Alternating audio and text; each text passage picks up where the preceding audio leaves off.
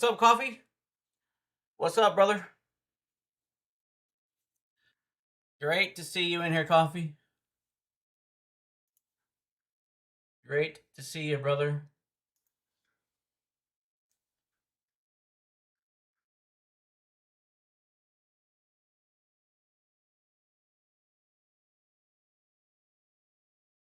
What's up, brother Matthew? What's up? What's up, Maddie? Good to see you, buddy. Good to see you, brother.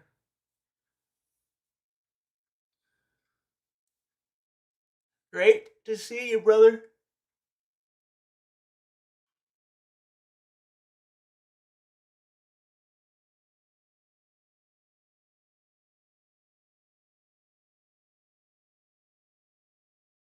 What's up?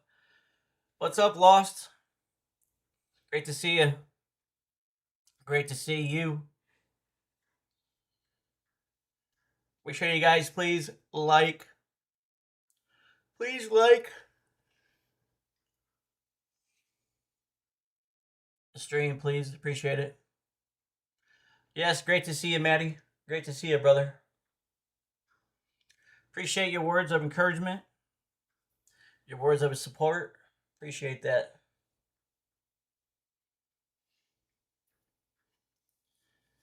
Appreciate all of that. It means a lot. It means a lot. Thank you, Coffee. Yes, if you haven't yet, please like. Highly appreciate it. It only takes the pressing of a button to like. So highly, highly appreciate that.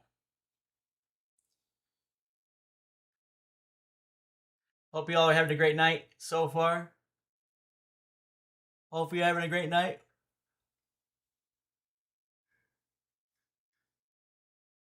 Great day, great night, wherever you're at. Wherever you're at.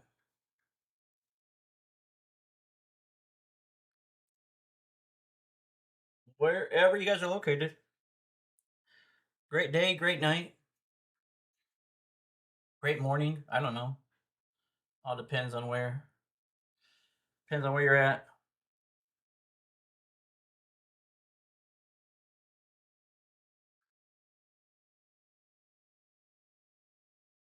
What's up, Chasing?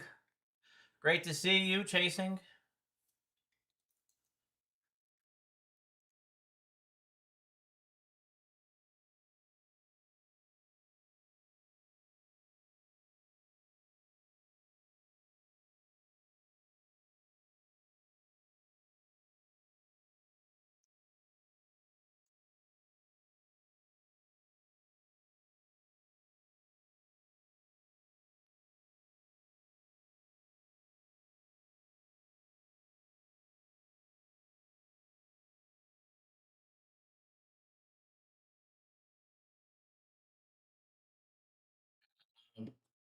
Stupid thing.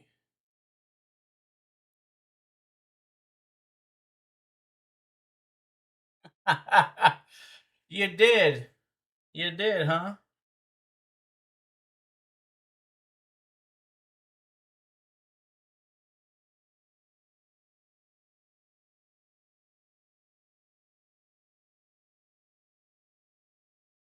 You did.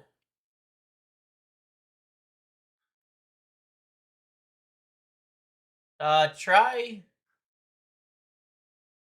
refreshing your screen or whatever because it should be okay. It should not be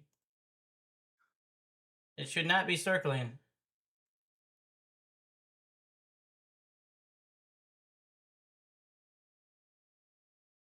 It should not be circling. I got all greens on my side.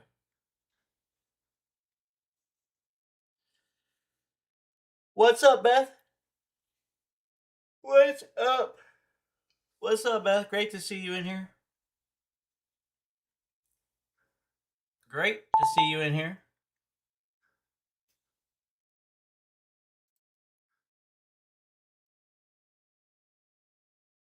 It should not be circling though. It should all be. Again, I got all green bars. I got no drops on my end, so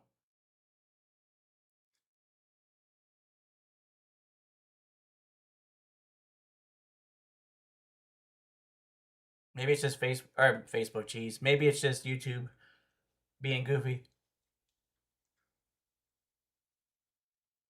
What's up, Shane? What's up, brother?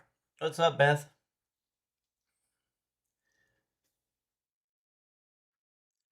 Great to see everybody, all the family members, all of everybody.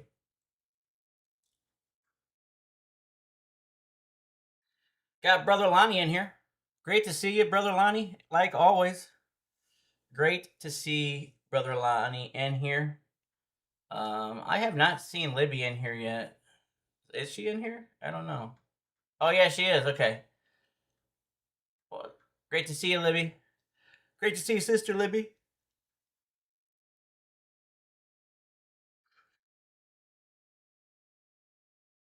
Great to see you, sister Libby. Great to see family, the usual suspects, new faces as well. Great to see everybody in here. I'm doing great, Lonnie. I'm doing great, brother. Great to see you in here. Great to see you, Lost, in here. Shane, Maddie, Beth, Libby, everybody who's in here. Again, the usual suspects, the new faces, everybody. So it's great to see all of you.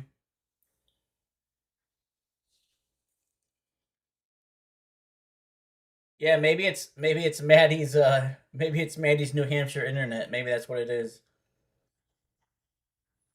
I'm doing great, Jonathan. How are you doing, brother? How are you? Uh, how you feeling?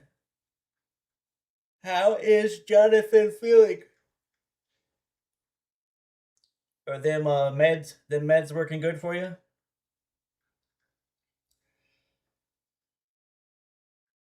Sister Libby, great to see you. Great to see you, sister.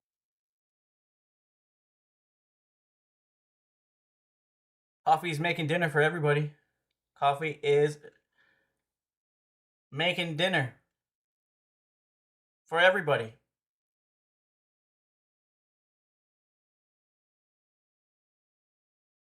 So whatever he's making, we're eating it. We're eating it all up. Whatever it is. There it is. We are all having sausage gravy over toast. So if you don't like it, just pretend you do.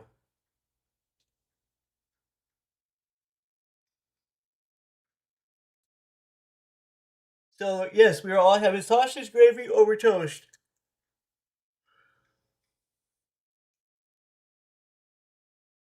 Looks like Beth made some chicken Alfredo. That's awesome too. Chicken Alfredo is always good. Looks like we got Sherry in here. Um, everybody say hi to Sherry. Thank you, Sherry. Appreciate you jumping in here. Appreciate you stopping by here. Great to see you in here. Hello to you, Sherry, as well. Hope you're having a great night. Hope you are having a great day, great night. Oh, Chasing says, her name is Amanda. So Amanda says she cannot eat sausage. So, uh, so she cannot eat. So, got Caleb in here. Great to see you, Caleb. Doing great, brother. How about yourself? Great to see Caleb in here. Lonnie.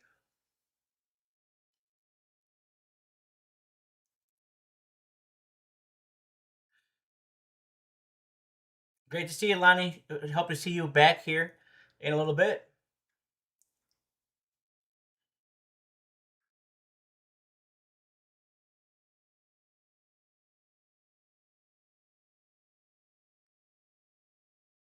Yeah, looks like coffee is making some sausage gravy over toast. So that's what we're having for dinner. That's what we're having for dinner tonight.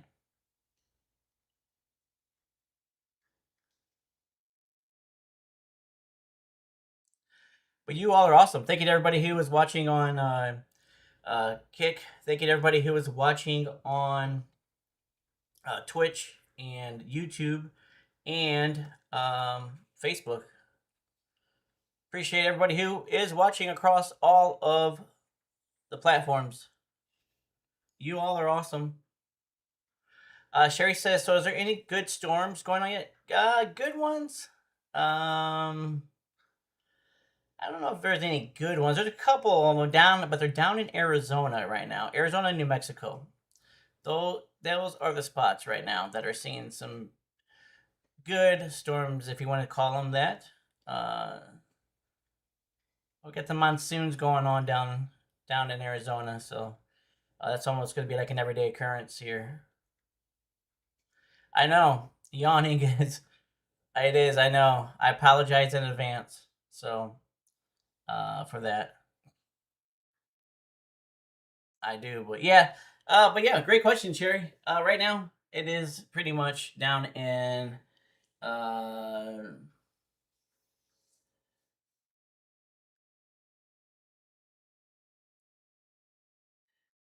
there is a little bit just going on down there in Arizona and Mexico, but besides that, yep. Oh, actually, Arizona doesn't have it now. Now it's just New Mexico. Now just New Mexico has two of them. So, but before Arizona did have one. I am using WeatherWise tonight, so I do have that pulled up here. WeatherWise, so you guys can all email WeatherWise and email Weatherfront. Tell them get on board here, John Boy. Severe Weather Lab plus education. That would be cool. That would be cool. That would be cool. But yeah, a lot of awesome stuff here. So, but yeah, we'll take a look at the weather here, and then we'll jump into we'll take a look at just see what's going on. What's forecasted for tonight. The only slight risk spot that we have is down in Arizona, far southern Arizona. Brandon Montgomery is a great chaser too. So yes, thank you, chasing, for that. Sherry wants some storms. She wants some good ones. Nice. Sherry is looking for some good storms. Sherry, remind me again where you're at. I can't remember. Is that in? I'm probably gonna get this wrong. Is it gonna? Yeah, for sure. For sure. Jonathan's got to sleep. It is midnight, Jonathan's time. It's midnight, Jonathan's time.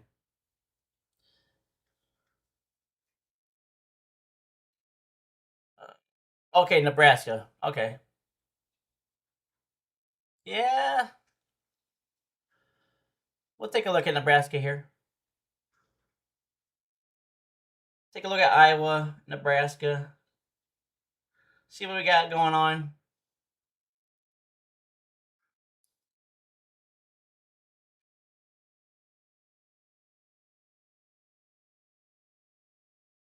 Oh, great to see you, Weather Girl. Everybody say hi to Weather Girl. She says, "Hi, John Boy. I went to Chili's for dinner with my mom and sister. Sounds amazing. It is raining here in Newton, North Carolina. It's also lightning too. My lightning detector on my phone went off. Yes, North Carolina is also too part of the marginal risk as well in North Carolina. But the main threat, the main slight spot we only have is down in Arizona. But thank you, Weather Girl. W's for that. Thank you so much. Thank you for being in here. I did see that Pastor John was chasing earlier. I don't know if he's still on. Maybe he still is chasing. or not. I don't have his stream pulled up. I don't have Weatherfront pulled up either. But I did see he was on. So hopefully he's having a great chase. If you guys haven't yet, please subscribe to Pastor John, Storm Chaser John McKinney on YouTube there. So awesome. Beth says he still is. Awesome. But yeah, please subscribe to him if you have not yet over there. Jonathan is having a hard time deciding what to watch on Netflix, so maybe somebody can give him some recommendations on what to watch there.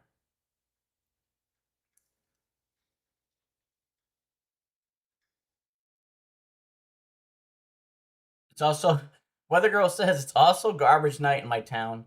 It wouldn't be garbage night if it wasn't raining. Nice, there you go. Thank you for that. Thank you for that. Jonathan says he's watched all of TWD.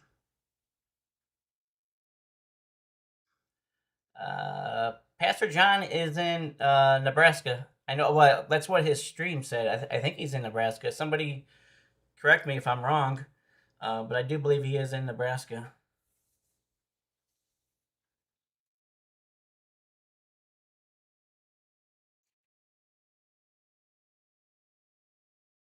So yes, I do believe he's there. So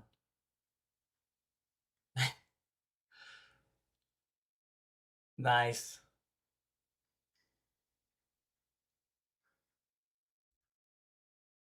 Oh, is he in Iowa? Okay, he might be in Iowa. Great to see you, Caleb. Great to see you in here, brother. Yeah, I don't know exactly where. I don't know exactly where he's. He is in Iowa. Okay. Oh, he might be riding out with some of these storms here.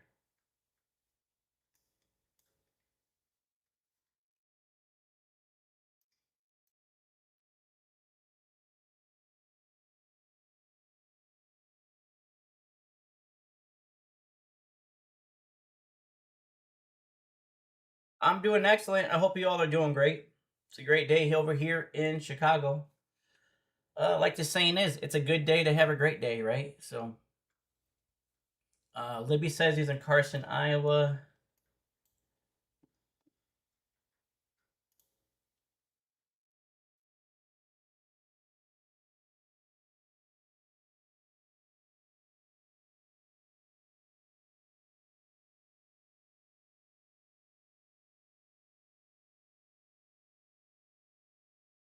Oh, so he's behind. He's behind all of the storms. This is just a nice little storm cluster here. I mean, it's nothing. Even right here by Creston, this isn't anything. Nothing severe. Just some heavy rain here. Just some heavy rain.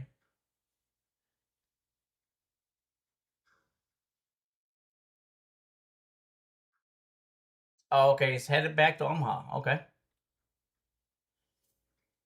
That's where Freddie, his son. That's where Freddie lives at. Freddie lives in Omaha.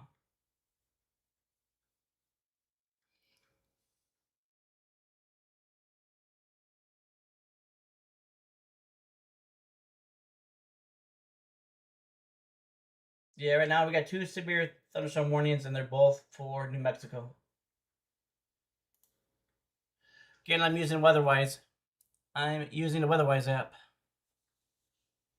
If you guys watch Ryan Hall, y'all, this is who he's affiliated with, who he is partnered with.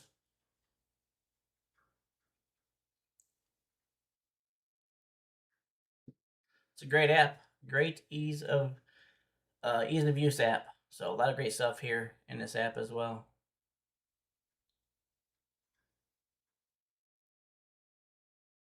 But also great. Weatherfront is also a great app, also too. So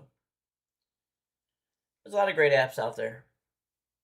But thank you to everybody again who's joining across all of the platforms: Twitch, Kick, YouTube, Facebook. All of y'all are great. All of y'all are great. So I'm trying to get my Facebook page. So Facebook has a rule where you have to have at least 100 followers on your brand account, on your brand page, in order to live stream to that page. So right now, I have 43 followers, so it's getting up there. But trying to get that to 100, pretty, you know, sooner rather than later. So if you haven't yet, please subscribe to my Facebook page. It really helps out a lot. So great to see you, Julie. We got Julie in here from California. Thank you, Julie. Highly appreciate you being in here as well. Hopefully, we'll get Sonia in here. I have not seen Sonia for a little while, so hopefully everything is okay with Sonia. Hopefully everything is going good with Sonia, and hopefully, um, again, if it's going good with her, I appreciate that, Beth. Thank you. Yeah, if you guys haven't yet, please follow on Facebook. I appreciate that.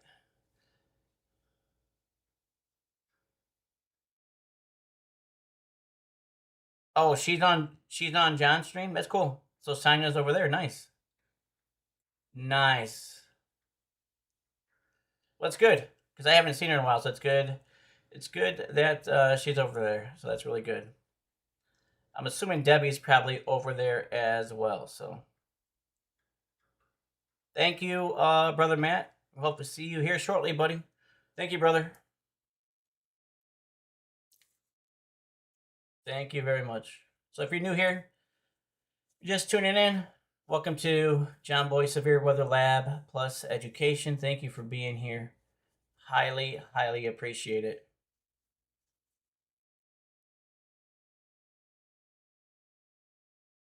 Here you will find live severe weather coverage, and you will also find live weather teachings as well.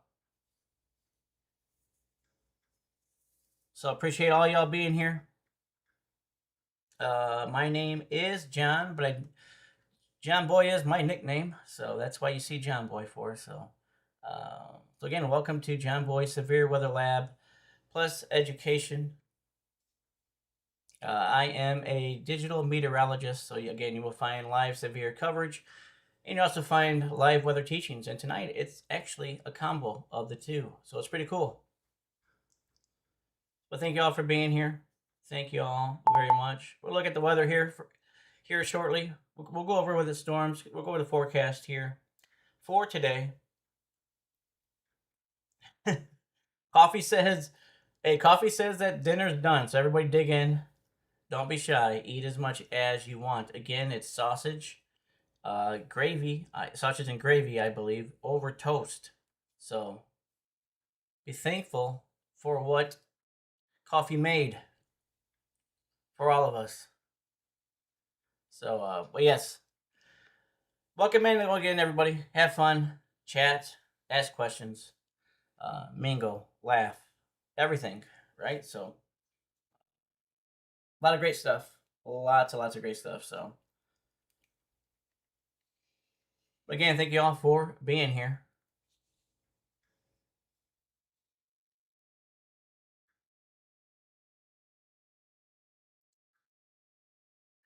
Uh, Caleb says that Delaware County in Manchester in a 1 in 5 marginal risk of severe weather because Iowa Storm Network at 2:30 this afternoon show me where. Delaware County? Let's take a look. Manchester. Where was that again? That's over here, right? Or is that north? Wait, where's Manchester at? I thought it was over here. Oh, yeah, it's right here. Manchester is in. Let me look. Manchester is in, yes, level 1. Just on the fringe of level 1. But nonetheless, Manchester is in a level 1 here. And what it's going to be for this over here. So there depends on how this tracks. If it keeps going this direction, which it is headed east. But we don't. I don't know if it'll head up northeast though. But it's headed east.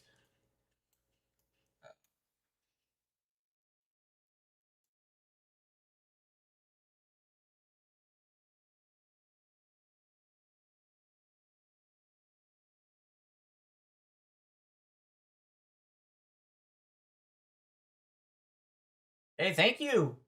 Thank you very much. We have Vaughn in here, Game Vaughn Jr. Thank you very much. Appreciate you being in here. Everybody say hi. Everybody say hi to Game Vaughn. W's in the chat for Game Vaughn.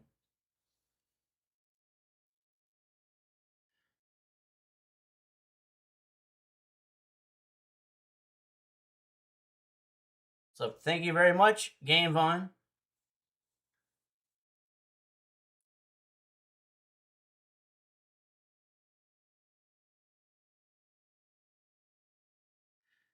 How do I scan? How do we scan for tornadoes? Well, that's a great question. And you come to the right. You came to the right spot. So we utilize 3 different scans to scan tornadoes. So we use reflectivity. Reflectivity is what you see right here. This is reflectivity. This shows the rain and hail, that's bouncing off of the radar site. So we use this, but reflectivity cannot show you any type of velocity. It doesn't show you any type of or anything like that. So we utilize this to look at reflectivity, and on reflectivity, majority of times, not all the time, but the majority of the time, tornadoes form in what are called supercell storms. So in supercell storms is it is a rotating storm with a mesocyclone. So a supercell is a rotating storm. That's what it is. What it means. So a lot of times there'll be a hook echo that will come off the storm here. We'll see a hook echo on reflectivity when it comes to that. So when we see the hook echo, then that lets us to know there's another radar that we use to marry it up with, and that is called velocity. So on velocity is how we can see spin. So we can see winds going away from the radar and winds coming towards the radar. So that gives us indication. That gives us an indication that the winds are rotating. So when we have what's called a couplet, we can look at that couplet. That's when the greens and the reds are bright and they're touching each other. That lets us know that there's spin there in the in that picture, in that radar image. So coupled with a hook on reflectivity, coupled with a strong couplet on velocity. So there's a 2, and then the third one that we like to use, the main 3. So this is the third one. It's called correlation coefficient. So correlation coefficient lets us know if there's like a debris ball, like if the tornado is tossing up things in the air, whether it's roofs or trees or livestock or whatever it may be. The correlation coefficient will drop. So the correlation coefficient is at so it's called a CC drop, or means a correlation coefficient drop. So that is what we look. So those are the 3 main tools that we utilize. But nonetheless, there are limitations for all 3 of those. Radar tools, or those radar products. So that's why we need storm chasers. That's why we need storm spotters to see the base of the storm, to really see if there is a tornado on the ground. But when it comes to the radars, we have to use 3 different ones. We use reflectivity, which is what you see here. Then we use velocity, which is this. So velocity is telling us how fast the winds are going towards the radar site and how fast they're going away from the radar site. And then we also look at what's called correlation coefficient. So so this is how we are able to at least confirm it through radar. So we are able to confirm tornadoes through radar, but again, we need all of these three to match up in order to confirm that. So we need we do need what we call marrying up the radars. So we definitely need velocity and correlation coefficient to match up in order to confirm it. In order for it to be a confirmed radar tornado. So, but that is why we need storm chasers. That's why we need storm spotters, because we need people on the ground who can actually see where the radar cannot see at. So, because the radar cannot see everything, there are limitations that the radar cannot see. So hopefully that helps you out there, Vaughn. Appreciate that, and welcome in Ringtone as well. Thank you. I appreciate that. Thank you so much for joining. Thank you so much for being here. Appreciate that very, very much. But again, yeah, those are the main three. There are other radars as well, but those are the main three that are used. So, very cool. So yes. Oh, looks like Jonathan is headed out for the night. Thank you very much, Jonathan. Highly appreciate that. Thank you, brother, for being in here. God bless you. Thank you very much. Keep healing, and know that we all are praying for you and supporting you. So. But keep healing, brother. So, yes, we're going to take a look at that in a second here. Good call out, Vaughn. Appreciate that. We'll take a look at that. And again, I am utilizing, if you guys just tuning in, I am utilizing WeatherWise. That is the app I'm currently using. I do bounce back and forth through Weatherfront, WeatherWise. Those are my main two go-to apps. But I do use other apps as well. But at least on here streaming, it's mainly WeatherWise and Weatherfront. So they are both really, really good apps. Really, really great software. Ease of use when it comes to the software here. So, and understanding what's going on here. So they have a lot of great. They have a lot of great. Just a lot of great stuff into them. So Vaughn wants to be a chaser like his dad. Awesome. Is your dad a chaser? Like, does he have a channel or anything? Does he have anything like that, like a YouTube channel or any type of social media? Anything like that at all?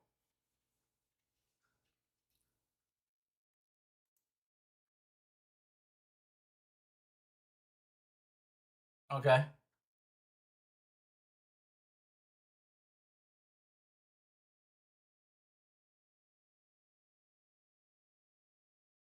He does it for fun. Awesome. That's awesome. That's awesome, Vaughn. Awesome. Caleb says, "Do you think there could be some severe thunderstorm warnings tonight for Manchester?" Ah, man, it's if it continues like this, no. These aren't even severe these aren't even severe warns. So I mean these are just they're putting down some good rain, but as far as severity, they're not severe at all. So so if it keeps just the way that that it's going, then no, not at all. I don't think. I mean, it could there be yes, there could be for sure, uh, but again, if they say like this, then I would say no.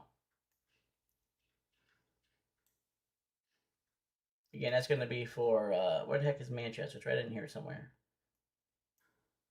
I keep losing Manchester for. Oh, nonetheless, it's right in here somewhere. So,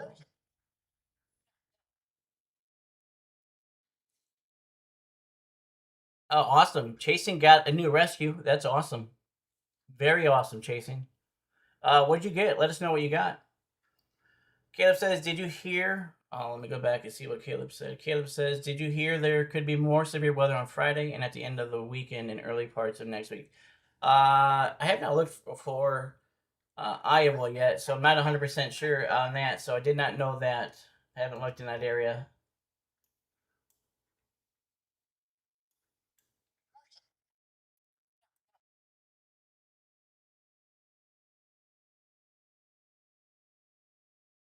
Manchester was like right here. Nonetheless. All right. Thank you, Weather Girl. Appreciate that. Yes, if you haven't yet, please like and please subscribe if you have not yet. Highly appreciate that. Thank you all for being in here. Chasing got a pit bull. Nice. But it's really malnourished. So, but we know Chasing will take care of him or her and get them back healthy. So, good on you, Chasing, for that. Very good on you.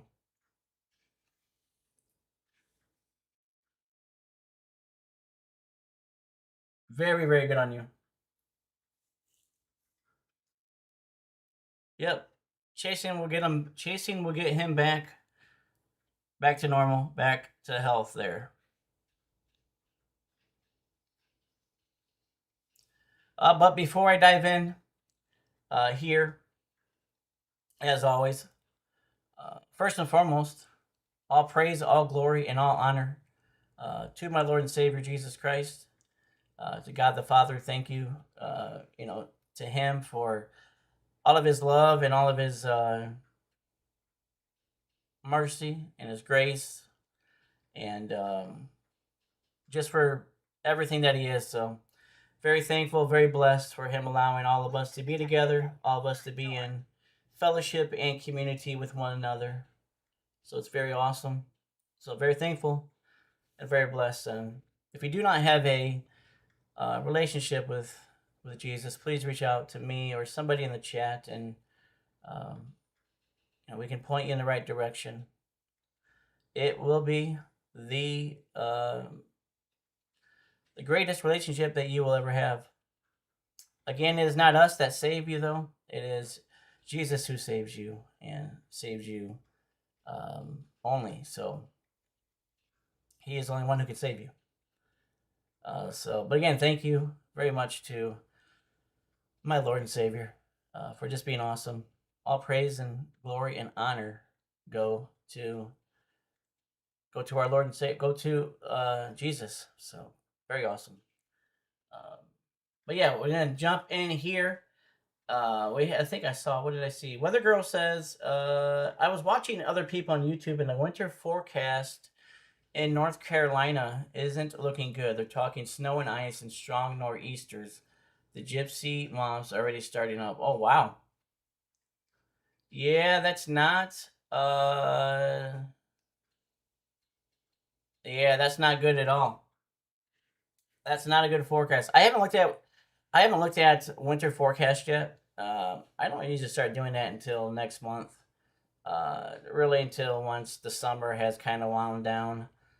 Then I'll start diving into, um, winter time and everything. So, but as we know with nor'easters, those are pretty crappy at times, right? Those things like to dump a lot of snow, ice, rain. There's like a mixed bag of everything there. So,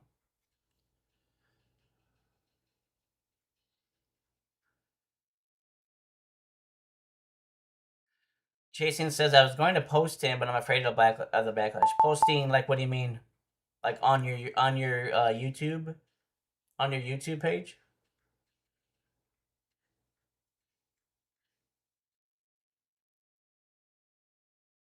That's right. Yes, too early for nor'easters. Yes. Well, I mean, what would the? Oh, you mean like backlash for his previous owners because he's malnourished?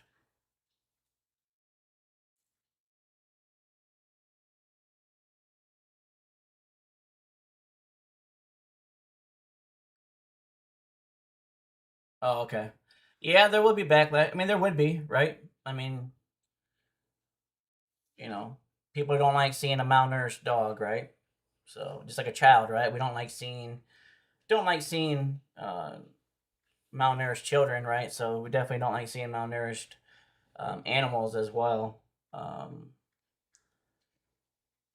but it also tells the real picture, though, too, right? So you got to think it kind of. I would kind of look at it uh, a different way, and again, it's your own choice, but there's another flip side to that where it tells the picture, it tells the real brutality, the real picture of what happens and what's out there. Instead of people not seeing that or anything, So, because if you were going to post that, again, you could think about people get to see the bad side and understand. Yes, it shows the hidden truths, right? It shows the worst of worst things, right? Um, so even if there is backlash for, obviously none should come towards you, right? You're the one that's rescuing, not the one that put that dog in harm's way, right? Put him in harm's way. But nonetheless, yes, people would a lot of people in general would have backlash, but you know, I think we have to paint the full picture though. We have to paint a realistic picture that is what happens. Unfortunately, that's what happens. It's kind of like those sad dog commercials that we see all the time. Where they're like, "Hey, you can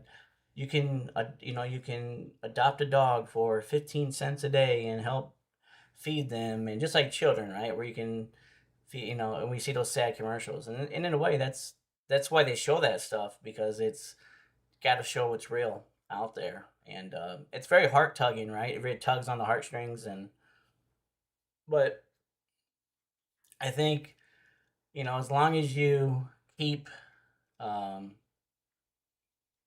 I think as long as you keep the owners or the previous owners or whomever you rescue, as long as you keep that private and everything, that's cool. But uh,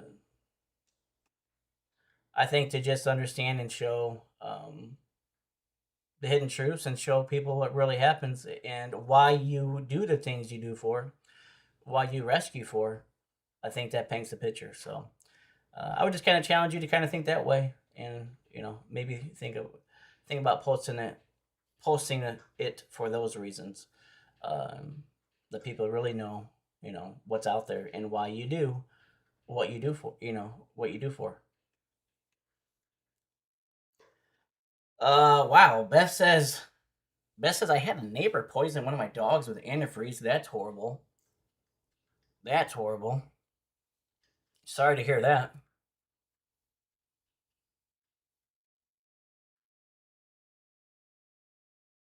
You're welcome, Amanda. You're welcome.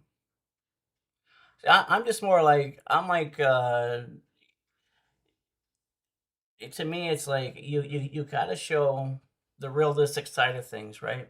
Just like when it comes to mental health, like we have to talk about it and not hide things. So and you as being a rescuer, it shows why you do the things you do, why you love, and you put time and effort into what you do for, and why you are so passionate about what you do because of you know unfortunate things like the dog that you just rescued. So, of course, we know there's a lot of dogs that are malnourished.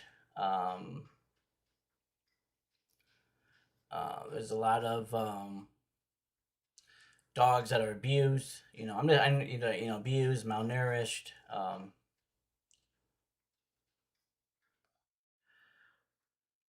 And unfortunately, we know it happens, right?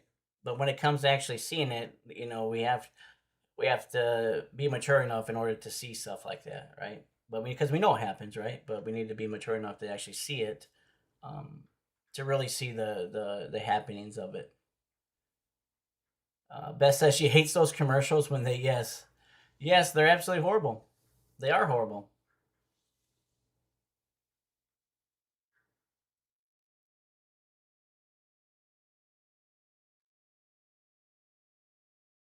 Yeah, show the raw side for sure.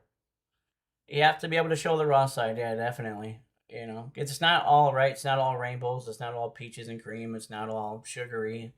I mean, when you're rescuing, I mean, you're going to come across horrible incidences and unfortunate a lot of bad things. There's a lot from reasons unknown to me.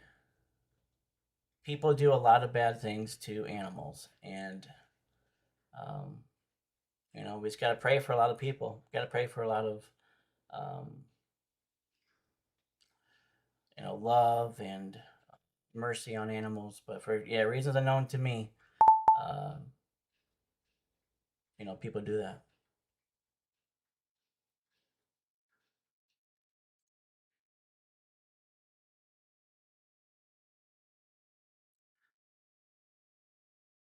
Yeah, I love animals, so um, it's very hard when I see an animal neglected or abused, and um, it's very hard to see. It's very sad. It's very hard to, um, you know, but I know it happens. I know it happens every day.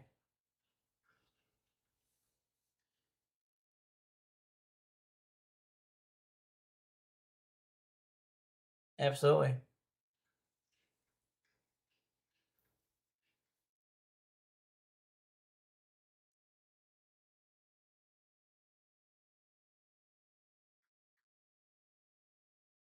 absolutely. But yeah, but great job there though, chasing. Chasing did rescue a pit bull. So great job for her. W's for her. W's for that. Great rescuing.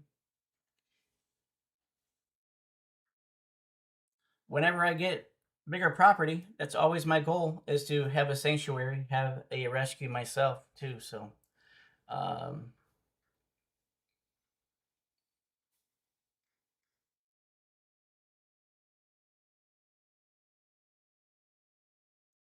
Beth is a chipmunk whisperer. Beth says I have even befriended a chipmunk. It climbs up my leg and sits on my shoulder every morning, and I give it some peanuts. Gives a new meaning to chipmunk lady. Forget cat lady. It's chipmunk lady. But that's pretty cool though. But in all seriousness, that's really cool. That's very awesome. So great job, Beth. Very great job there.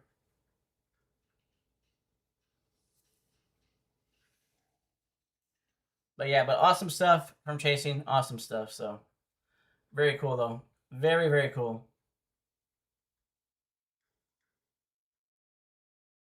Very very awesome stuff. So,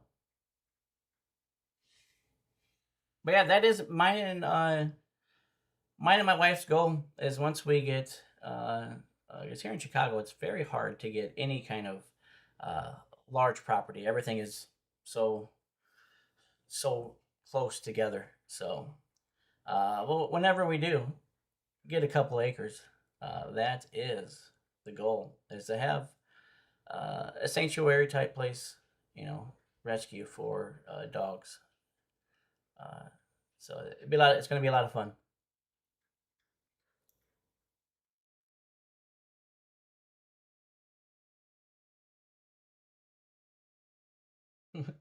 One man shows. Maddie says, "My sweet chipmunk girl." There you go. There you go.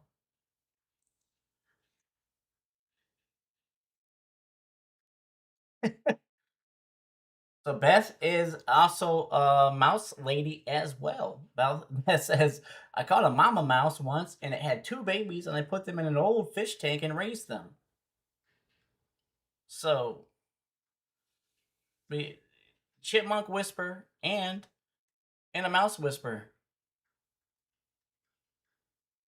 Beth don't play around when it comes to these animals. Beth does not play around.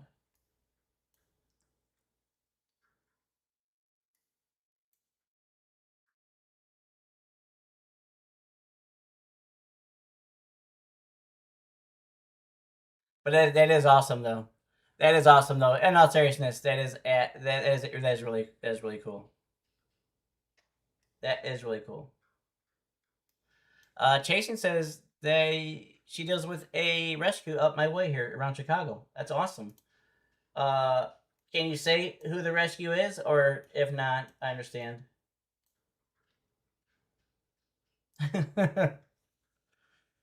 Chasing says you can keep the mouse. Amanda says keep that mouse.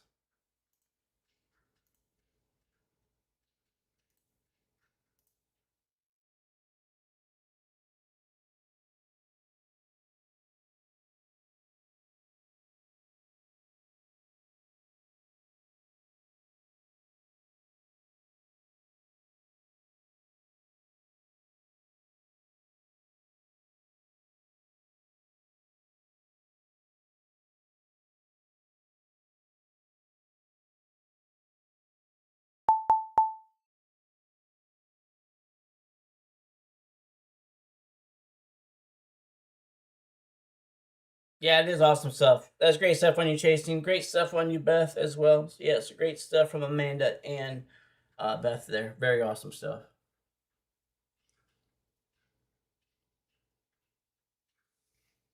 Magamuts? Never heard of them. Never heard of them.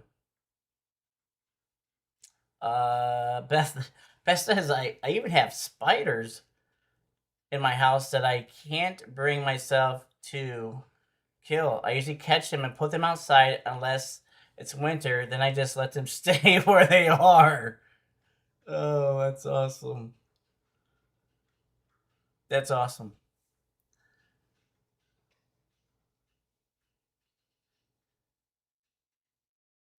So I'm not gonna lie either. I do not. So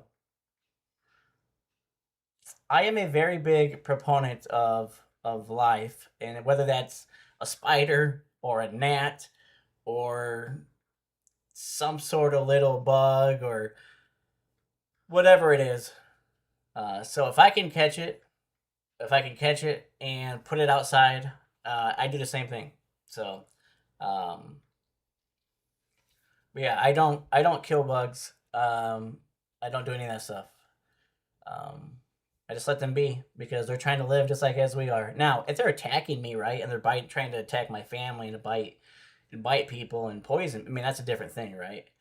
Um, that's a whole another story, right? But if they're just, doing trying to live their normal life, who am I to come along and take that away from them? So, um, but that's how I am. That's how I am. That's how I am. So, great to see you, Lonnie. Lonnie's back in here. Great to see you, brother.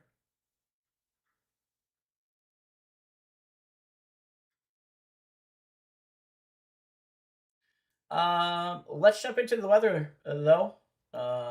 Great discussions there as well. We'll jump back into some more discussions on that as well. I want to hit the weather here. What's going on here in Iowa? So coming into Des Moines and Indianola, Oskaloosa, Ottumwa, Centerville, just really just some um, just really just some strong, or I would say some decent rains. Um, you do have a little bit of stronger rain down here.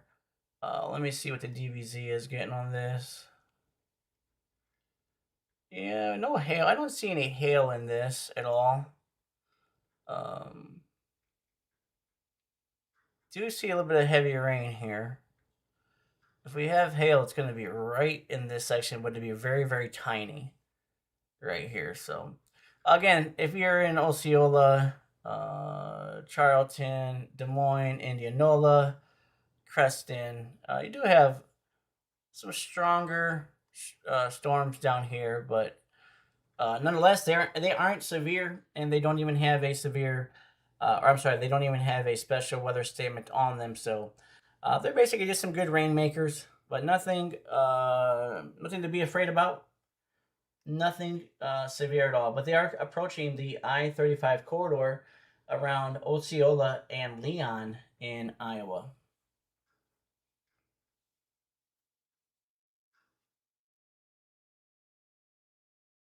Let's zoom out here.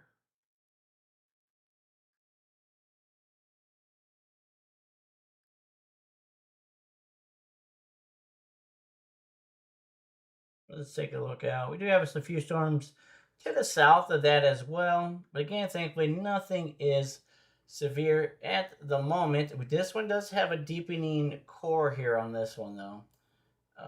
So this one, almost 60 dBZs here. So this is getting a little bit deeper here, as far as becoming a good downpour, possibly a hail maker here, potentially as well. So do have some storms down here. This is going to be south of Iowa. This is going to be in Missouri. It's going to be far northern Missouri, Kirksville, Trenton, Bethany. So you do have a few strong thunderstorms out in that area right now. Thankfully, though, nothing severe and no special weather statements either. So we zoom out, and this is all following along the cold front here. So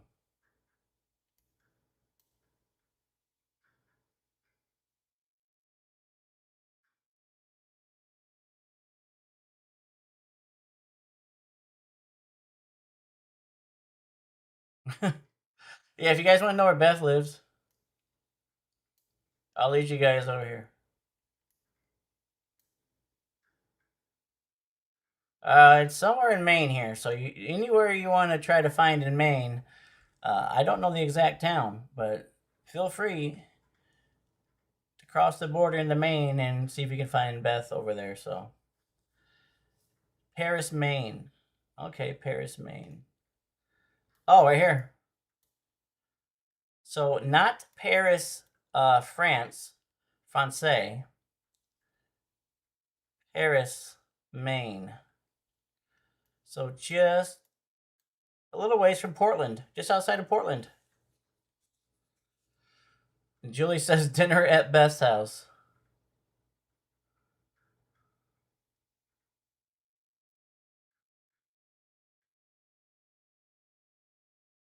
And then we got Maddie right over here in New Hampshire. So if anybody's gonna go see Beth, make sure you make a drive across the border to see Maddie as well.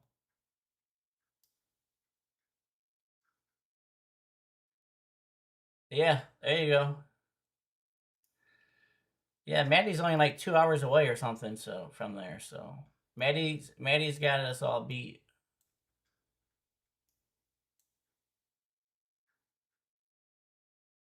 Well, cool stuff. Very cool stuff.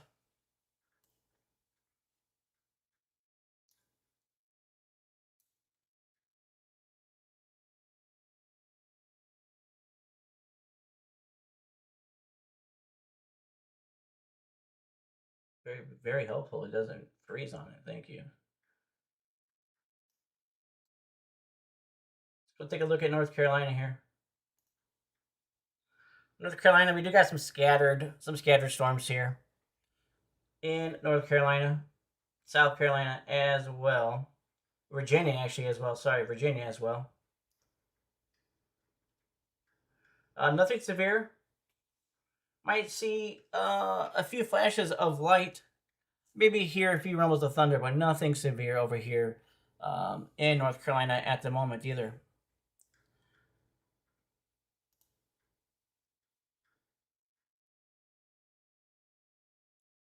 All of our severe thunderstorms are in the southwest, down here in the southwest.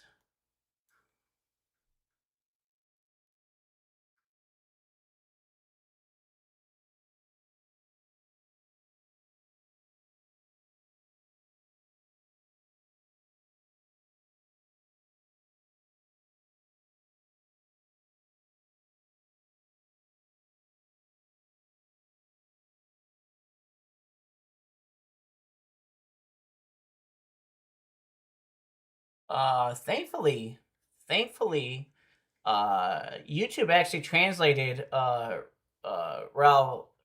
Thank you for being in here, Raul. Appreciate that very much. YouTube did translate that. So, what he was saying is that the um, Hurricane Center um, has a 20% watch on it.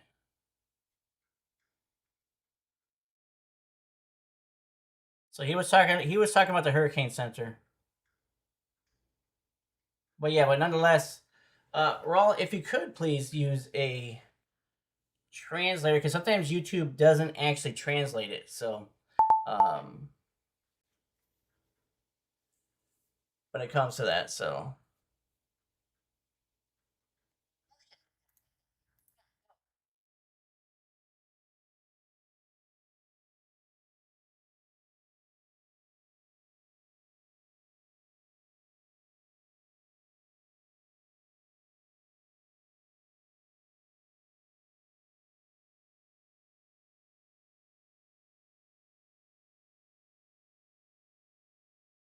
he's talking about a tropical wave coming out of Africa. 20%. That's what he's talking about.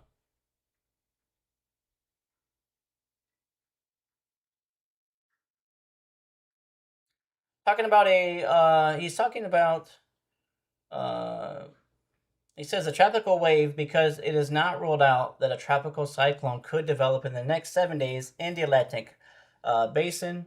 Um, so that's what he's talking about. So thank you, Raul. Appreciate that. Raul Perez. Appreciate that. Thankfully, YouTube is doing a good job of translating what he is saying.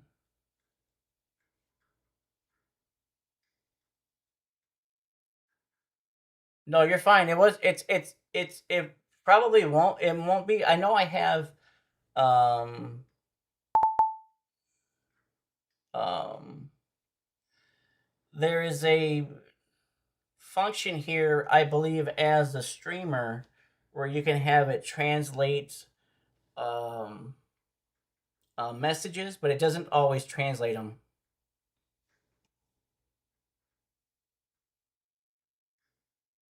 Yes, exactly what Wholesome says right here. Yep.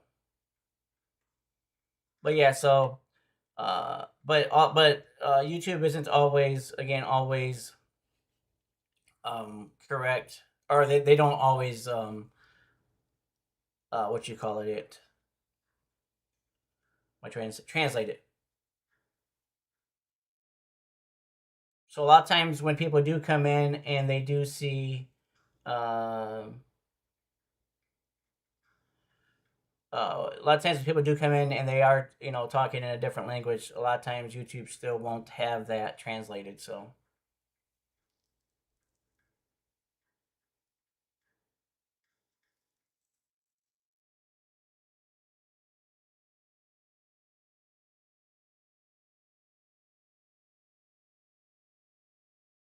if you haven't yet, though, please like the stream and please subscribe. Highly appreciate that.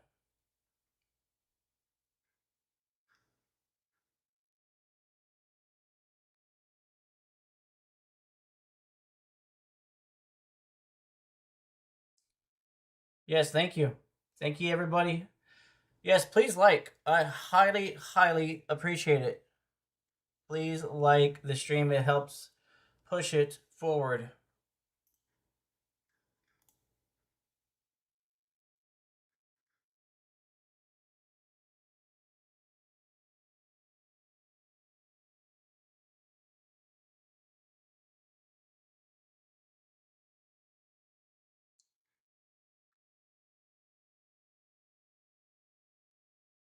Yes, thank you, Wholesome. Thank you, Wholesome, for putting that in there. Thank you. Thank you, Beth, for putting that in there. I do want to go look at. I do want to take a look at the severe warnings that we have. Severe warnings that we have.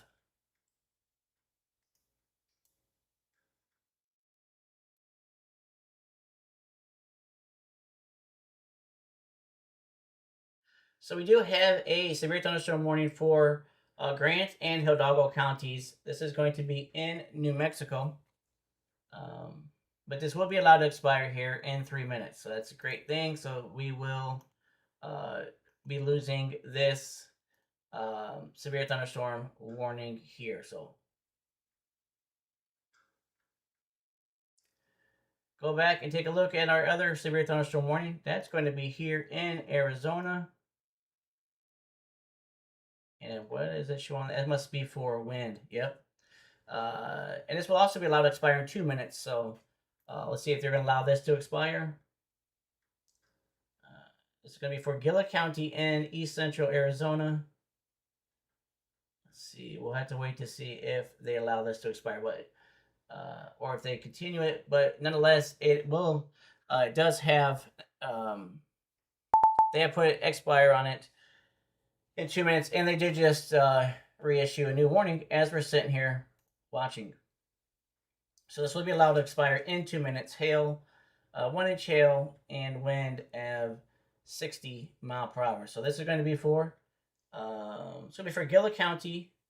Again, this is going to be until actually let me go to the new one.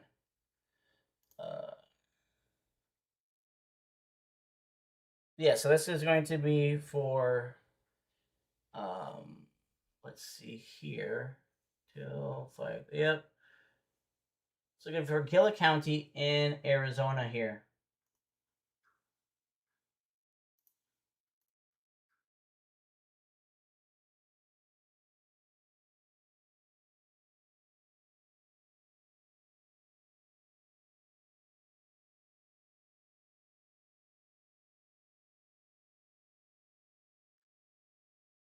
Oh, looks like my beautiful wife is in here. Thank you, sweetheart, for being in here. Always appreciate you being in here. Always appreciate your support and your encouragement. Appreciate all of that. Thank you very, very much, my beautiful wife, my beautiful penguin. Thank you. You're such a huge encourager, such a huge supporter. I think I did see something about Weather Girls, something about a rainbow. So very cool. Very, very awesome.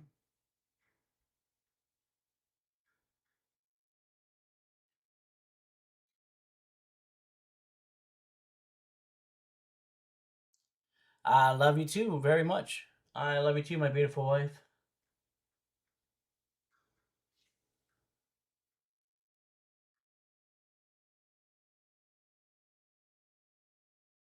But that's what we have going on right now. So not a whole lot going on right now.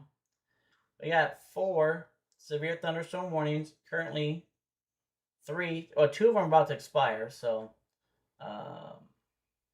again, and they're all in Arizona here. So we don't have, again, we do not have a lot of anything transpiring right now.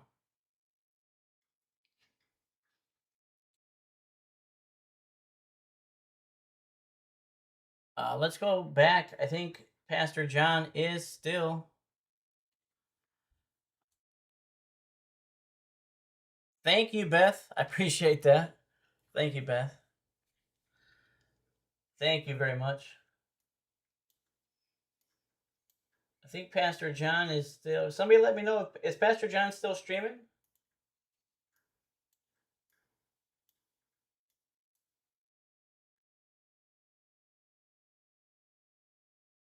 He might still be streaming. I don't know.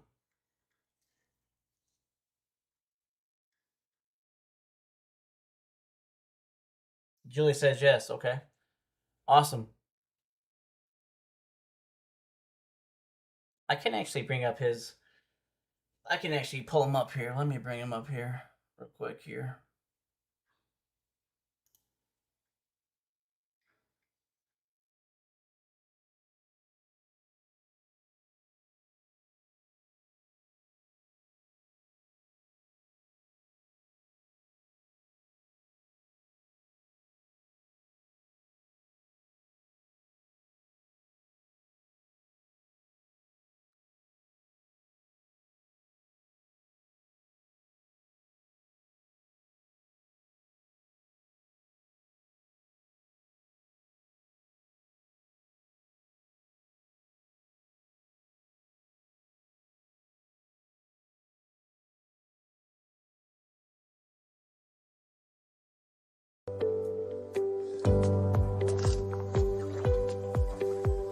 At the start of the game, you can choose any shelter you want, but once you pick a spot, there's no turning back. It's upgrade or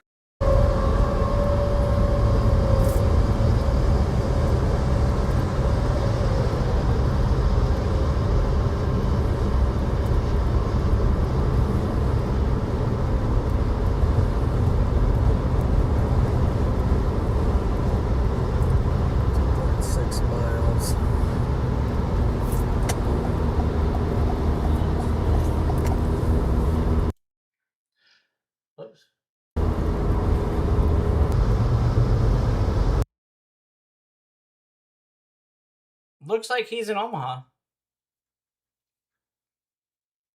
least that's what his. That is what his. That's what his location says down there in the bottom left. It does say Omaha, so it looks like he's in Omaha.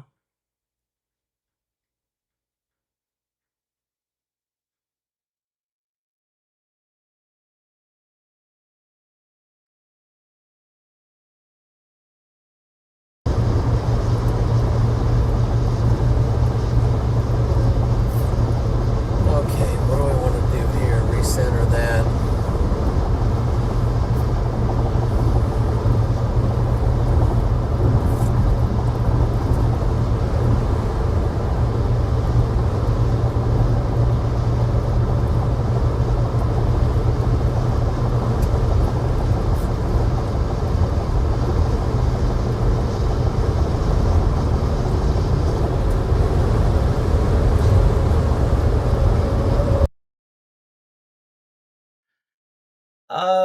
What did I see there? Julie said something.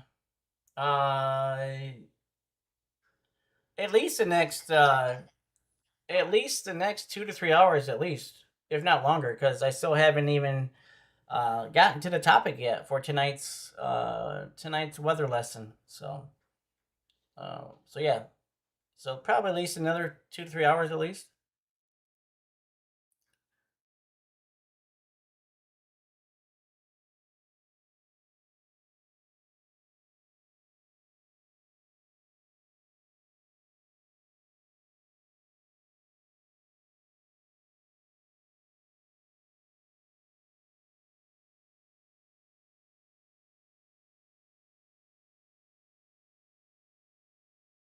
Yeah, awesome.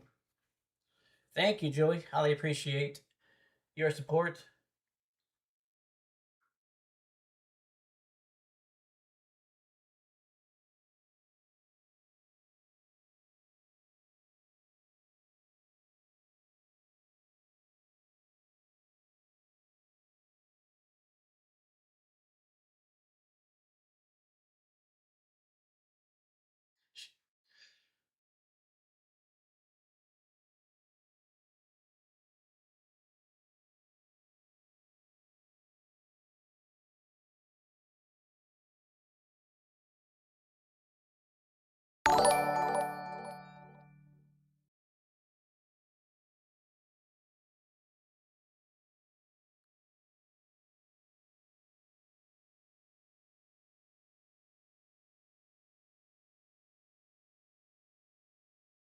Yeah, what's up?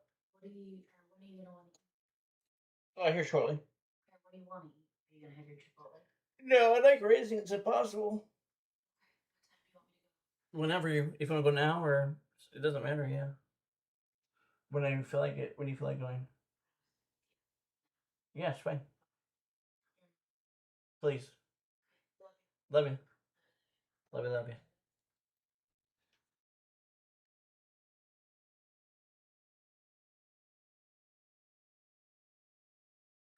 Thank you, Julie. Appreciate that. Thank you. Thank you, Johnny Sunshine, Tayson. Thank you very much for subscribing. Thank you for being here. Highly appreciate that. Thank you. Welcome in, Johnny. Thank you. I don't know why Shane is keeps saying his. I don't know if it's his thing or not, but are you guys experiencing any kind of uh, droppage or breaking up or anything? Because I'm not getting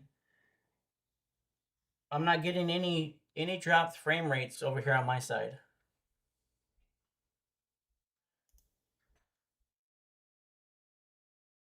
But let me know if you guys are getting any types of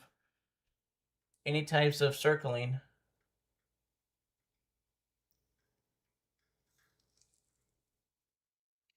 But yes, thank you, Johnny Sunshine, for being here. Appreciate that. Thank you very much. Highly appreciate that. Yeah, I don't know if I don't know if he reset or if he restarted or not, but um, yeah, I don't have any dropped frame rates over here, so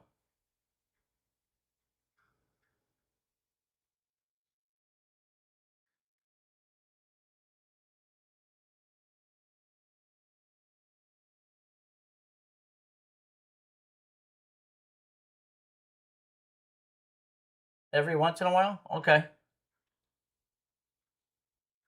See, that's weird. So it's fine for quite a few people. Then some other people say it glitches every once. So that's very strange. But yeah, like I said on mine, because I have a thing that tells me uh, if about frame rates that but it I got 4 green bars showing everything is fine. So I don't know. That's weird. How some people it can experience it and some people don't. So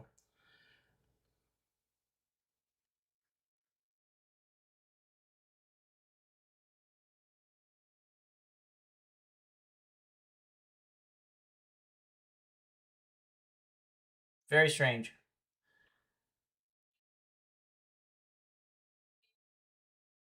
But it is looking over here just south of Des Moines.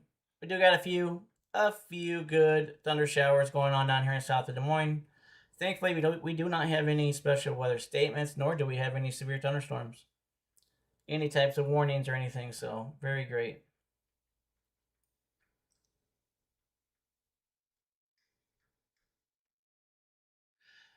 Nice. Weather Girl says, listening to some clips, number one, 80s music with her mom. Nice. Um,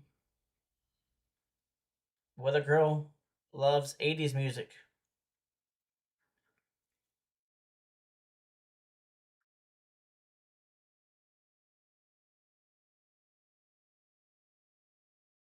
Yeah, that's weird. I have no idea why it's doing. That's weird. What Libby's talking about here. That's awesome though. That's awesome, Weather Girl. That's awesome. I am more of a '90s fan over '80s music. I do like some of the later '80s music, like like the hair bands, right? Poison and Def Leppard and Motley Crue, and I'm forgetting so many of the other ones. Uh, but nonetheless, but I'm more of a '90s alternative guy music when it comes to that. So I do like a lot of '90s alternative rock, like Matchbox 20, Third Eye Blind, Blind Melon. The list, I'm Counting Crows. Uh, how much I think? Who else am I missing? A Collective Soul, Candlebox, of course Nirvana, Soundgarden. I'm missing a whole ton of people off the top of my head here. Pearl Jam. Let's see. A whole bunch of other people I'm missing here. So, Jewel, the singer Jewel. Uh, she was awesome when she first came out. I mean, she is so awesome, but she came out in the later '90s. I do like a lot of '90s music.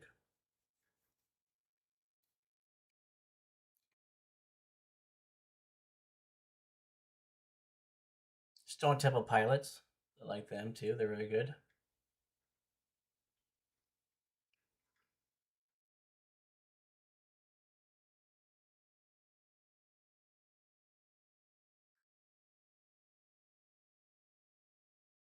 You say, Beth? You say '20s through '80s, like 1920s through the '80s? Is that what that says?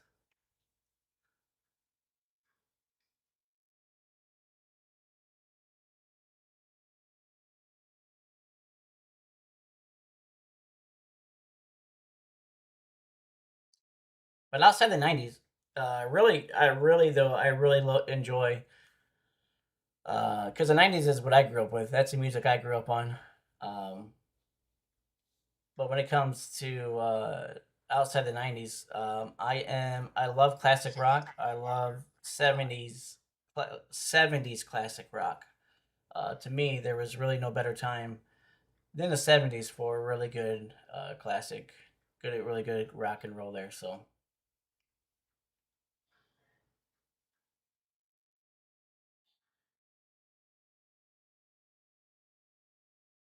I do love '70s rock. I do love a lot of '70s rock bands, even if they were just one time, or songs, I should say. Even if they were just one, one time, or one hit wonders. I still love it. So yes, 1920s to 1980s. Oh, so you like old school. You like old school. Like back when music was just like when they first started putting it on record and everything. That's pretty cool.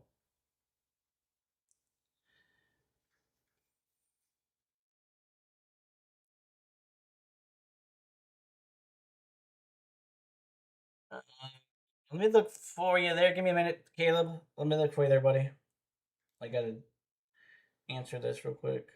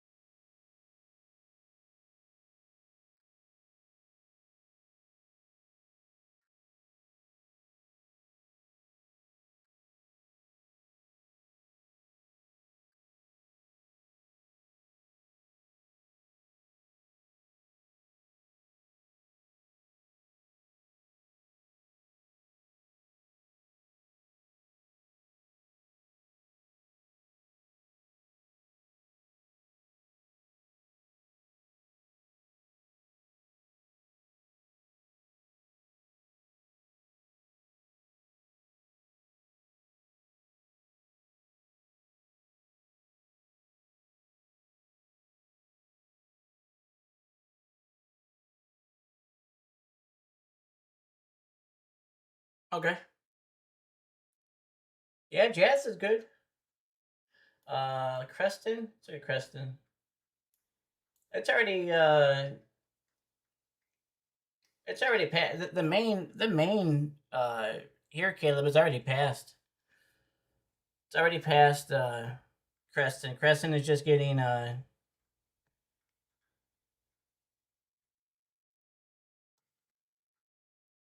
it's already past Creston. Creston right now is just getting just some rain. That's it. But everything is past it off to the east. So nothing in Creston at all. Just besides some rain.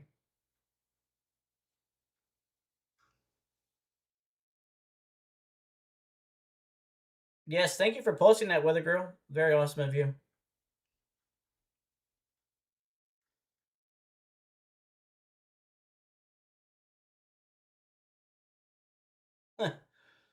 Yes, that was great.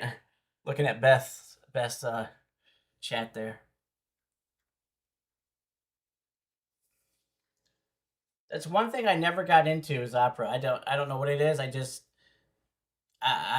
mean everybody loves whatever they love, but I just have never got into opera.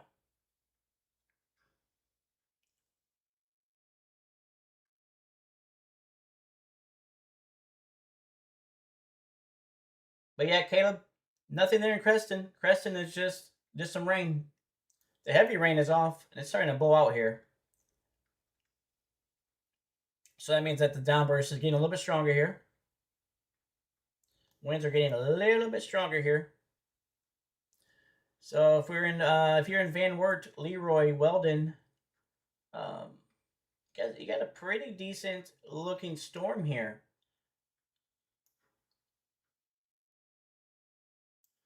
DBZ is down to 62, so that is yeah, it's pretty.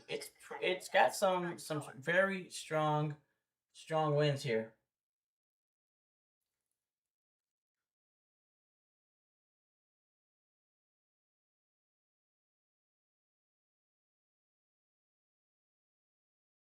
Nice.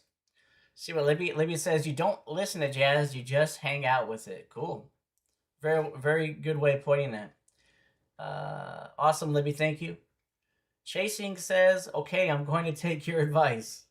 Well, I appreciate. I mean, it's obviously it's your whatever you want to do. I was just giving my uh, opinion there. So, but if that's cool, if you do, I appreciate that. Thank you.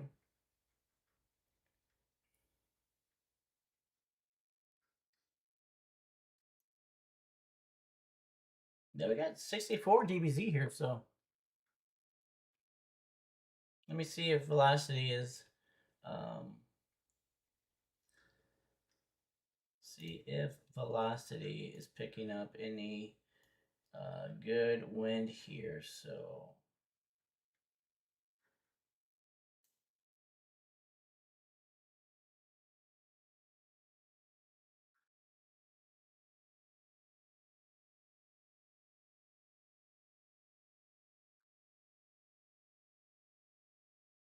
well, velocity is picking up about 35 right here.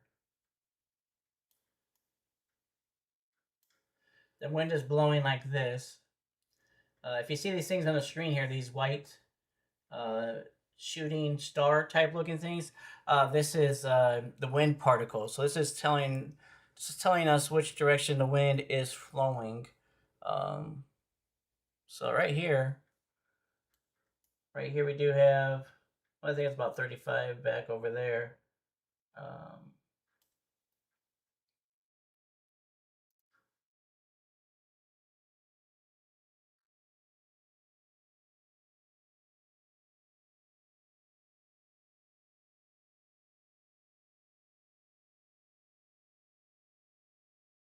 yeah, because the strongest winds would be right out in front of this.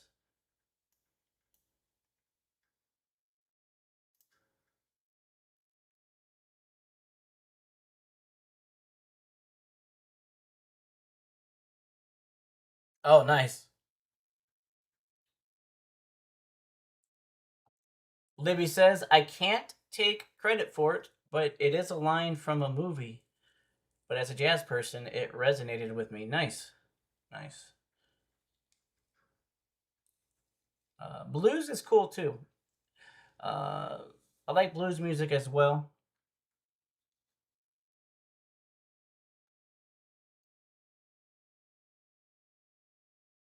But I am more of a alternative uh, rock, pop rock. That's my main stuff.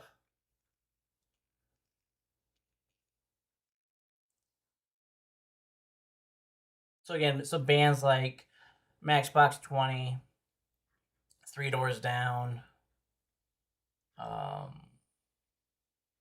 Hinder. Let's see who else. Quite a few other ones I can't think off the top of my freaking head. Um, but yeah, stuff like that. I like Stained too. Stained is a really good band.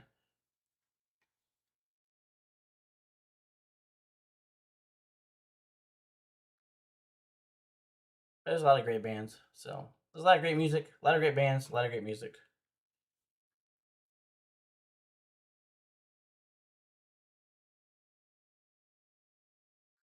Thank you, Lonnie. Appreciate it, brother. As always, thank you so much, Lonnie, for being in here, brother. Highly appreciate it.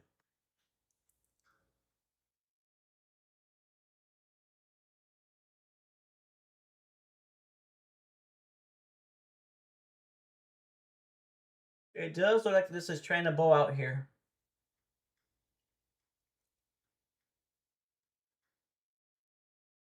But thankfully, no severe thunderstorm warnings, not even special weather statements.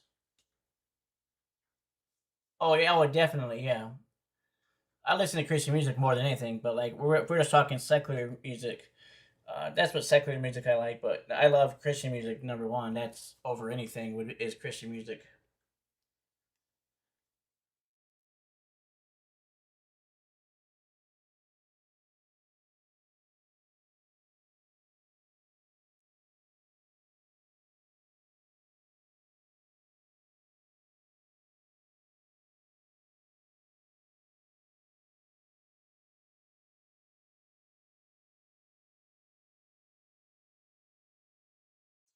But not a whole lot going on here, which is a good thing here.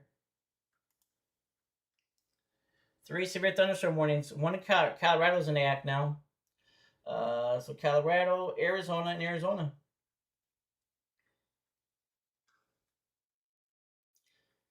Let's go to Colorado. See what Colorado. Oh wow. Oh, this is a. Oh, this has got 70 dB. This has got to have some good hail on it here. Look at this. This thing is nasty right here. This is very nasty. So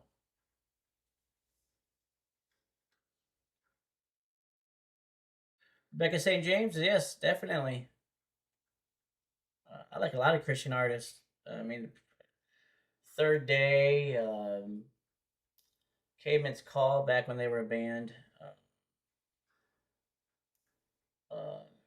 I'm trying to get Matt Redman.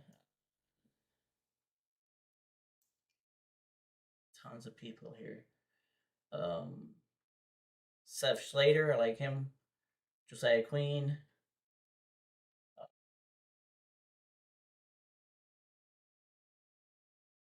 Brandon Lake. A lot of people.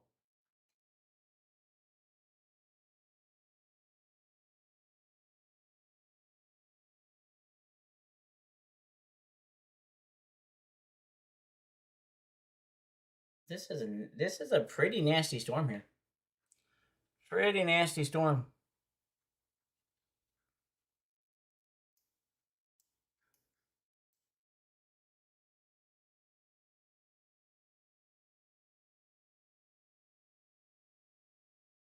They're saying they're saying 60-mile-per-hour winds and 1 inch hail. This is indicating uh bigger than 1 inch hail, but then again, this is just a nap. But nonetheless, this is very, very strong thunderstorm here. So again, a severe thunderstorm warning here. Um,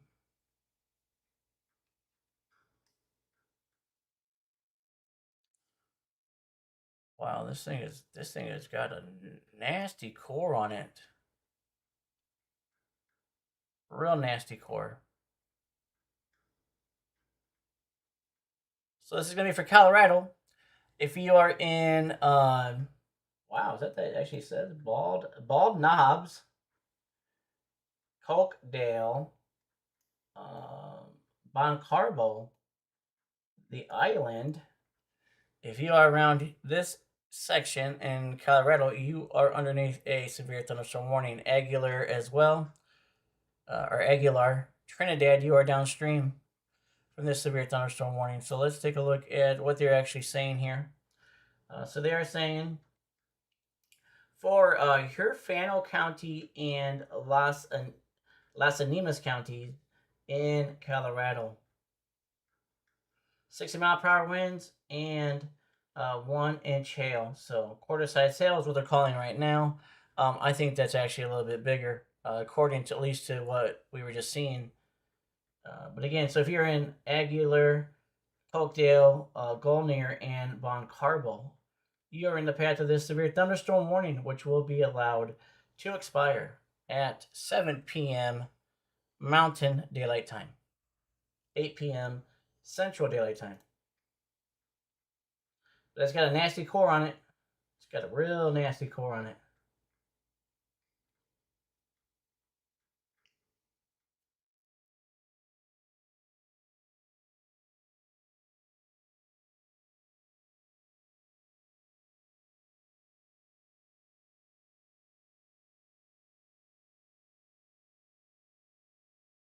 And we still have these two severe thunderstorm warnings down here in Arizona that will be allowed to expire in 3 minutes. So that's very good. So once those two expire, if they do not extend it, the only severe thunderstorm warning that we have will be in Colorado. Jump back over to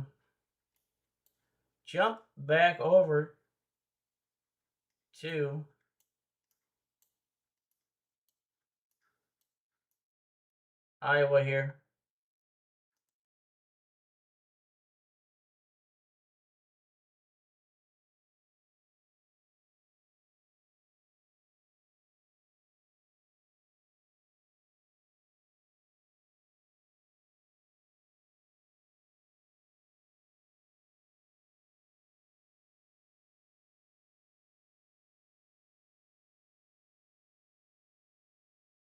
Caleb, let me see, buddy. For tomorrow.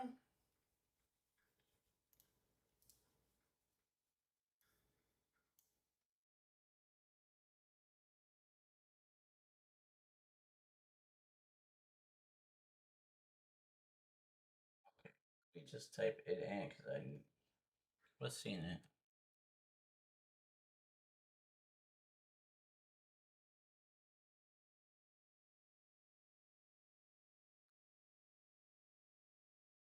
Right now.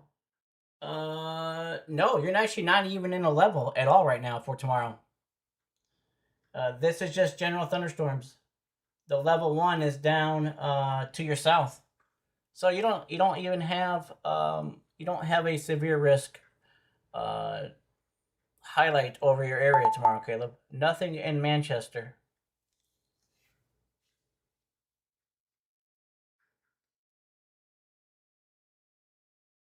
Just right now, currently, is just a general thunderstorm. So no severe risk for your area currently for tomorrow.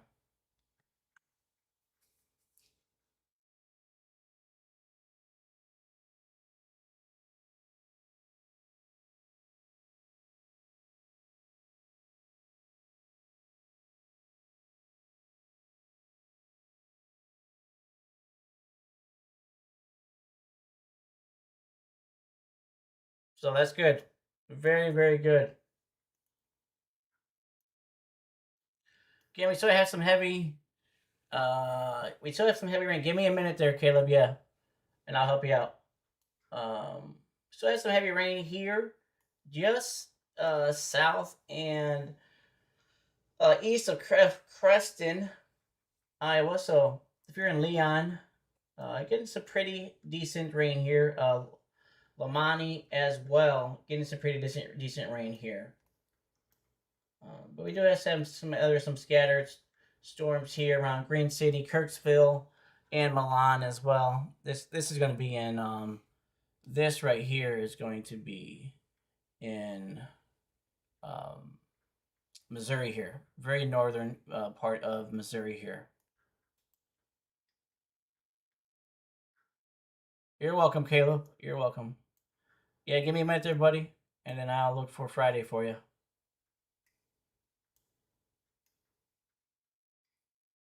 So yeah, so while we have a lull there, I'll go check. I will go check Friday for you. I will check Friday out right around here.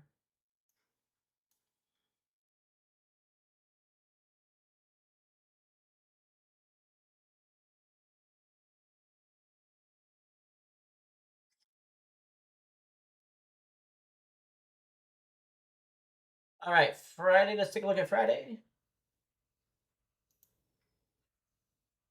Turn the radar off for a second.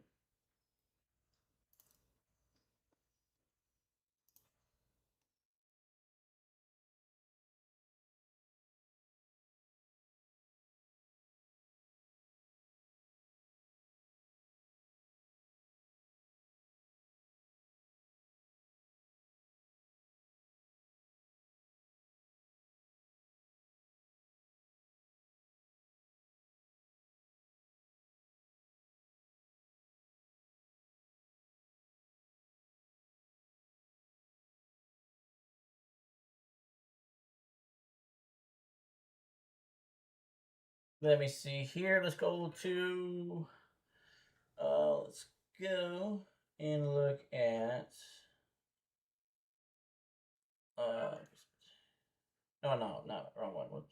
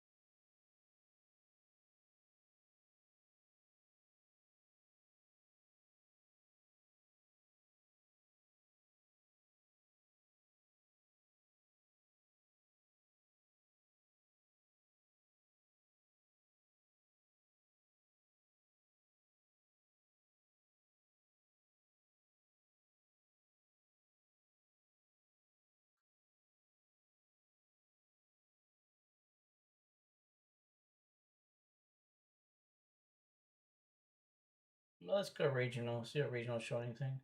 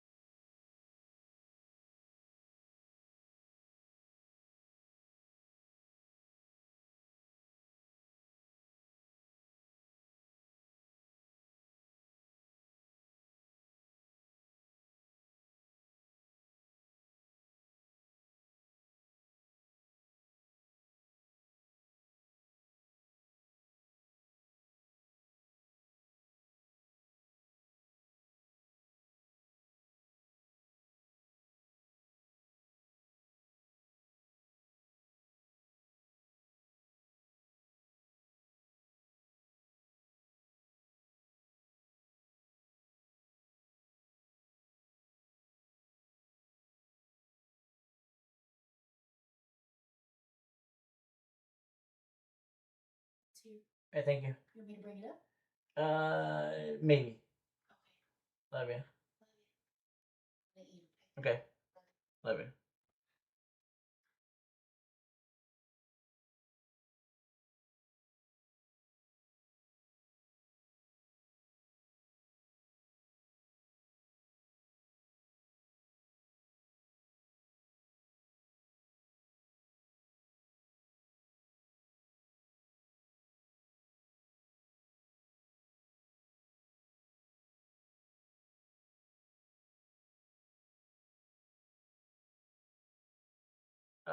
Well, it's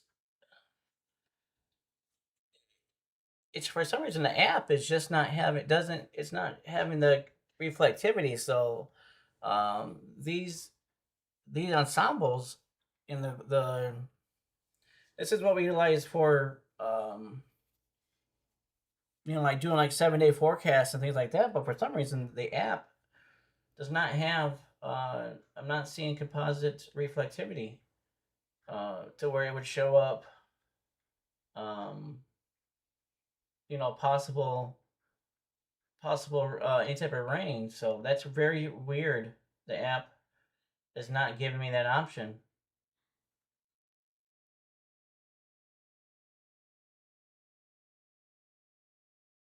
The only one was the IFS. Try it for icon.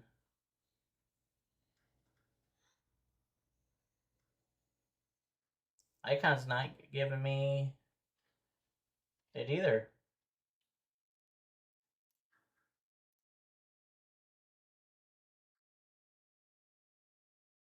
So yeah, these go out a long time, uh, for weeks. ECMF, this goes out for weeks. The only one that gave me, let me try the GT, see if that one gives it to me.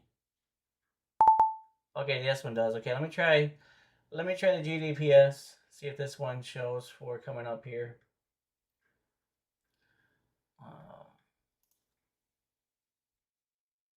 So this is going to be for Friday.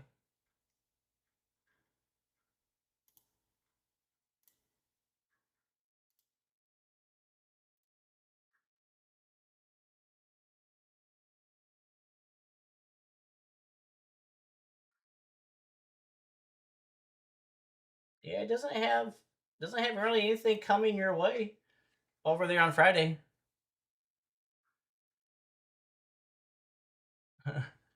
Yeah, so it's like as far as that, yeah. So it's just weird that the app wasn't giving me the option for composite reflectivity. Composite reflectivity is what we need in order to see, um, future possible rain. So, um, but from what the GDPS is showing, you're not getting any rain at all on Friday. But again, that is it's still 3 days out, right? So, um, but nonetheless, that's what the GDPS is showing. So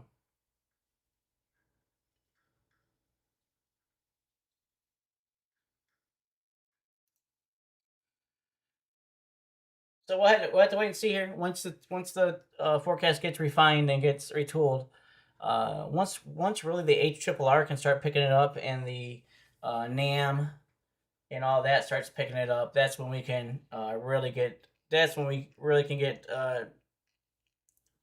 refined what's going on.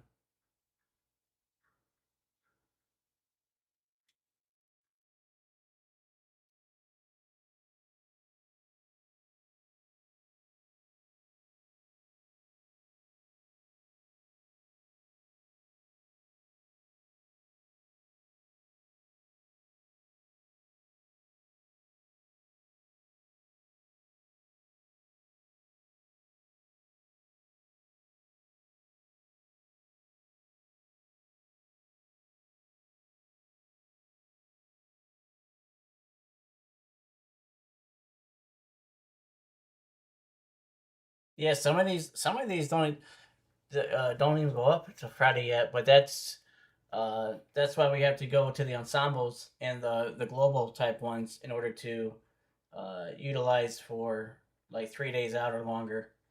Um, but yeah, but at least the one that I seen, or two, there's another one I saw too, really wasn't showing anything up for you on Friday. But again, that could potentially change once we get closer to Friday here. So I just didn't like how it wasn't giving me that option. So was not a fan of that at all.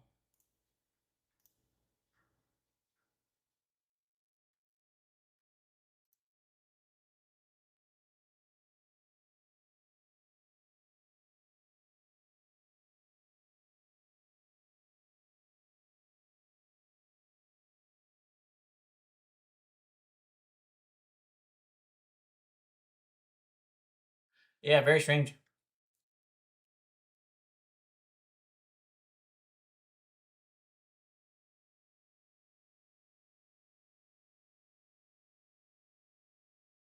Oh, for sure, for sure, for sure, Beth.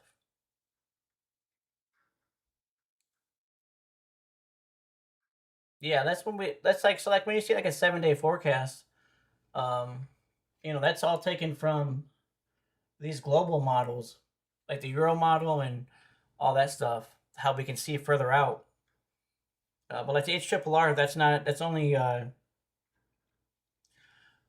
about a day out.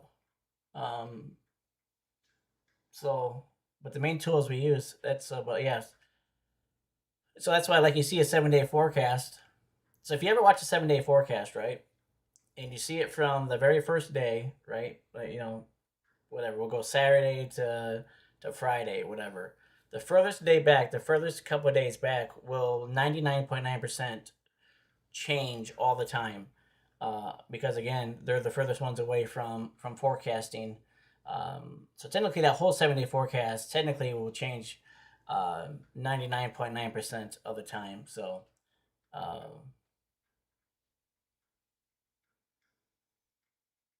that's why if you ever watch a 7 day forecast, just watch how it constantly changes day by day.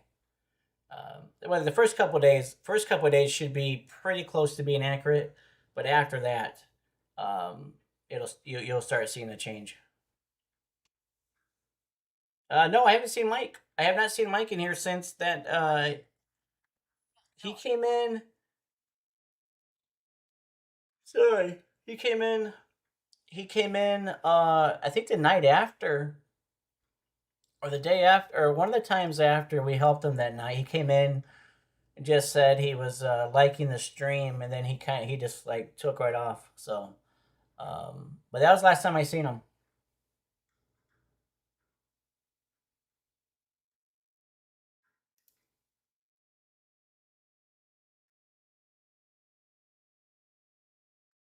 That was the last time I saw him.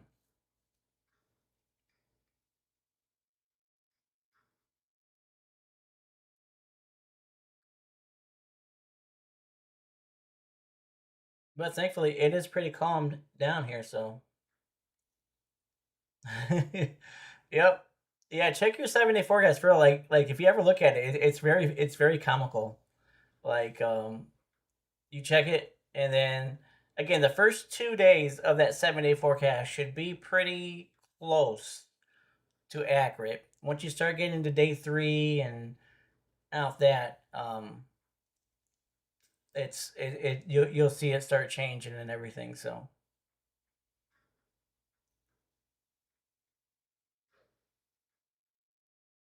yeah, I hope he's doing well too. Would love to see him in here. And if you haven't yet, please like, please subscribe if you are not yet, but please like the stream. Highly appreciate that. It does help me. It does push the algorithm forward for me, so it does help me. So I highly do appreciate each and all of you for liking, subbing. Appreciate all that. Again, if you're new here, welcome to the John Boy Severe Weather Lab Plus Education. Thank you for being in here. Highly appreciate you all being in here. I am a digital meteorologist, so you will find live severe weather coverage, and you will also find live weather teachings and lessons. So a lot of good stuff, a lot of great stuff going on there. So again, thank you. Thank you to everybody who is watching and across all the platforms, Kick and Twitch, YouTube, and Facebook. Appreciate all of you being here.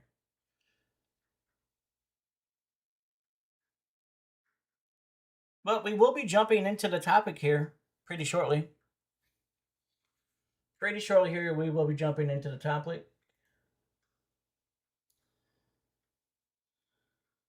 We got one severe thunderstorm warning, and it's still that one in Colorado.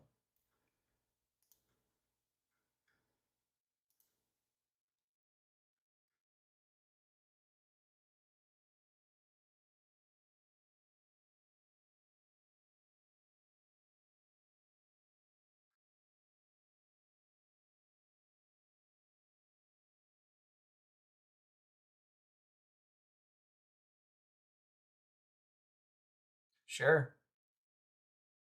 Yeah, it takes a lot to, you know, I mean, forecasting, that's what it is, right? It's very difficult, right? Because we're relying on, computer models to tell us, to help us, you know. So yeah, that's why it's very hard to forecast anything. It's hard to forecast the next, 5 minutes, let alone the next 5 days out, or something. So it's very difficult to do.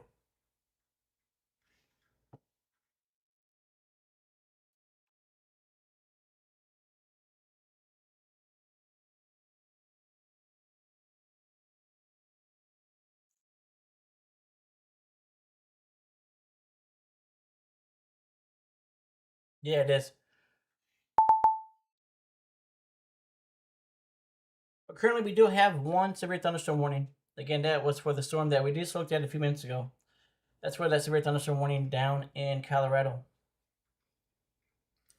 We do just have some heavier rain here in southern Iowa here and northern Missouri.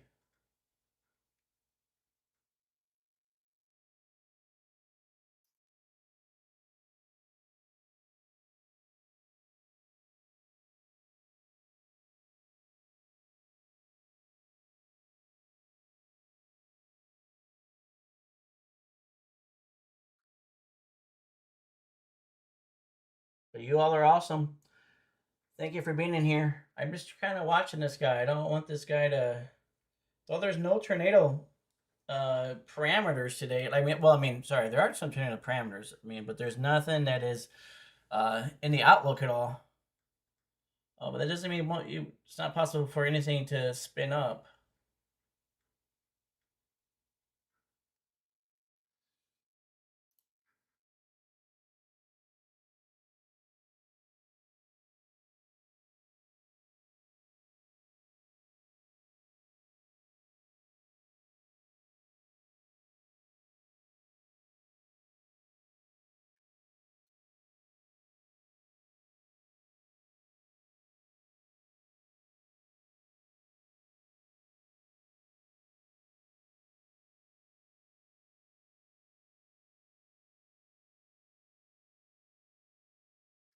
Nothing in rotation though, or nothing like that.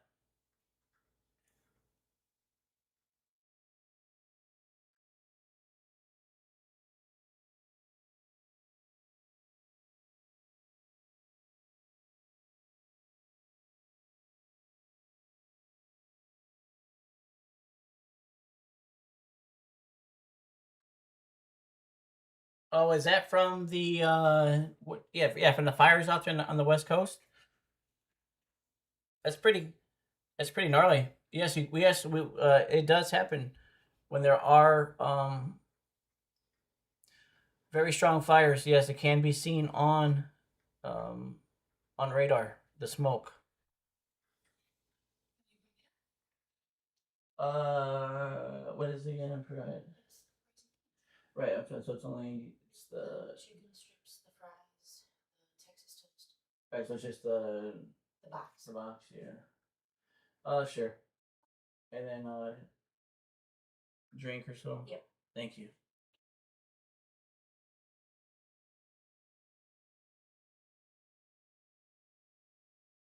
Oh yeah, that's yeah, that happens quite frequently to see smoke on the radar.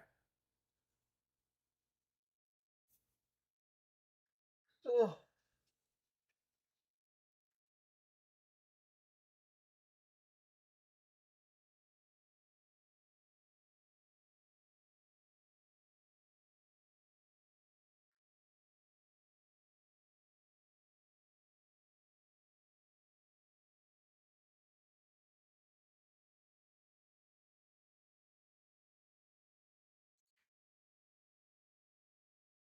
thank you.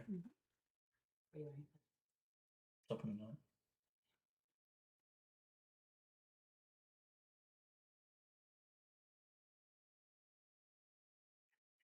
No, it's put inside. Yeah, that's fine. Yeah. Inside.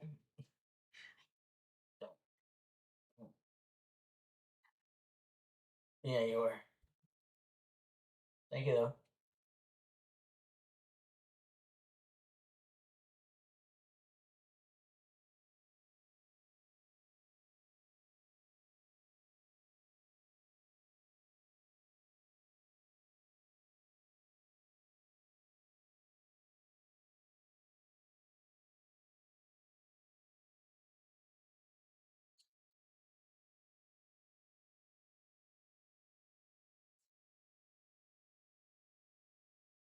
Thank you. Thank you. Want me to turn the light on?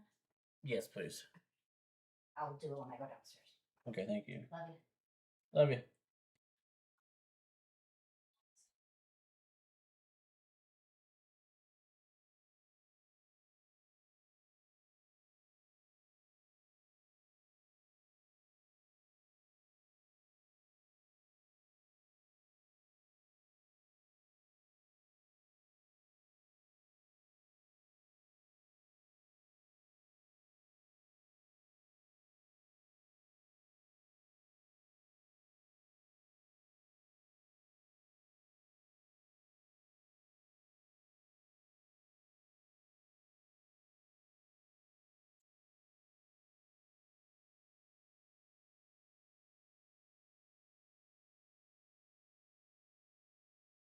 Oh, welcome in, unofficial.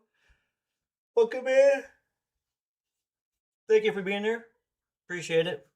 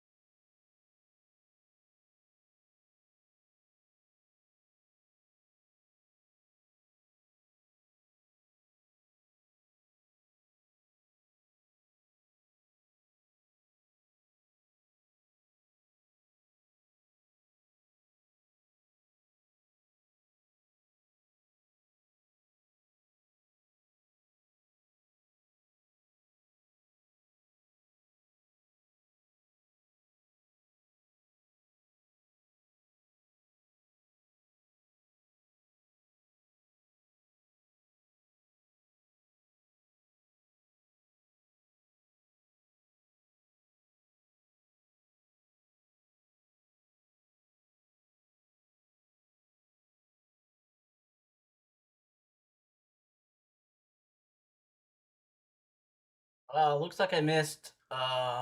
Beth, you're talking about or asking about smoke, I believe. Let me. Can you ask that again? Looks like I missed that. So.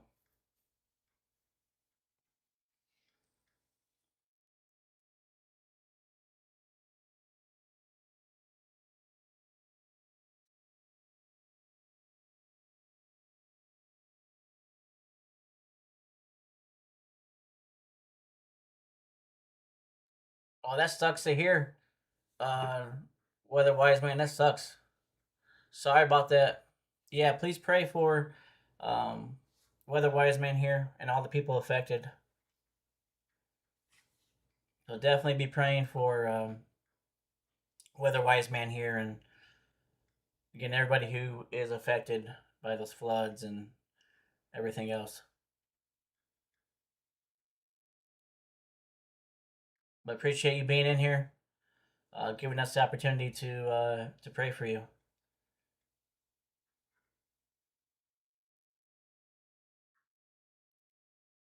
But yeah, Beth, I missed part of what you asked there. I know I see something about smoke. Um, I think, are you asking how does it show up on radar? If it shows up black on radar, is that what you're asking? Because if that's what you're asking, no, it does not. It does not show up black on radar. It actually just shows up like any other particle would show up on radar. So especially when it's very strong smoke plumes, we'll still pick up an echo from it on the Doppler radar. So we will still pick up echoes from that, and we can check out and see when it comes to smoke. So again, we can pick up some smoke plume echoes. I mean, the echoes will still just return the value, just like if it was hitting rain or hitting, uh, hail or anything else. So the colors will still show up green and in other colors as well, but it will not show up black. But that's why we utilize satellite imagery is what really helps us see the smoke. That is the best way to view smoke is through satellite imagery.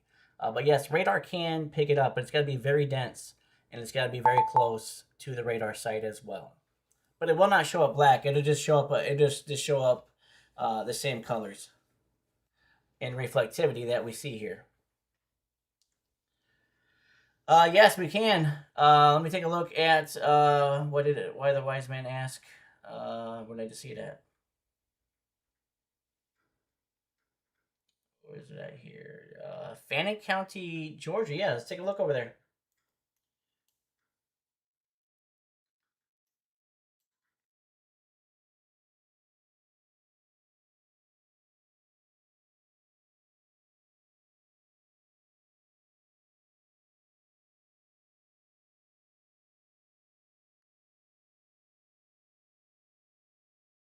Yeah, flash flood warning for Fannin County and Gilmore County here in Georgia.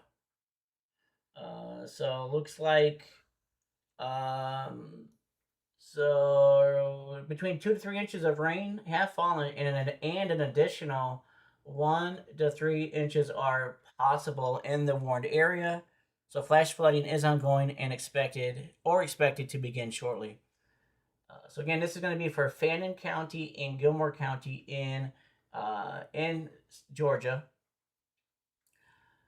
Flash flooding. What is it? It's flash flooding caused by thunderstorms. Flash flooding of small creeks and streams. Um, Urban areas, highways, streets, and underpasses, as well as other poor drainage and low-lying areas. So some locations that will experience flash flooding include Morganton, Dial, Pisgah, Cherry Log, Hurst, and Hemp. Thank you, Vort. Thank you, Vort, for being in here. Highly appreciate that. Thank you so much. Thank you, Vort. Appreciate that. Yeah, but some strong flash flooding here. So, um, what's going on here? So if you're in Blue Ridge, um, or close to, yeah, we're gonna call that Blue Ridge. You are here, was it Stuart Mill, Aska, Padina, Swan. You are in the path of this. Um, you're in the path of this flash flood warning. So it's going to be a rich mountain wilderness, rich mountain wildlife management area, Cooper's Creek Wildlife, all in the vicinity this or in this flash flood warning. And as we know, flash flooding, right? Why is it flash flooding, right? Because it's quick, it's fast. So that's why they put the flash on it. It means it's really quick. So flash flooding. This is the most severe type of flood warning that we can get. So flash flood warning. Again, because it means it's rising quickly and it can happen quickly before you can even know what's really going on out there. So if you're in this area, right around LEJ, Blairsville, Blue Ridge, you are in again Morganton. You are in or close to this flash flood warning. So take it very seriously. Do not try to drive through roads if you think you can't make it through or think that you have to think about it. Turn around, don't drown. That is the saying. So, again, be safe. Be very, very safe. Be very safe out there. Turn around, do not drown. Yep, it's in the mountains too, so so the mountains aren't helping, right? So we're gonna have a lot of water running off the mountains here. Have a lot of running water here. Possibly pooling down at the bottom of the mountains on the road. Flooding the streams, creeks, rivers, you name it.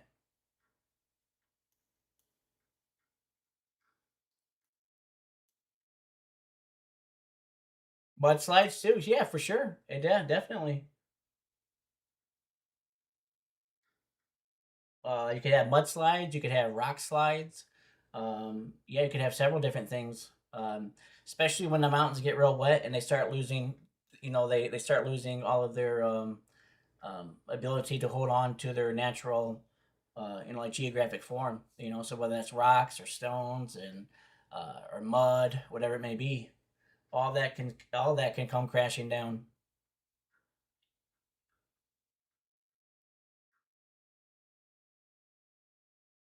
It looks like there's more here on the way as well.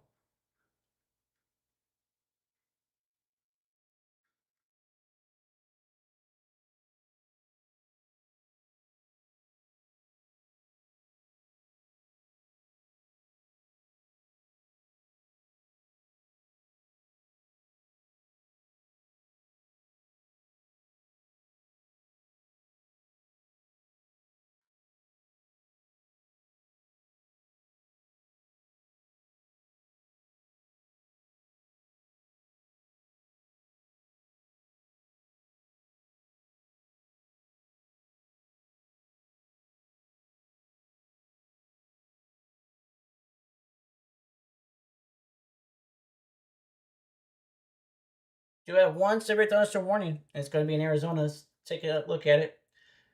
This is going to be if you're close to Bowie, Arizona. It's going to be for 60-mile-per-hour winds and 1-inch hail. This is going to be for Cochise County, which is a lot of it gets a lot in the monsoon.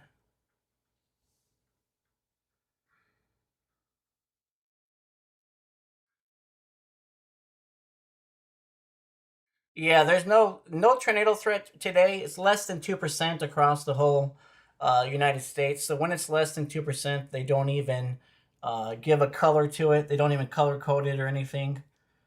They only start color coding when it's at 2% or greater. So nothing. So there's nothing expected today in terms of tornadoes or anything. Uh, but again, Cochise County. This is so we're talking about monsoons over here, and this just happens pretty much all the time during monsoon season. These pop up storms. And they can dump a lot of rain, so we can also get some flash flooding here as well in Arizona. So again, this is Cochise County in Arizona. 60-mile-per-hour winds, 1-inch hail.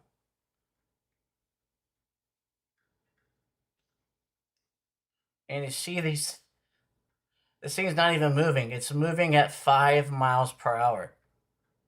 That's basically about as fast as, so basically about what people can walk at. I mean, that's usually average rate 5 miles per hour. So it's basically moving at walking speed. That's what's happening here. That's what's happening here. This thing is not moving at all. So it's dumping a lot of rain in the same spot here. Again, this is for Cochise County in Arizona.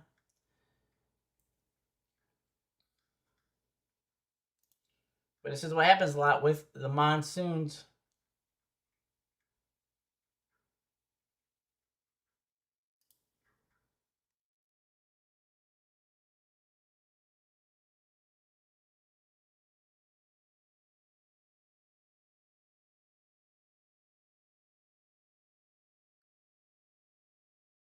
There is a severe thunderstorm watch out for this area here.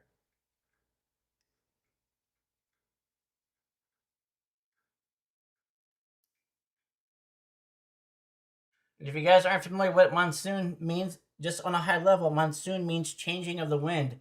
So the wind basically changes, comes in from the other direction, basically here in the summertime for places like Arizona.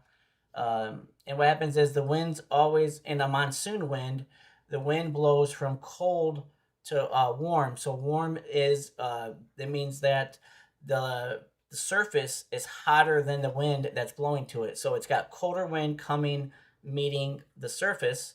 So the surface being hot, then we get it rising with the heat, and that's what starts creating convection. So again, we got cold winds coming over a hotter land surface temperature. So that's what creates this convection. That's what creates storms out here. That's what monsoons are. That's why we get the monsoon season here in Arizona. So what it is, it's a changing of the wind for this certain season, monsoon season.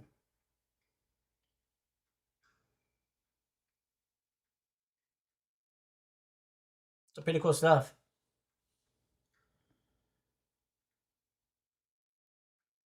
If you're not familiar with monsoons or how monsoons work,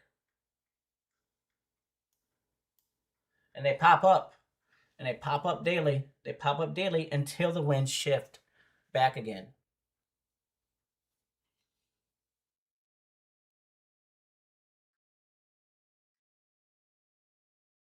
Because remember, warm air is less dense than cold air. So, um, again, when we have cold air blowing, um, once it hits warmer air, it undercuts the warmer air and it lifts the warmer air up, and the warmer air, that is how we create convection. So that's what happens. That's what's happening meteorologically there for monsoons. Typhoon Dolphin. I don't know where Typhoon Dolphin is at, but Typhoon though would be out this way. Is that gonna be over here?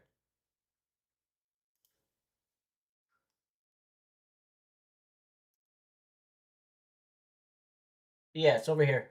Okay. Oh wow.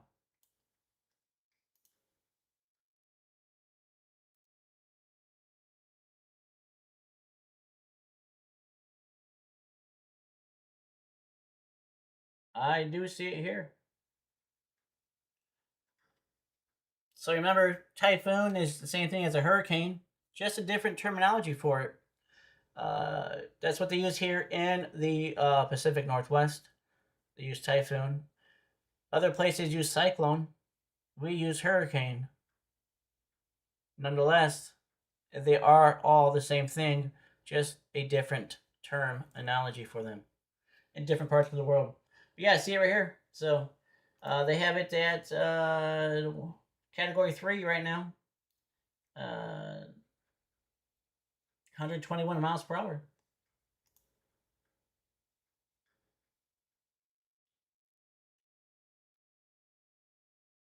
They got the wave height at 50 feet. So if you're pretty much right around this, got some waves here about 50 feet. So that's pretty intense waves right there.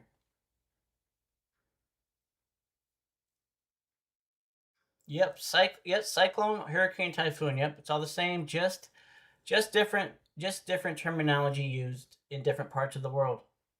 That's all it is.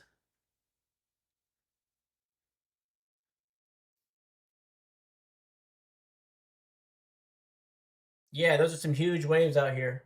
Huge waves right here going on. And this is Guam. For people who don't know, this is Guam right here. So this is a U.S. territory, Guam. So they do have a radar site here. So this is why we're able to click into here. So this is a WSR 88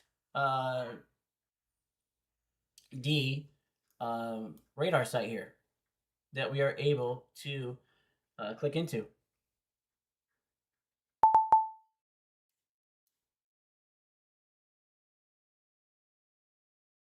Then of course we got Hawaii over here.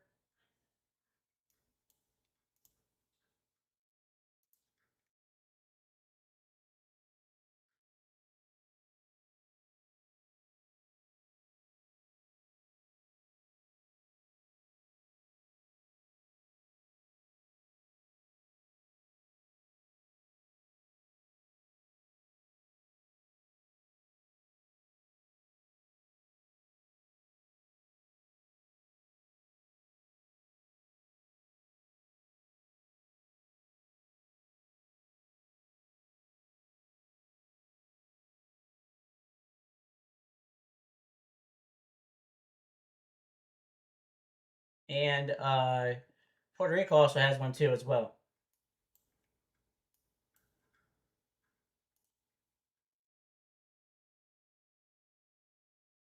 Puerto Rico has one too.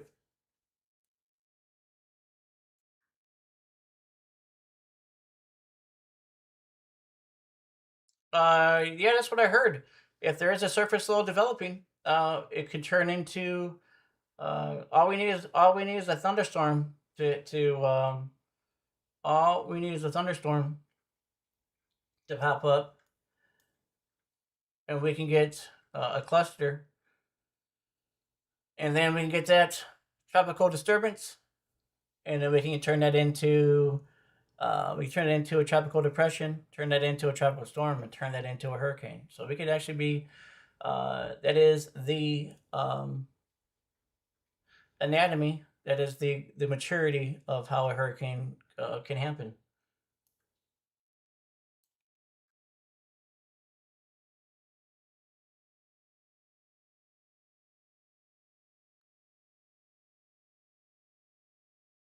Too bad we don't get any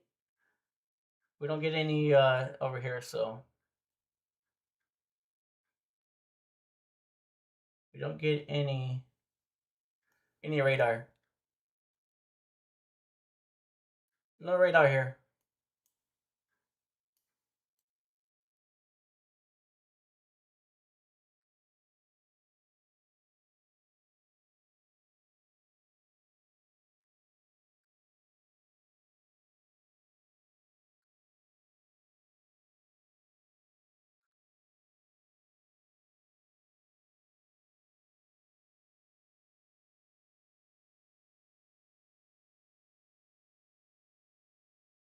If you notice, all of the um, radar sites here in the continental U.S. or what is called CONUS for short, all start with K. They all start with K here for CONUS. And then when we get up to the Pacific, to the west in Alaska and Hawaii and Guam, they all start with a P. And then for what do you call it? For Puerto Rico, we use a T for those. We use a T for those. But nonetheless, CONUS uses K. It all starts with K. All the radar start with K. At least the WSRs dash 88 Ds do. So the terminal ones will start with a T.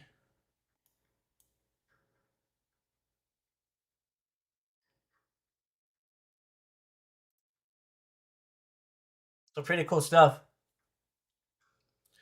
If you're just tuning in, welcome to John Boy Severe Weather Lab Plus Education. Thank you for being here. Highly appreciate it. If you guys do not know who I am a digital meteorologist. I do provide live severe weather coverage, and I also provide live weather teachings and weather seminars. So if you are a weather nerd or a weather buff like myself, you have come to the right place. So thank you all for being here. So please like, please subscribe. Highly appreciate that. Again, I am a digital meteorologist here providing live severe weather coverage and also providing live weather teachings and weather seminars. So very thankful that you all are in here. Thank you. I do see that Papa John, Pastor John, did raid me. So thank you very much, Storm Chaser John McKinney. Thank you very much. I highly appreciate that. It really means a lot. We're very thankful for him raiding me. Hope you guys had a great time watching him. Hope you guys had a very awesome time. Papa John is a great storm chaser and just awesome at what he does. So very blessed to have him as a brother in Christ and as a dear friend. So very thankful for that. So again, if you're new here, please like, please subscribe. Highly appreciate that. So we're just taking a look here right now. And again, thank you for giving me the opportunity to give to you accurate and trustworthy, transparent weather information and weather data, where I provide you raw and real weather data and weather information. So highly appreciate it. Again, all of you being here. Thank you, Jace, for subscribing. Thank you very much. So thank you to everybody who is watching on YouTube. Thank you to everybody who's watching on Kick, everybody who's watching on Twitch, and everybody who is watching on Facebook. So I do multi-stream to 4 different platforms right now. But thank you very much, Jace. Highly appreciate that. Thank you for being in here. Again, thank you, everybody. So thank you, everybody, so much. So what was I just talking about when the majority of you guys came in? I was just talking about the radars. So if you're familiar with any of the radars here in the continental U.S. or CONUS, as we call it, CONUS, they all start with a K. If they are the WSRs dash 88Ds, if they are terminal radars, so I mean terminal means they are radars around airports. They're terminal radars for that airport. They will start with a T. That's what they start with. So, but the Ks are the WSR-88Ds. But nonetheless, we have currently one severe thunderstorm warning still in effect, and this is still for Cochise County down in Arizona. Again, 60-mile-per-hour winds and less than 1 inch of hail. Again, this is monsoon season, right? So if you great folks, are not aware what monsoon is, what the monsoon season is, well, monsoon is basically just means a change from where the wind comes from. So normally, so the wind will change, so from its normal direction and change and come in from a different direction. So what happens is, for monsoons always blow from cold to warm. So that is how that works. So what happens down in Arizona is we have colder air blowing in to the hot surface, the land. The land is very hot, to a very hot surface. So what's happening down in Arizona? So when we get cold air that rushes in and blows in to the hot land, to the hot surface, the warm air rises, and that's what starts creating convection. So that's why we get monsoon rains that just pop up real quick, every day until, until the winds shift back, in their normal natural direction, later on here. So that's what happens. That's what a monsoon is basically. So it's a changing of the wind, and monsoon winds always blow from cold to warm. That's what a monsoon works. That's the way it works. So you can get monsoons. You get heavy rain. Uh, you can get flash flooding, and again, these things pop up very quickly. Um, but that's what's happening there. So we got cold air rushing in. Once cold air reaches the surface, it pushes the warm air up because cold air is denser, than warm air. So again, with it being denser, it pushes up the hot air. Hot air rises, and then that creates the convection that we need. So we get big pop-up thunderstorms. We get lots of lightning, hail, strong winds. We can get tons and tons of flash flooding there in Arizona, or around in those monsoon places. New Mexico as well. Anywhere in the desert area over there. So a lot of good stuff. If you want to learn a lot about weather, you have come to the right spot. You have come to the right place to learn about weather. If you have any questions, let me know in the comments. Alexander's Weather Center is WeatherWise a good app? Yes, I highly recommend WeatherWise. I highly recommend um, WeatherWise and WeatherFront. Those are the two apps, Alexander, that I use the most. The most software I use are the most two app software I use is WeatherWise and for Weatherfront. So I give them both very high grades of ease of use. When it comes, they're very easy to use. They are very.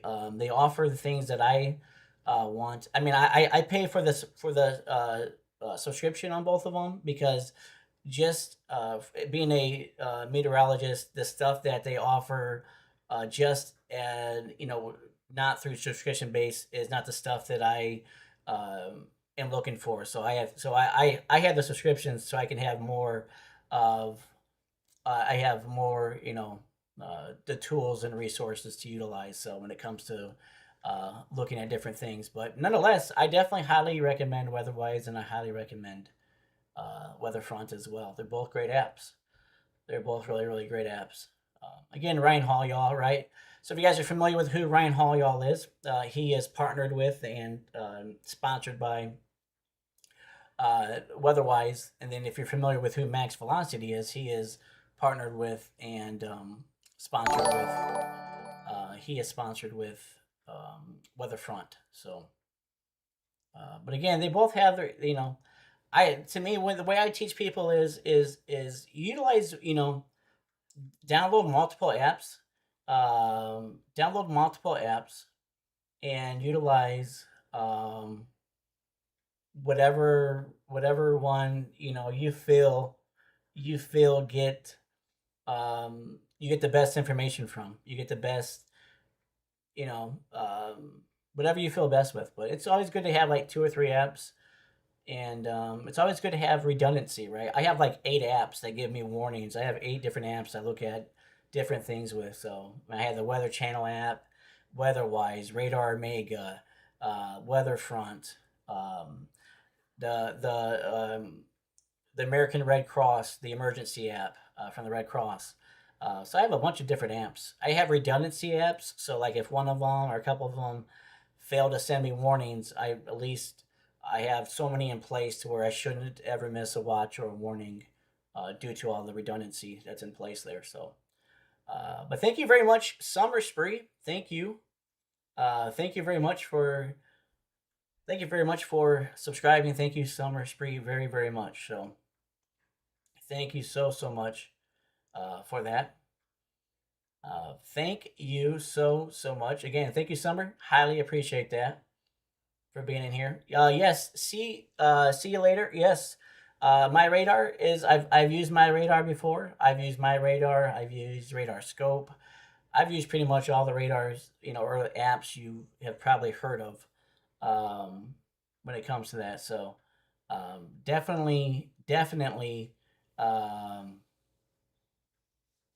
definitely, would recommend whatever one, you feel like, is the best for you. So, beginner storm chaser. What is the best weather app for East Europe?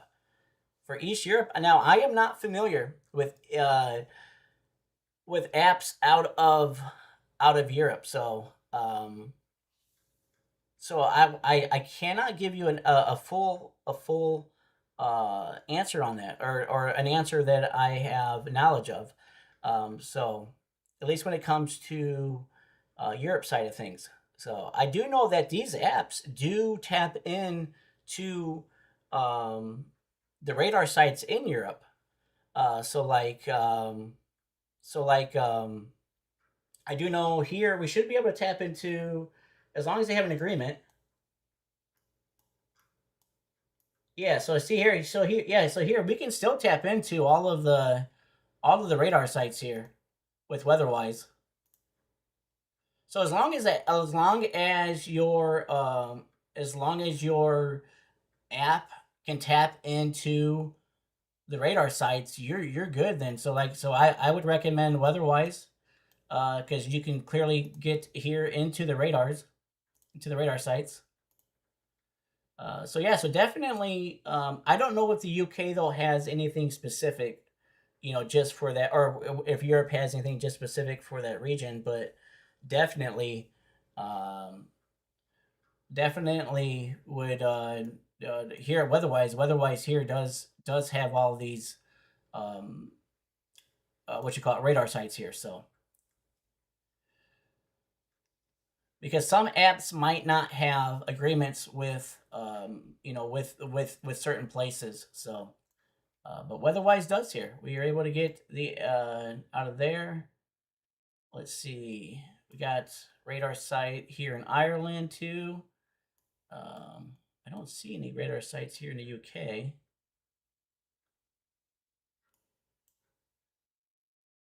But nonetheless, yes. So yeah, that's the only thing I can say that I can recommend is just an app that has all the sites on it, and then that would be the best one to use. So,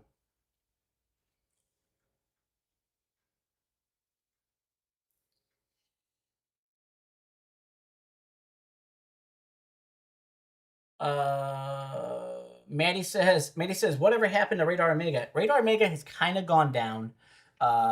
It was used when it first came out. Like, it was like everybody used it when it first came out.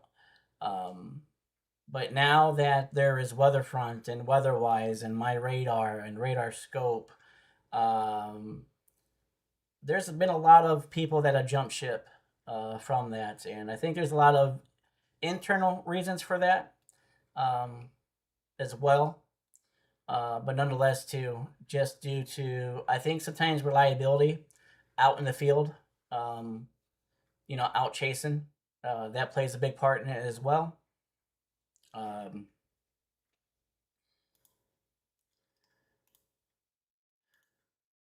so yeah, so I think there's a multitude of reasons why it's kind of gone down for, and it really has. But yeah, it used to be. Um, it used to be the top dog. It used to be the top dog for a little while. It used to be the top dog. Everybody was promoting it. Everybody was a part of it. So they had a lot of people on it. There's still some chasers who are still, um, that are still contracted with them. But nonetheless, a lot of them have jumped ship once their contract expired. A lot of people jumped ship. I know them and Max. I know them and Max used to partner together, and then Max jumped over to Weatherfront. Um, I do know that Ryan Hall, y'all, he used to promote them a lot too as well. He went over to Weatherwise. So, which in case for you guys don't know about Weatherwise. So, there was actually people who used to work at Radar Omega that actually created Weatherwise. So, and there's actually and this is public record, so anything I'm telling you is not private. This is all public record. And then Radar Omega actually sued Weatherwise for breach of intellectual property, theft of internal, um, algorithms and proprietary information. And this is all public information. So, um, but they ended up suing Weatherwise, and that was actually just earlier this year. This was all in litigation earlier this year, and then sometime around late springish, um, sometime around late spring, they Radar Omega ended up dropping. Um, they ended up dropping their lawsuit against Weatherwise. So, but yeah, that's what happened. So two guys split from Radar Omega, created Weatherwise, and Radar Omega was not happy about it and sued them. But again, it didn't make it all the way through the court system. They ended up coming to an agreement. So probably, if I had to assume, there's some sort of royalty probably agreement. I'm sure Radar Omega is making out somehow behind the scenes there. Um, what's going on with Weatherwise. So, but yeah, that's so Weatherwise basically was kind of up in the air of if it was going to be able to continue or not. So yeah, so they settled, and but I'm sure there was probably a back end deal there. Um, that Radar Omega is getting some sort of chunk of the pie from Weatherwise, because otherwise they wouldn't have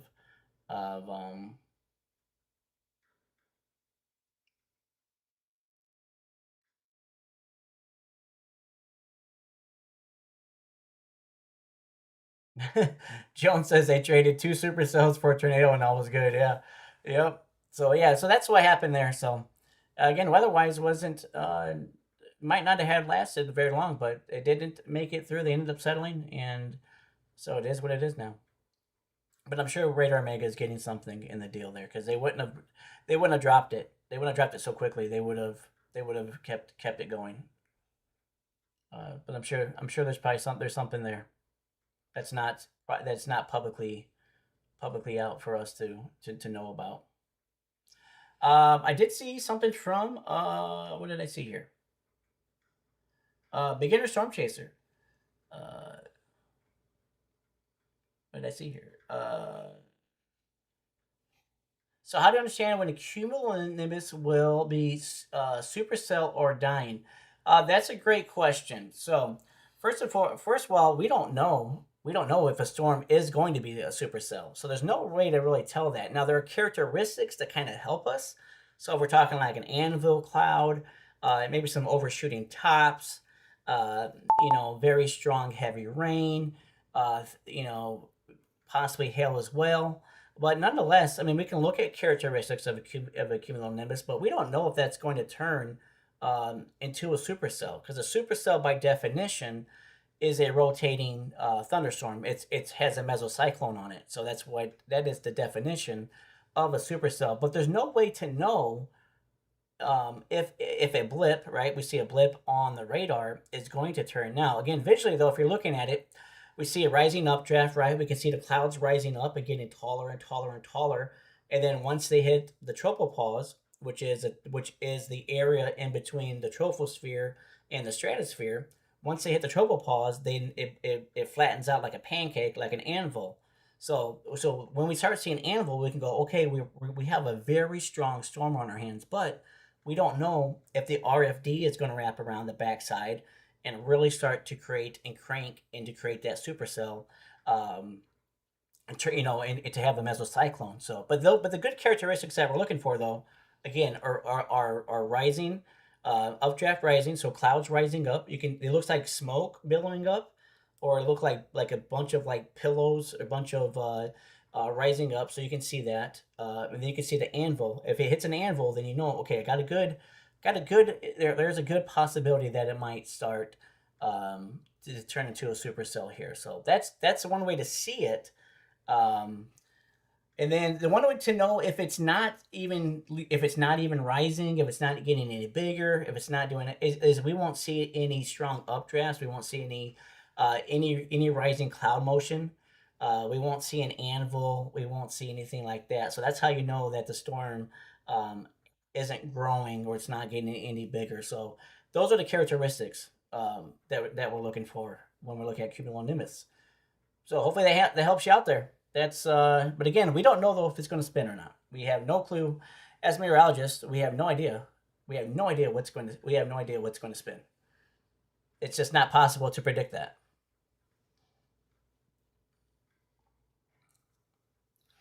So hopefully that's good for you. Hopefully that helps you out there. So we were just looking at the typhoon here, Typhoon Dolphin over here, headed towards China over here.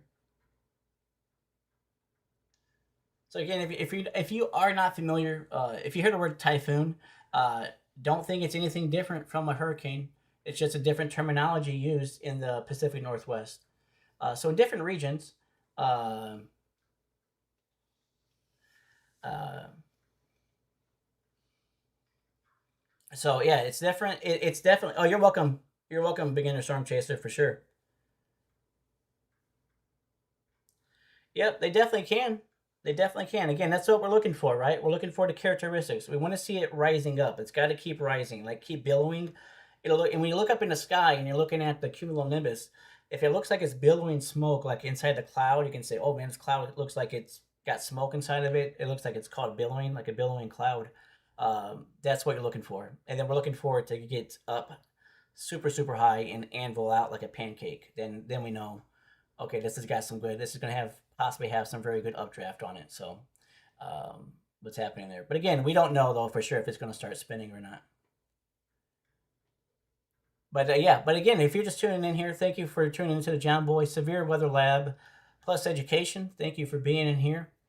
Highly appreciate you giving me the opportunity to provide you with live severe weather coverage and also live weather teachings and weather seminars. So tonight is a dual one. So tonight, doing a little bit of live severe coverage, and then I do have it lined up here. My topic of the night to teach wild and deviant tornado paths. So how come tornadoes? How come some tornadoes don't go in a straight line? How come they circle or they make weird squiggly lines? So please stick around for that if you want to learn about some wild and deviant tornado paths and the meteorology behind what's happening there with that. So, but again, typhoon. If you hear typhoon, it is just a different terminology in a different part of the world, but it is still what we call a hurricane. That's what a typhoon is. And then you'll also hear cyclone. You also hear cyclone too. So if you hear cyclone, that too will also that too is also a hurricane as well. Cyclone is used right around the Australia area, so New Zealand area, things of that nature. So you'll hear them use cyclone around that region down there. Typhoon up here in the Pacific Northwest. Hurricane, obviously, in the Atlantic Basin that we use. We utilize hurricane. So, but again, it all means the same thing, just a different terminology. So I know it can be confusing, especially if you're just learning out and learning weather, and you're like, "What the heck is a typhoon? What's a cyclone? What's a hurricane?"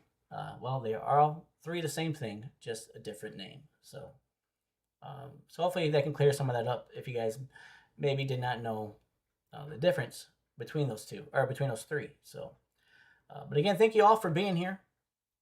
Again, John Boy Severe Weather Lab Plus Education. I am a digital meteorologist where I do provide, again, live severe weather coverage and live weather teachings and weather seminars. So I do have a lot of great topics already discussed on my channel on YouTube here. We've talked about tornado genesis and hail and earthquakes and hurricanes and ghost trains and all kinds of other cool topics here that we've touched about. So a lot of great topics, a lot of great topics. So, but again, thankful that all of you are here. Very appreciative and very grateful. And if you haven't yet, please like and please subscribe. Highly appreciate that. Liking, really pushes the algorithm and helps me get out there more in YouTube land. And subscribing helps me, as obviously as well. So hope you enjoy my content. If not, I know my content isn't for everybody, but I appreciate you at least being in here and giving me an opportunity to provide you with, with some great content here. So, pushing me towards 5,400 subscribers here on YouTube. So it is definitely getting up there. So very, very thankful. Very, very thankful for it. So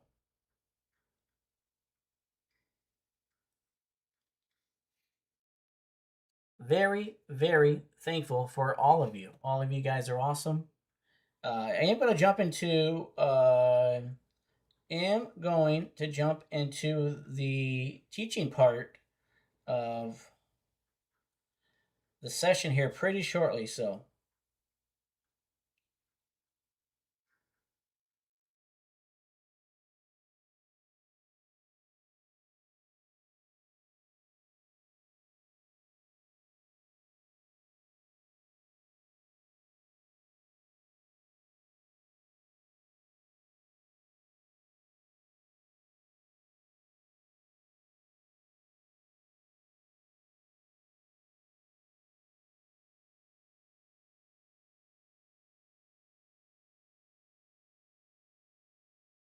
yeah, pretty cool.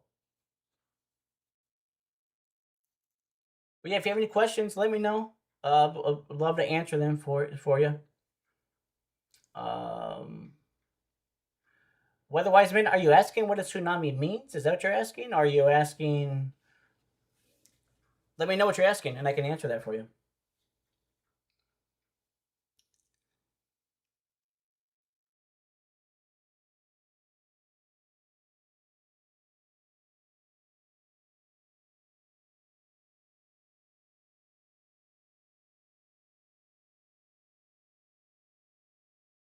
But if you're asking what a tsunami means, um, tsunami is, from a broad sense, right? It's a series of waves created by a large disbursement, large volume of a disbursement of water. So now, how do we get that large volume of disbursement of water?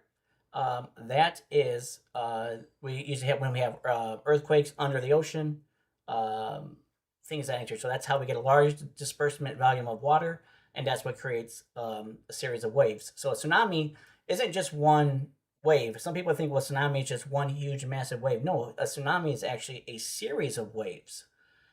Again, created by a large disbursement volume of water. So that is, and again, how does it get largely dispersed? Again, it's due to massive force, and that massive force usually is moving with an earthquake. So that is what a tsunami is. Remember, it's not just one.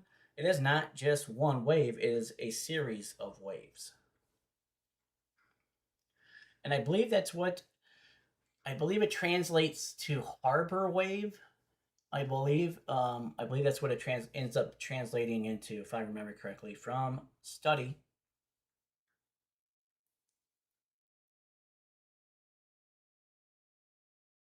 Yeah, yeah, yeah. There you go. Jones is, yeah. If we're talking about earthquakes here, yeah, tectonic plates moving across each other for sure.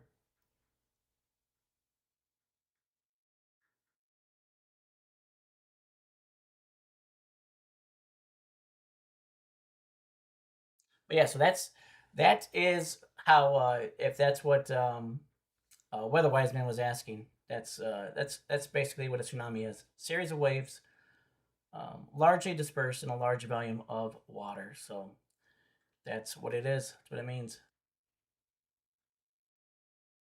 Of course, they can be huge, right? Of course, it's a lot of water rushing on. If you've ever seen the Japan tsunami waves, lots of stuff. So lots of waves there that came into Japan there in 20 was it 2010 or 2011 when they had those um, to that. So, did you have a question, Jones, that perhaps maybe I did not see? That got lost in the shuffle here, but let me know if you do.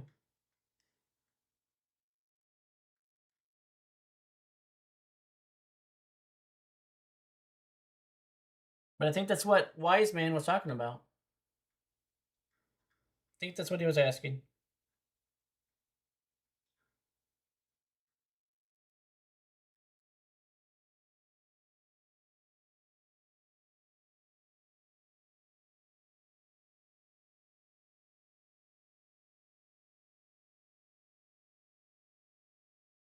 A starting point, like how do they start? Like how a typhoon or a hurricane starts?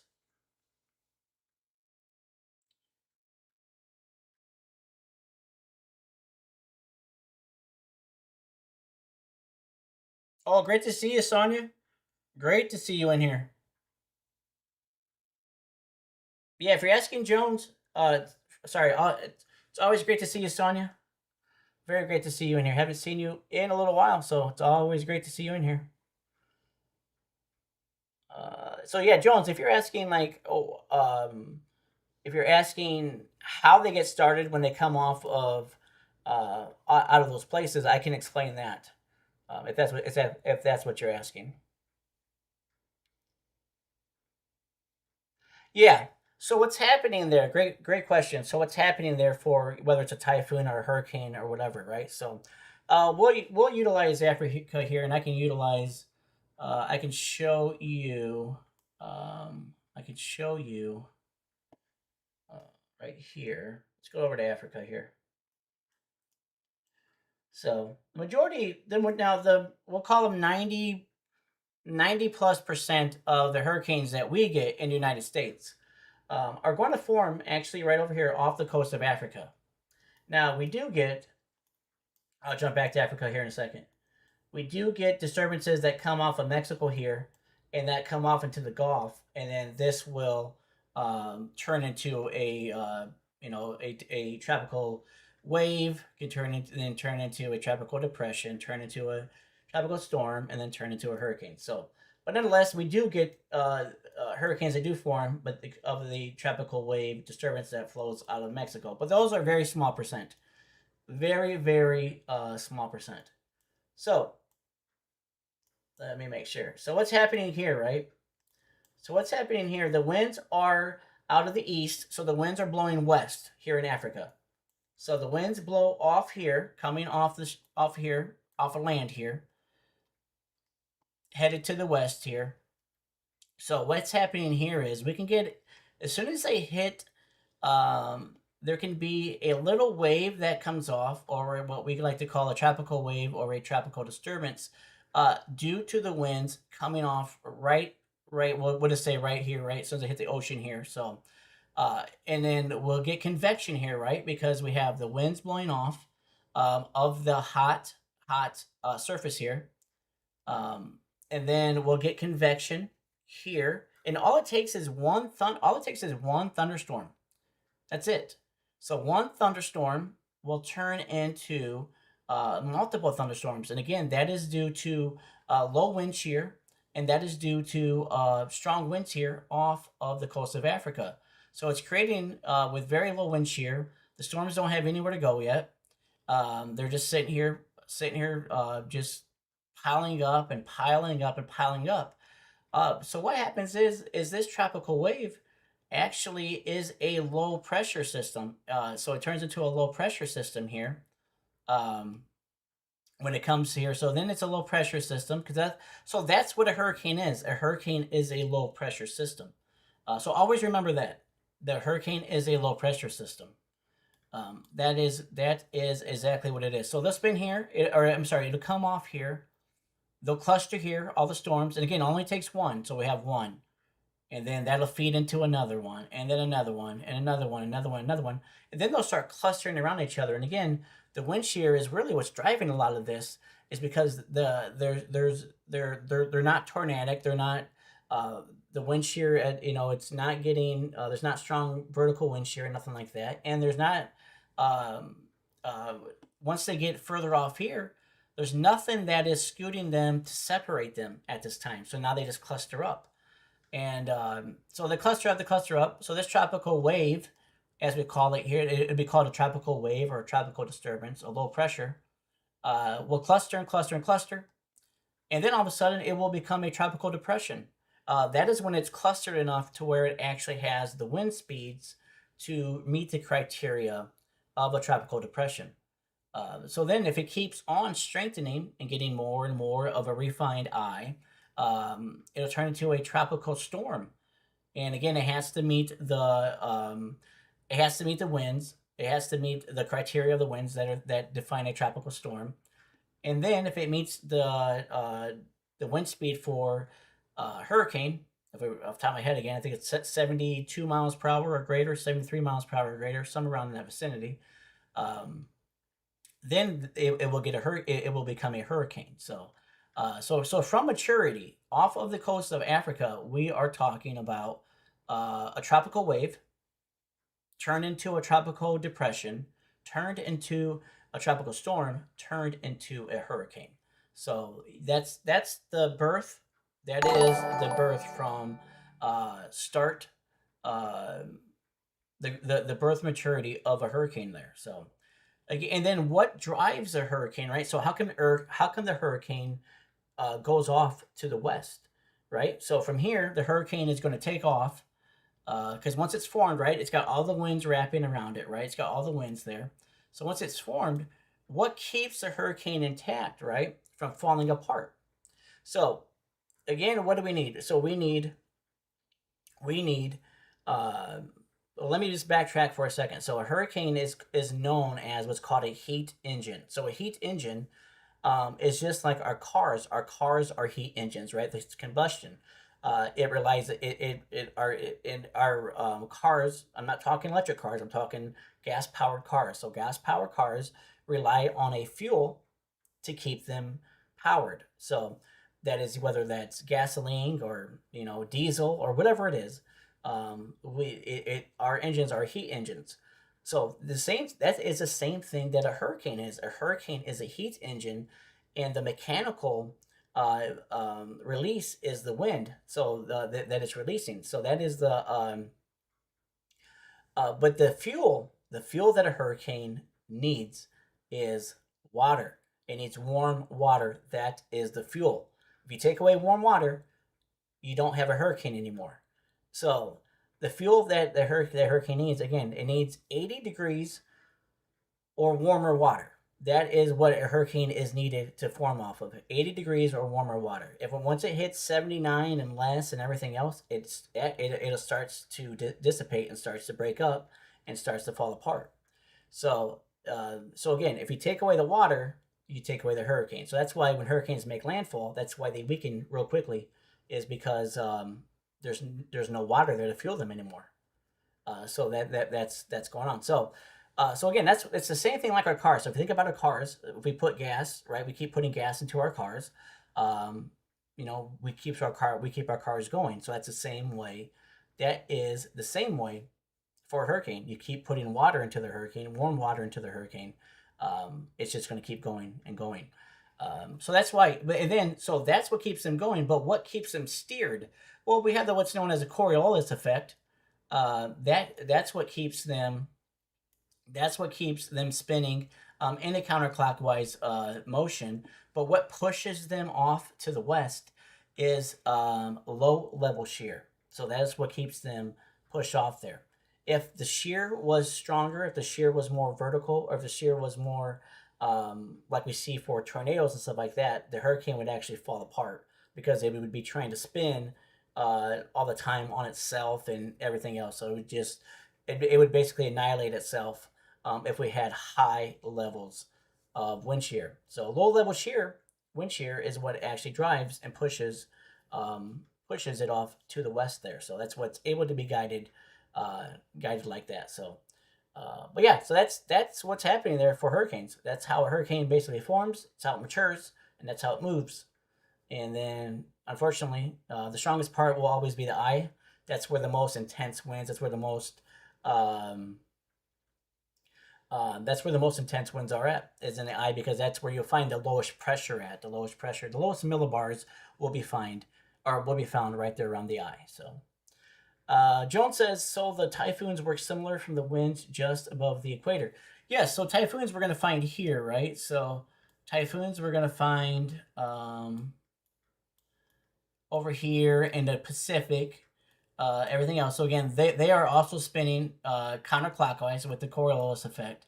Now, when we get south of the equator, where am I at here? Let me see here.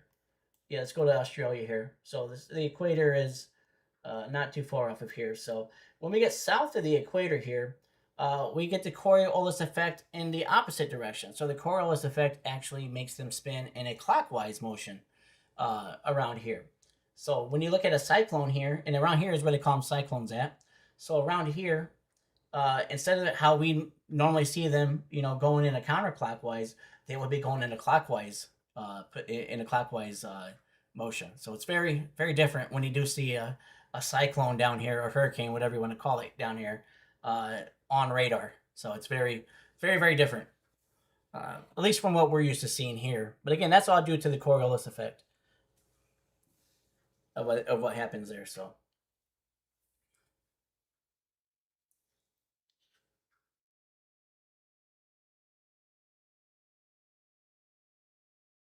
but if you guys haven't yet, please join Discord as well. Please like, please subscribe. Thank you, Ted Joy, for subscribing. Highly appreciate that. Thank you, Ted. Appreciate that. Awesome of you. Very awesome. So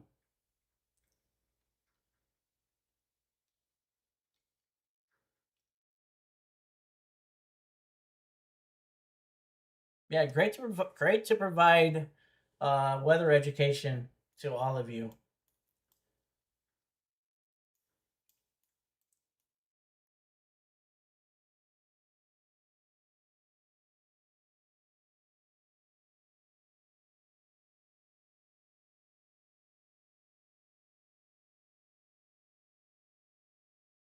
We do have 2 severe thunderstorm warnings for Arizona, one for Arizona and one for New Mexico.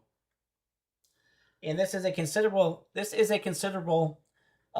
thunderstorm warning because of the hail. The hail is at 1.75 inches, so that's when they slap on the considerable tag here. So, and they will also slap on a considerable tag too for wind if it hits 70 miles per hour. So they both don't have to be in unison with each other. They just have to hit a certain criteria, the criteria here for considerable.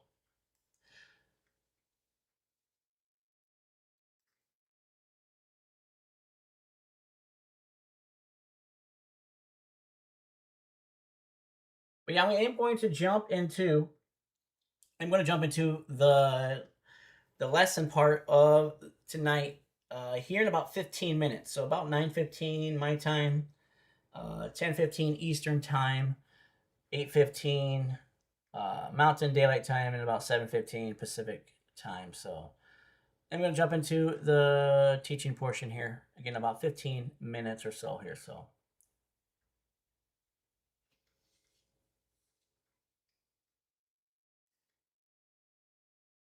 Again, I appreciate you all tuning in, all being here. If you haven't yet, please join Discord. Please like, please subscribe. A lot of great stuff is going on over there. So lots of great stuff going over there.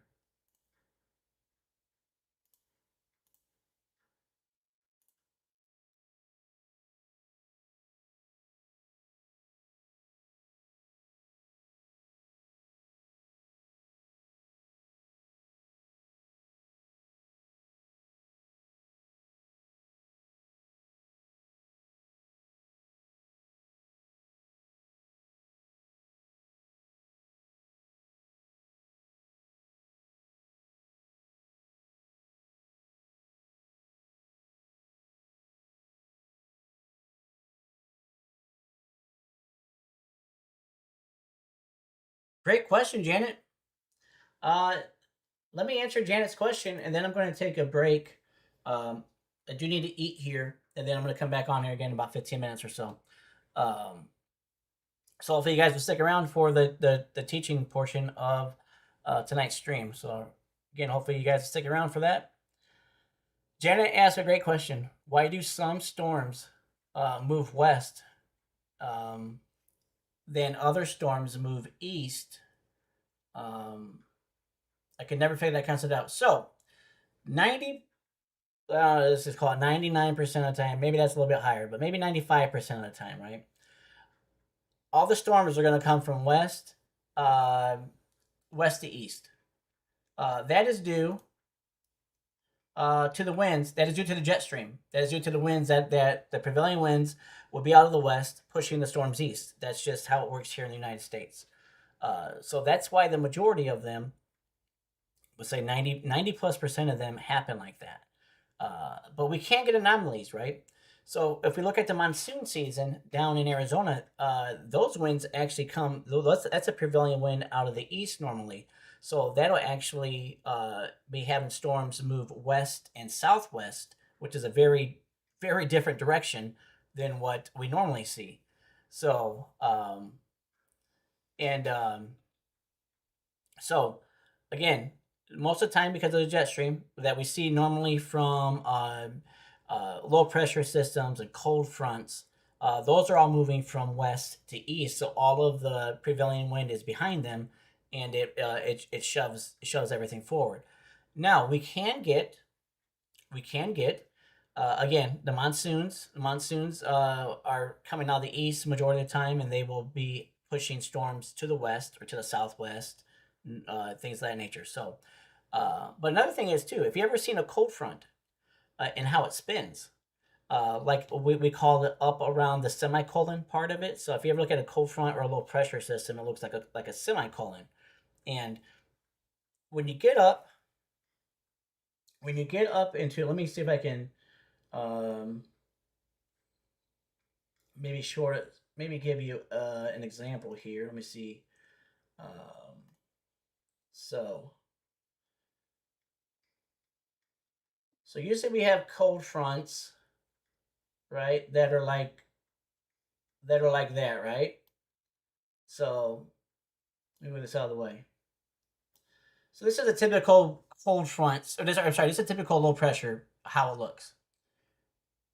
So it's got the spinning here, right? And it's got the cold front here. So as this is spinning here, if you take a look at the motion, right? Because the winds here are wrapping around clockwise. So if you take a look at this here, we can get storms that pop up here on this side, and they can actually go off, and storms will go off north and west. So a lot of times we'll see that right here is where we'll see going from east to west motion is right here in what we call the semicolon, the circle of the low pressure system here. So again, yeah, the storms will fire here. Usually not intense, usually not severe or anything, but nonetheless, maybe some thunder, some lightning and stuff. But they will be headed in this general vicinity like this. So that's another time you might see a storm go from east to west, which is very, very strange and rare, because everything else here is going this way, right? Or it's going like this. It's going like this.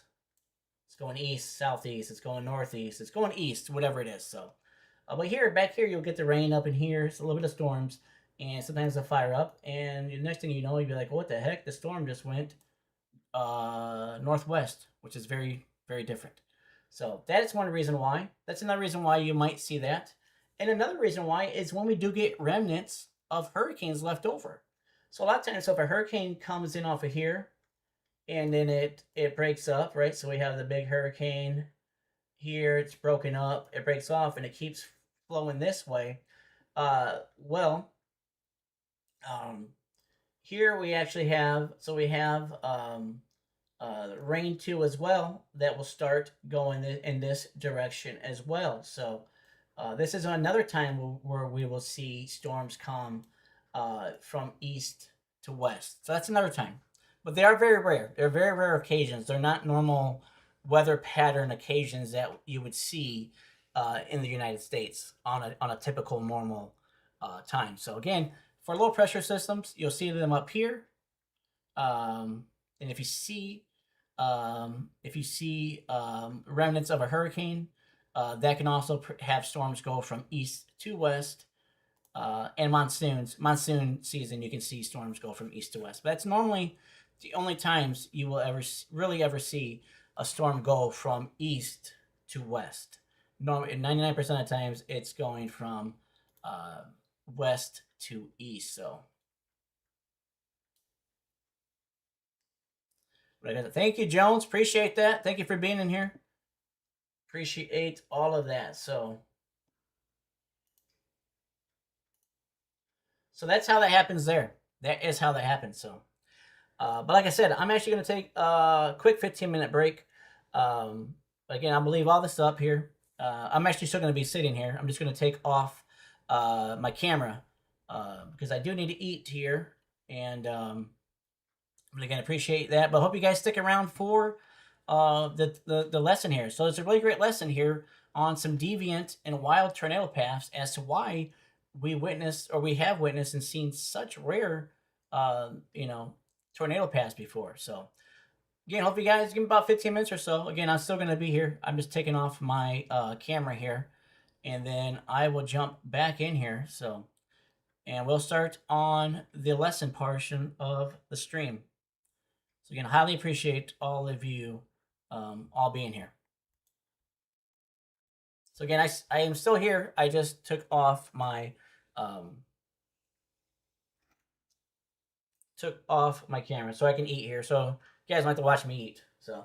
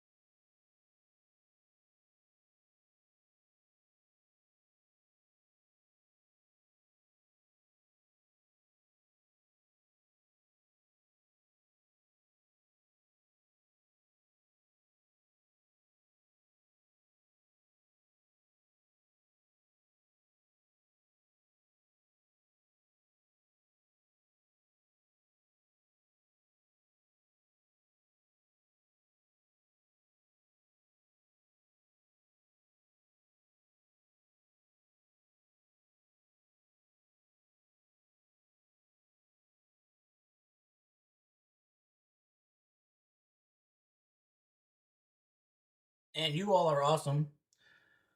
Really appreciate you all still sticking around here. I will be back on here in a few minutes. But again, please stick around for the teaching lesson of the live stream. So thank you guys very much.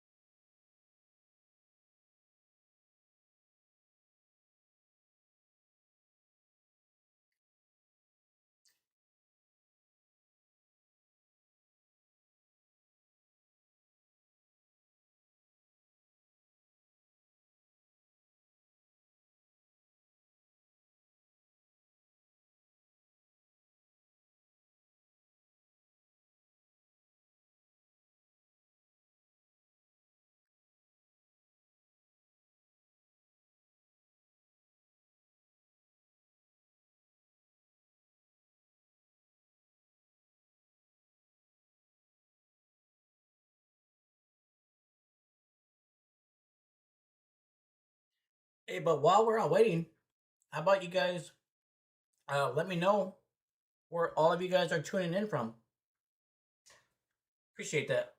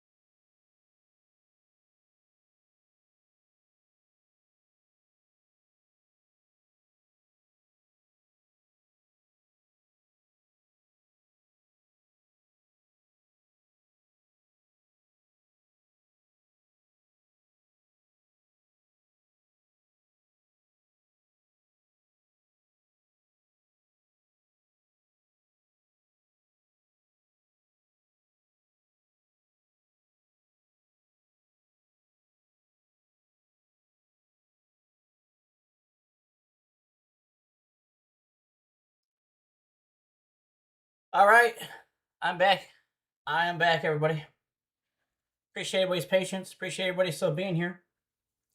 Thank you to meteorologists for following on Twitch. Thank you so much. Thank you to everybody who's watching on Kick. Thank you to everybody who's watching on Twitch. Thank you to everybody who is watching on Facebook, and everybody who is watching on YouTube as well.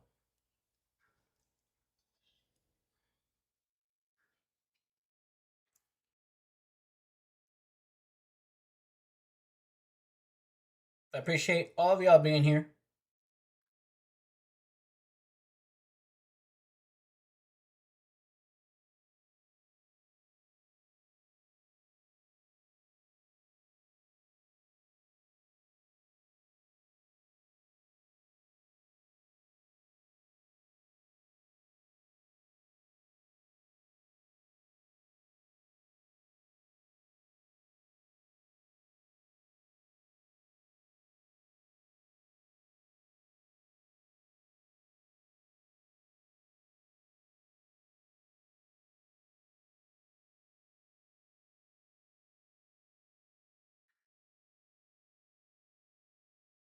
Beginner Storm Chaser says, I wanted to ask about anomalies because I heard about them but still don't understand what they mean. So anomaly, if you hear anything about anomalies in weather, it just means a deviation from the norm. So anomaly means not the normal status. It means it's peculiar, it's different. Um, so that's what an anomaly is. It means it's a deviation from the standard, deviation from the norm. So that's what an anomaly is. So a lot of times we'll have storms that act that would be an anomaly. They don't act in a pattern that they technically should be acting in. We have different weather anomalies that happen all the time. Um, but again, it just means a deviation from the norm. That's what it means. So anytime you hear anomaly, that's what they're talking about. They're just meaning that it's not normal. Whatever they're talking about just means it wasn't normal. Didn't happen like it normally would happen. You're welcome. You're welcome. I think one man did Maddie go to bed? He might have. It's already 10:30 his time, so. But if you're still in here, Maddie, appreciate you, brother. God bless you. Much love to you, brother. Always a great supporter, great encourager. So I do see also. Thank you for being here too, Night Wolf. Thank you very much for being in here. Okay, appreciate that. Appreciate that, brother. Appreciate that, Maddie. But thank you very much, Night Wolf. Yeah, I'm showing. This is. So if you guys would please too, this is. Her name is Amanda Mullins, as you see here. She's in the chat here as chasing for a cause. So she does really great stuff with. She has a rescue shelter for animals, and so she chases for a cause. That's why her name is Chasing for a Cause. But you can find her. You can find her name here in the chat, and if you guys could please subscribe to her channel as well here on YouTube. So again, that is Chasing for a Cause, and this is her spotter network dot right here, just south of Somerset, Kentucky. So just north of the Daniel Boone National Forest. So pretty far southern Kentucky here, almost to the Tennessee border. But again, yes, please, again, if you're new here, please subscribe to Chasing for a Cause. That's who that is right here.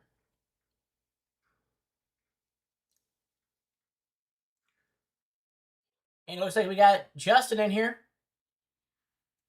Justin R. Wind Dancer Media. Another great channel too on YouTube here. So if you guys wouldn't mind, jump on over to his channel as well too and give him a sub as well. I'm sure he would appreciate that. I would appreciate that. So again, thank you all for being here. So please subscribe to Chasing for a Cause and Justin as well here. So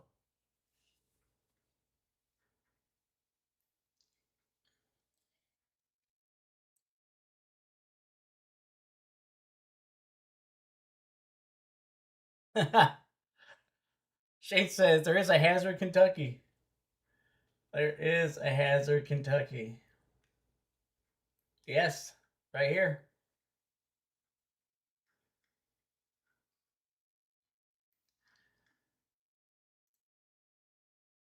Currently have one severe thunderstorm warning, and it is for Arizona still. 60-mile-per-hour winds and 1-inch hail. So will be allowed to expire in 1 hour. The radars around here are just absolutely. Thank you. That's the radar I wanted. So we have a pretty good, decent DBZ on this. This is pushing 60. Well, it is over 60 DBZ, 62. Got some pretty intense rain right here, right around College Peaks. This is going to be in Arizona. So Purtleville, College Peaks, 60-mile-per-hour winds, 1-inch hail. This will be for, again, if Cochise County. Cochise County gets these a lot here because of the monsoons.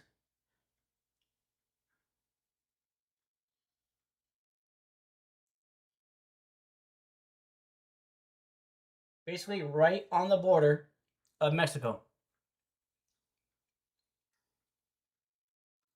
So this is the only severe thunderstorm warning that we have in the United States. This is the strongest storm in the United States right now. Again, 60-mile-per-hour winds and 1-inch hail. Just south of the Coronado National Forest. Again, it's going to be Cochise County. So that's going to do it, though, for the portion of the live severe coverage portion of for tonight. So, going to jump over to the teaching portion.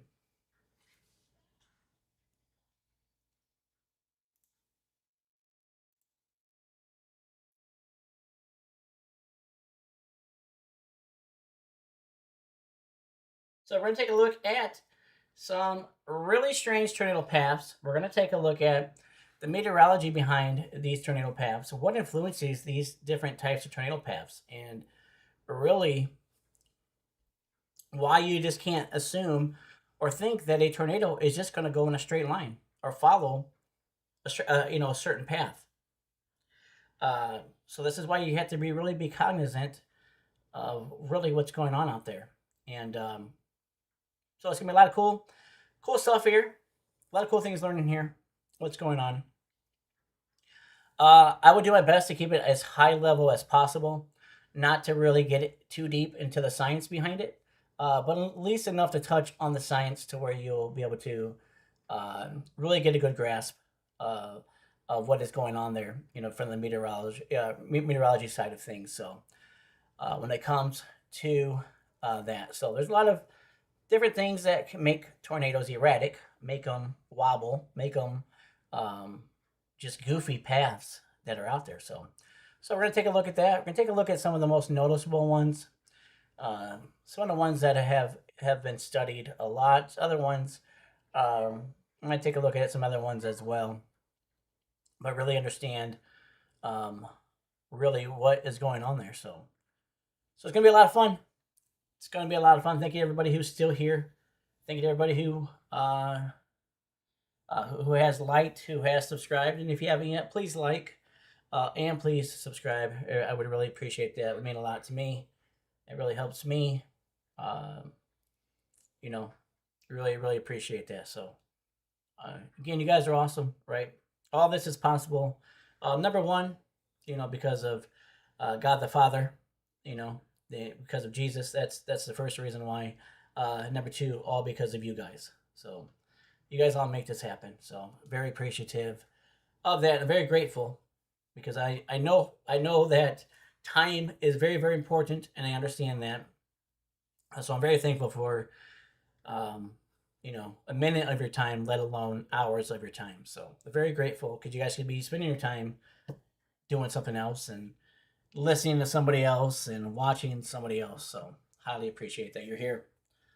So again, so now we're jumping into the lesson portion of the live stream. Into the so we're gonna be looking at some wild and deviant paths, tornado paths, erratic tornado paths. We'll be looking at that, looking at the meteorology behind that, and why they do the things that they do for. So it's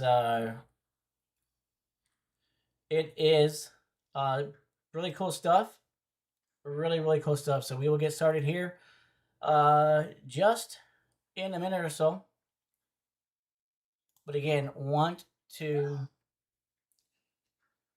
just thank you all for again for being in here. So just give me a brief couple of seconds here, and then we will jump right in.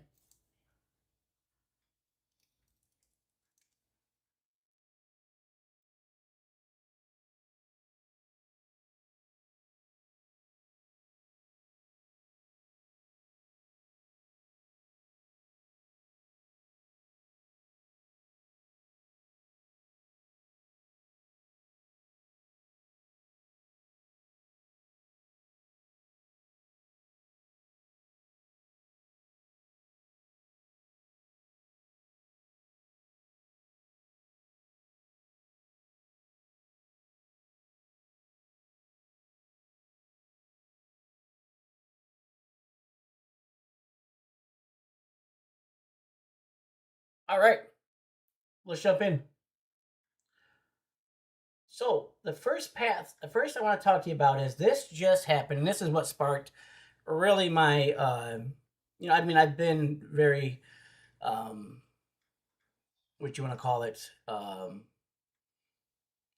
enthusiastic about different tornado paths to begin with, but this is what really piqued more of my interest, and everything. So, so just recently here, I'm based out of Chicago. So for people who don't know, who are just tuning in, who are new to my channel, I am based in Chicago, Illinois. So here, just last Monday, on July 27th, we had a huge MCS, missile convection system, come through Chicagoland region. And on that day, there were tornadoes that were spawned due to this MCS convection, which basically was a big Boeing line, was a big wind bag. But nonetheless, it did spin up some tornadoes. So this tornado here that you are seeing is an EF1 tornado, but as you look at the path, looks very awkward. It looks very weird, right? It's very strange. So the tornado starts here on the west. It heads east, and then it shoots north. Circles, comes back down, and heads back off in a more trajectory path. So, what's going on here? So, what happened here for this to happen? So, when we look at it, so the tornado starts off as a normal path, right?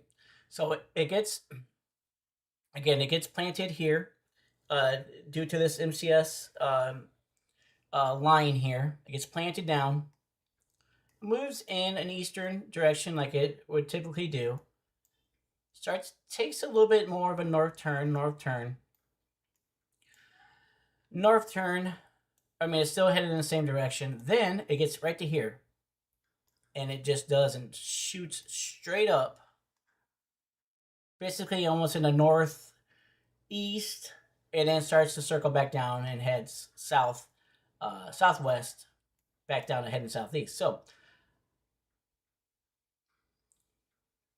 from the meteorology side of things, what happened was, so when the MCS line came through, it planted this tornado down, and what happened was, after just a few minutes of this tornado being on the ground, there's a huge gust of wind that basically separated the tornado from this system.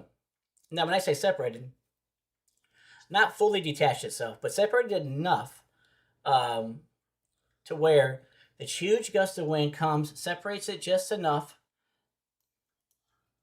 and so it propels the MCS line forward. But what it does, because the tornado is in the back of that MCS line, it pushes the tornado backwards. So what it does is, so this huge gust of wind comes forward, pushes the line forward. So it kicks the tornado up north. So it actually pushes the tornado backwards. It pushes the tornado back. So as the line is still going forward, the tornado is going north now. So imagine if you're right here in this block, and then all of a sudden you look out and you see a tornado coming at you pretty much due north. That is not, but the system itself is headed southeast. So that is something in your mind you would go, this is not normal. If that system is headed southeast, this tornado should not be headed north towards me. It's just not the way. So this would be an anomaly. This is an anomaly. But again, so what's happening there? Huge burst of wind pushes, accelerates the storm system, pushes the tornado back up northward. Now, the tornado has to catch back up because it is still technically part of that MCS. So the tornado has to attach itself back to the MCS. So what happens is that so it slingshots forward, and then it slows down a little bit. So it slingshots, pushes the tornado up, slows back down. I'm talking about the line, talking about the MCS line. The line slows back down and basically pulls, like the tornado is on like a dog leash, or it's kind of like when your dog runs away from you and you have to pull your dog back. So it's basically kind of what happens here. So the storm out in front, the system out in front, pulls the tornado back to it. So that's why we see it make a loop right here. So again, big huge wind accelerates the storm forward. The tornado gets pushed up, and then the storm slows down a little bit, so it can say, "Hey, you got to catch back up. You got to still be part of the family here." So it catches and it pulls the tornado back to it. But this is a reason why you have to remain in your safe spot or remain in shelter until the storm has fully passed and left your area. And this is what I'm about to tell you is the reason why, as meteorologists, why we keep telling people that all the time, is to not come out early out of your safe area.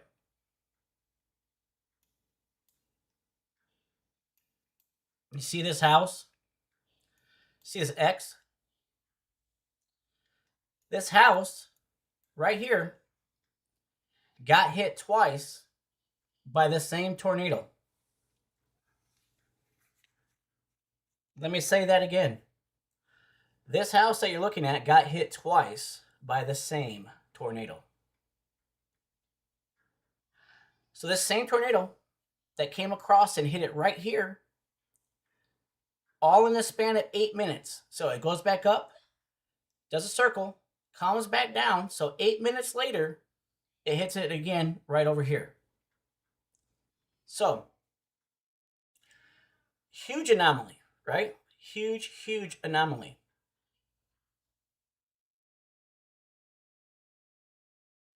But again, this house you're looking at got hit twice by the same tornado. Not hardly ever can anybody ever say that their house got hit twice by the same exact tornado.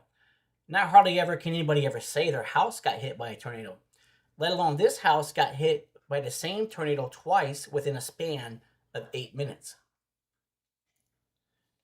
So how wild is that? So again, this is an anomaly. This is a huge anomaly. What happened that day here, just 8 days ago. So, and then it does.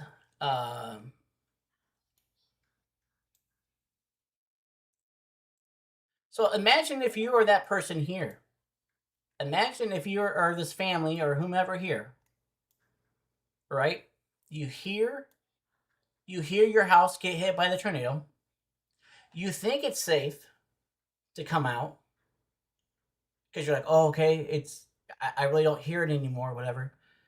And maybe you come up out of the basement or wherever you're at, and then you look out your window and you see the same tornado coming back out at you, but now it's headed south towards you. First, you've seen it head east toward at you. Now you're watching the same tornado head south at you.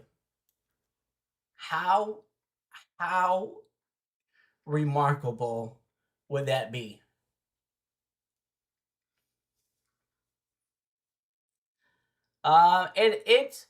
It wasn't occluding at that point. What they found was it was Justin puts a good point here though. Uh, so they can be deviant even without occlusion. Occlusion is when they are starting to get pretty deviant as well, um, but even without occlusion, they can still do that.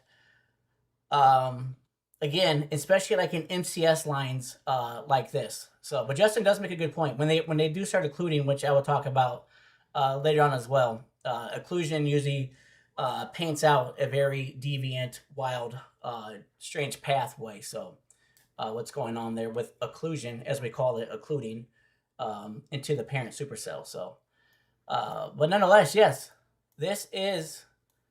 Just imagine how this would be if you're this house here, and then a house right to the south of it, basically almost got hit twice too. So this is to scale. And the NWS is really, really good at putting out paths. So this house right here to the south basically took a path. It basically took a like right through the center of the home, basically. Um, so this house here took it basically right in the center of the home. It cut it right across basically the center of it, like I said. So, but the first time it came through, it missed it by yards. Only a few yards. Um, but this house here was not so lucky. Thankfully, though, nobody was killed. Thankfully, nobody was. There's no damages, or I'm sorry, there was no really any type of bad injuries, and thankfully no fatalities reported. Again, and thankfully it was only an EF1, right? So EF1 we're talking 86 to 110 miles per hour. So,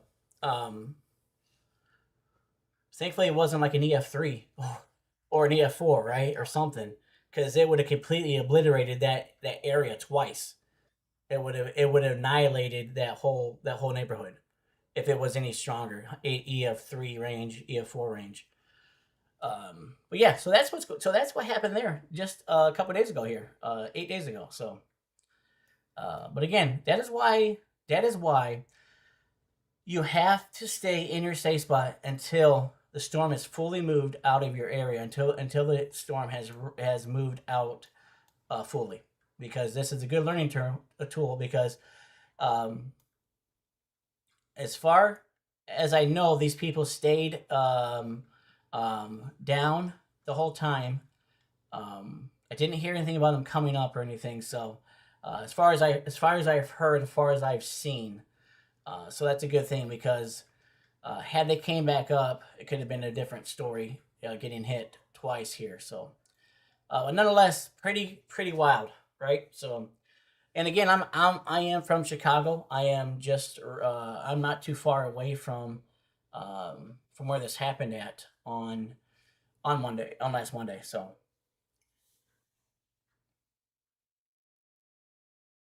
that's one of them.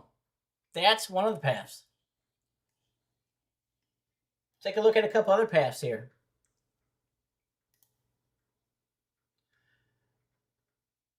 So it's strange. Just like the title says, strange tornado paths. They don't always move in the direction you think, and no, they don't. They do not. They do have a mind of their own. So we'll take a little bit of some other well-known tornado paths. So, when it comes to this. So, nearly 70% of tornadoes across the eastern two-thirds of the United States from 1980 to 2002 moved east, northeast, or southeast. And then, that's according to the study that was done. And then far fewer tornadoes moved southeast, east, southeast. Again, we're still talking east here, north, northeast, and north. Uh, but tornadoes moving in some type of westerly direction from east were extremely rare. So we're talking the tornado moving actually going from east to west. Extremely, extremely rare.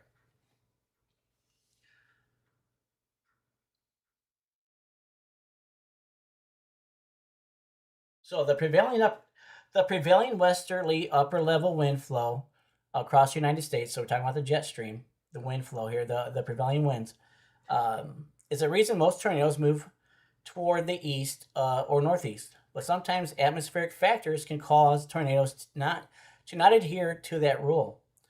Here's a look at some examples in recent memory. So this is going to be from May 23rd, 2013. This was a huge tornado here in Bennington, Kansas. So the tornado made a loop. Look here. Look, scroll down here. So looks like a fish, right? So the tornado made a loop, first moving southeast, then turning north, before eventually tracking back to the southwest during its approximate 1 hour lifespan. So this tornado was on the ground for quite some time. This is depicted by the red triangle moving along the red path in the animation below. So this thing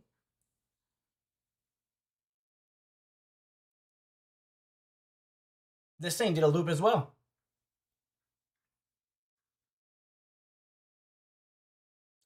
In addition to the odd track, the tornado caused EF3 damage and was up to a half-mile wide at one point during its existence. Luckily, it occurred over mostly rural area, which prevented widespread damage, but 100 cattle were lost and some structures were destroyed. So there was some livestock and some structures that were destroyed there. So nonetheless, there was still a loss of something there. Thankfully, it was not human life. Thankfully, and we can marry this up with velocity if you're not familiar with radars. To the left here is what we call velocity radar. You can see the couplet right here. And over here on the right, we have reflectivity radar. You see the hook right here, hook echo right here. So we marry those up.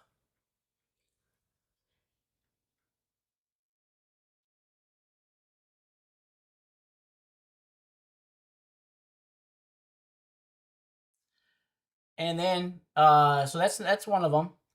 And then we also have Southeast Iowa, August 2nd, 2015.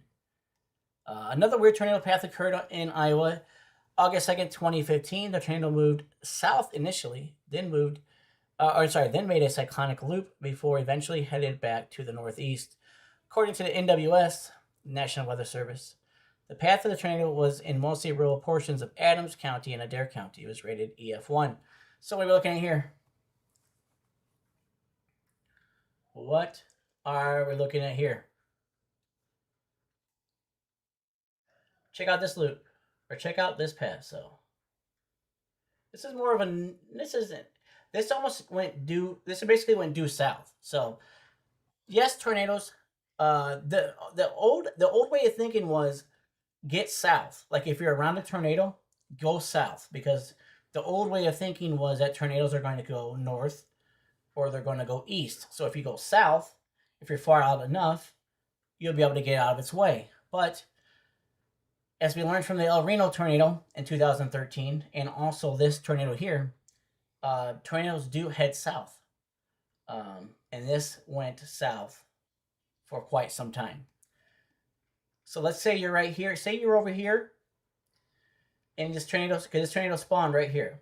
So say you're right here on this road. You see the tornado off here to your west here. You start driving south thinking you're going to get out of the way, and it freaking comes right at you here. So again, that's the old way of thinking, that you can just head south to get out. That's not the new way of thinking after lessons learned, unfortunately, um, in that process. So another one there. So another big one here, the Gerald F5. Well, it's called EF5 now. You still call it F5 if you want. But the rare F5 tornado that struck Gerald, Texas on May 27th, 1997 also took a rare path. Yes, this headed southwest. The tornado path. The tornado began north of Gerald. The tornado began north of Gerald and then moved in a south-southwest direction before turning toward the southwest. So this is a huge studied tornado because one, not just because of its path, but two, because of the damage, and unfortunately, the loss of life that happened in Gerald too, as this. So, but as you can see, the path, right? The path here, and it goes south and then west. That's an anomaly. That is extremely, extremely. Let me say it again. Extremely rare. That's not what's seen. That is a huge anomaly.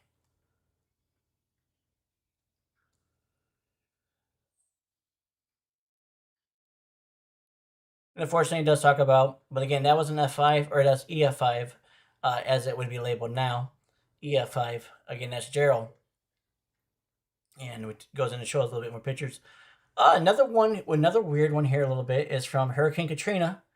As we know, that was a horrible, horrible hurricane back in 2005. So we see here, it put down, uh, it put down tornado here, and it moved northwest. In its short existence, an F1, EF1, from B to E. So this moved in a northwest direction. So again, not what we see anomaly as well.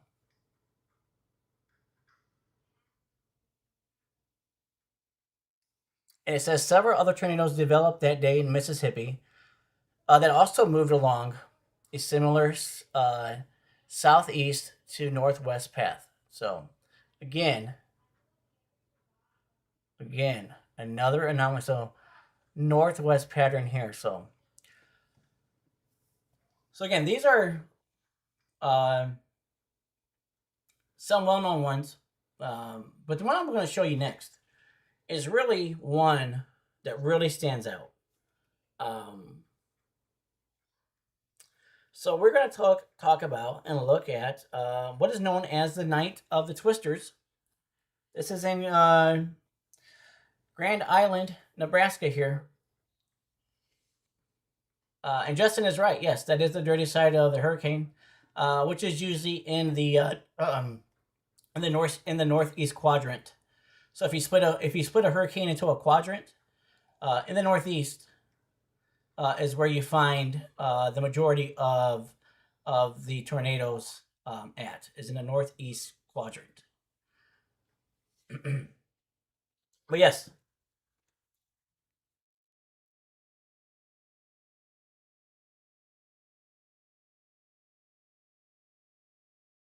So yeah, we're gonna talk about here. We're talking about what's referred to as the Night of the Twisters.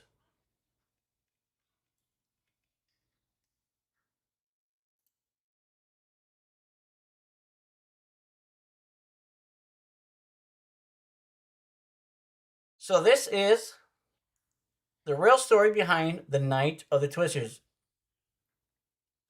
If you're not familiar with this, you are going to learn here. So it's going to be very awesome. So it is rare for a town to be hit by a tornado. It is like throwing a dart at a dot, which it is. You may eventually hit it, but it might take 10,000 tries. Now imagine if in one night you managed to hit the dot on the dartboard several times. This is what Grand Island experienced on June 3rd, 1980. So this is going to be in Nebraska, Grand Island, Nebraska.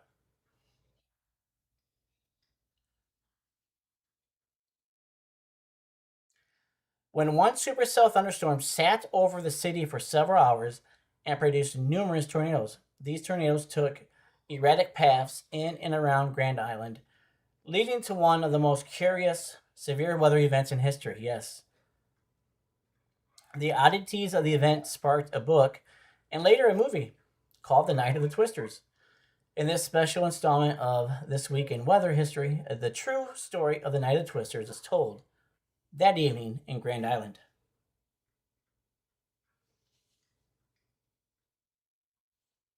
Oh, no! Oh, Justin says, jumping into chat here.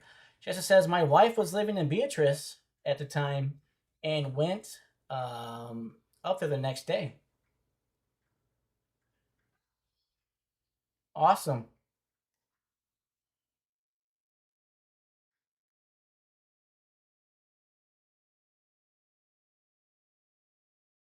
So, freaking nature. Let's keep moving in. Grand Island is one of the most populous cities in Nebraska. It's the fourth most populous city in Nebraska, according to the census in 2020, with a population around 53,000 people.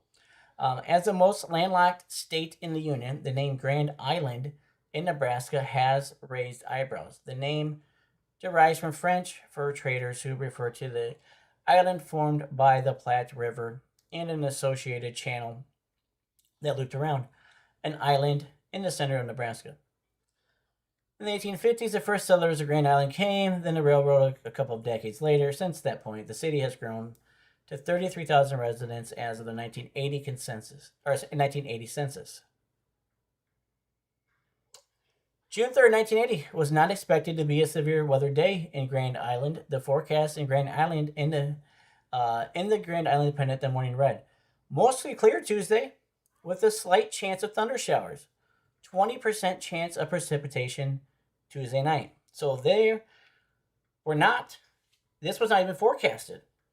And we'll talk about that here briefly, why it wasn't even forecasted for. The day, a warm front slowly moved into central Nebraska, but parked itself over Grand Island by that evening. Temperature soared into the 80s with dew points rising into the 60s to low 70s, and a moisture-laden air mass was sitting over central Nebraska. This air mass allowed for lots of instability, the measure of the energy of the atmosphere to build. Instability is measured by, as I've taught you guys a lot about here, is CAPE, or what is known as convective available potential energy. Any value over 1,000 joules per kilogram is considered ample for severe storm development. That evening in Grand Island, CAPE values measured up to 4,000 joules per kilogram. An excessively prime atmosphere for severe weather if a storm took advantage of it. Again, though, it's not forecasted, right? It's mostly clear with a slight chance, 20% chance of a thunder shower at nighttime. So, not even a thunderstorm, thunder shower. Look at the CAPE values here. You can clearly see 4,000. We're talking about 4,000. Now we're talking about getting into extreme volatility in the atmosphere. But again, a storm has to be able to tap into that, right? So, and again, we'll talk about another reason why this was not forecasted out in front of it.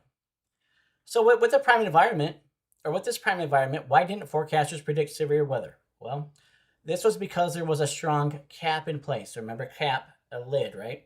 So cap means there's a lid on the environment there. So the cap is a layer of warm, dry air from the desert southwest that acts as a lid. So again, we got warm, dry air coming from the southwest. It acts as a lid that prevents any type of thunderstorm development. So the environment can be as ripe as ever, but if the cap is strong enough, no storm can take advantage of it, and that's true. The storms have to be able to penetrate that cap. They have to be able to lift through that cap and break through. And there's a couple ways it can happen with that. So the environment, as we talked about, caps are typically broken with daytime heating eroding it. So daytime heating will erode it, that's true. Or some forcing mechanism. So a cold front forces air through the cap and builds storms. Neither of these were sufficient on June 3rd to spark widespread storms. So what happened? It's likely some small scale factors played a role. Perhaps a boundary gave just enough lift to spark a storm, or the temperatures rose enough to allow air parcels to rise on their own. The mechanisms for this are varied, but something conspired on the evening of June 3rd to spark a lone thunderstorm northwest of Grand Island. This is seen on the satellite imagery as a towering storm explodes before sunset and meanders southeast for the next several hours. So this is the start of it. You can see it here, starting up, getting started, getting more, blossoming more. Now that the storm had developed, what caused it to produce 7 tornadoes? So remember, there were 7 tornadoes this night, all in the same area, all around the same city, basically in the same city. So 7, that's why it's called the Night of the Twisters for 7 tornadoes in Grand Island. The answer comes in the motion of the storm, which was slow with a capital S. Radar estimates had the average storm speed at just 5 to 10 miles per hour, which is roughly the speed the average human can walk. So basically, this storm was just walking around the city. That's what it was doing. Planting tornado after tornado. But it gets stranger here. It gets very strange here. Which is again roughly the speed average humans can walk, or the speed that the average human walks. It took hours for the storm to clear Grand Island. As it hovered over the city, it pronounced numerous tornadoes that were twisty due to the slow nature of the storm.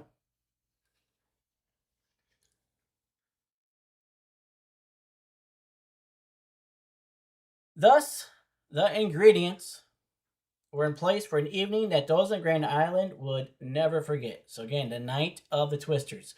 So what is this depicting in here? This is depicting all of the tornadoes that touched down.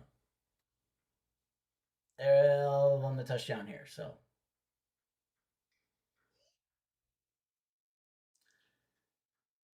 and you're probably reading this saying, "Oh, I see anticyclonic. I see anticyclonic." Yes, you do. 3, not 1, not 2, but 3. 3 out of the 7 tornadoes were anticyclonic. So if you know anything about tornadoes, right? Tornadoes here in the northern hemisphere, they spin cyclonically, which means they spin counterclockwise. That's what's cyclonic to us in the northern hemisphere. Again, that's due to the Coriolis effect. So 3 out of the 7 said, I'm not going to play by that rule. I'm actually going to spin clockwise because I don't want to play by your rules. So 3, it's very rare. It's very, very rare for a tornado to be anticyclonic anyways. It is theorized that only 1% of tornadoes are ever, or that only 1% of tornadoes are anticyclonic. All 99% or more are regular cyclonic tornadoes. They spin counterclockwise. So this storm put down 3 anticyclonic tornadoes. So that's another reason that it's so strange that night. Not only was there 7, not only was it moving at walking speeds, it put down 3 tornadoes that spun in a different direction. So we're gonna look at this a little bit in depth. We're not gonna go too far in depth, but we'll go a little bit in depth into it. So this is really a good one. This is why I wanted to hone in on this, because this is a really good one to really hone in on, to see different pathways and see how just erratic that tornadoes can act. So the first tornado began northwest of Grand Island around 8:45. This tornado was rated an F3, would be an EF3 now. So yes, very strong tornado here. Went a straight path of 7 miles into far west edge of Grand Island. Yet within those 7 miles, the tornado twisted and spun on itself, often looping around over itself as it moved southeast at its glacial pace. Look at this. Look at the path of this. Look at this. Look how goofy this is.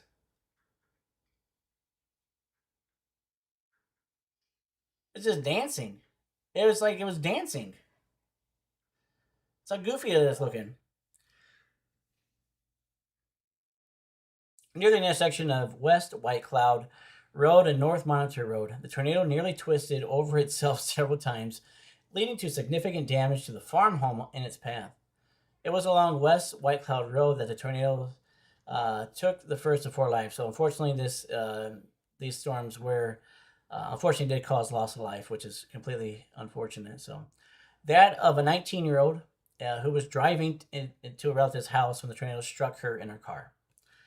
So that is obviously very sad. So that's 19-year-old Denise Bering. So again, this tornado completely dancing, completely dancing. So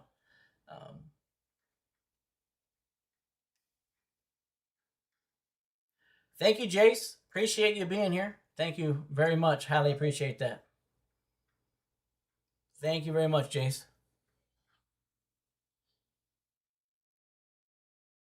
So at 9 p.m., God bless you, Jace. Thank you so much.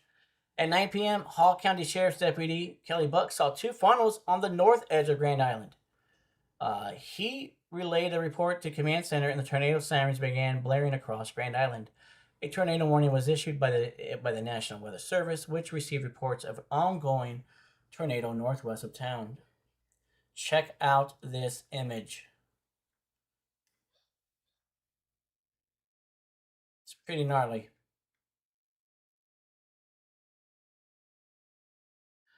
This is the only known photo of the tornadoes from June 3rd, 1980. This is tornado number 2 left and number 3 right, looking north from North Johnson Drive, roughly Webb and Fadley. Photo was taken about 9 p.m. by Rod Gartner.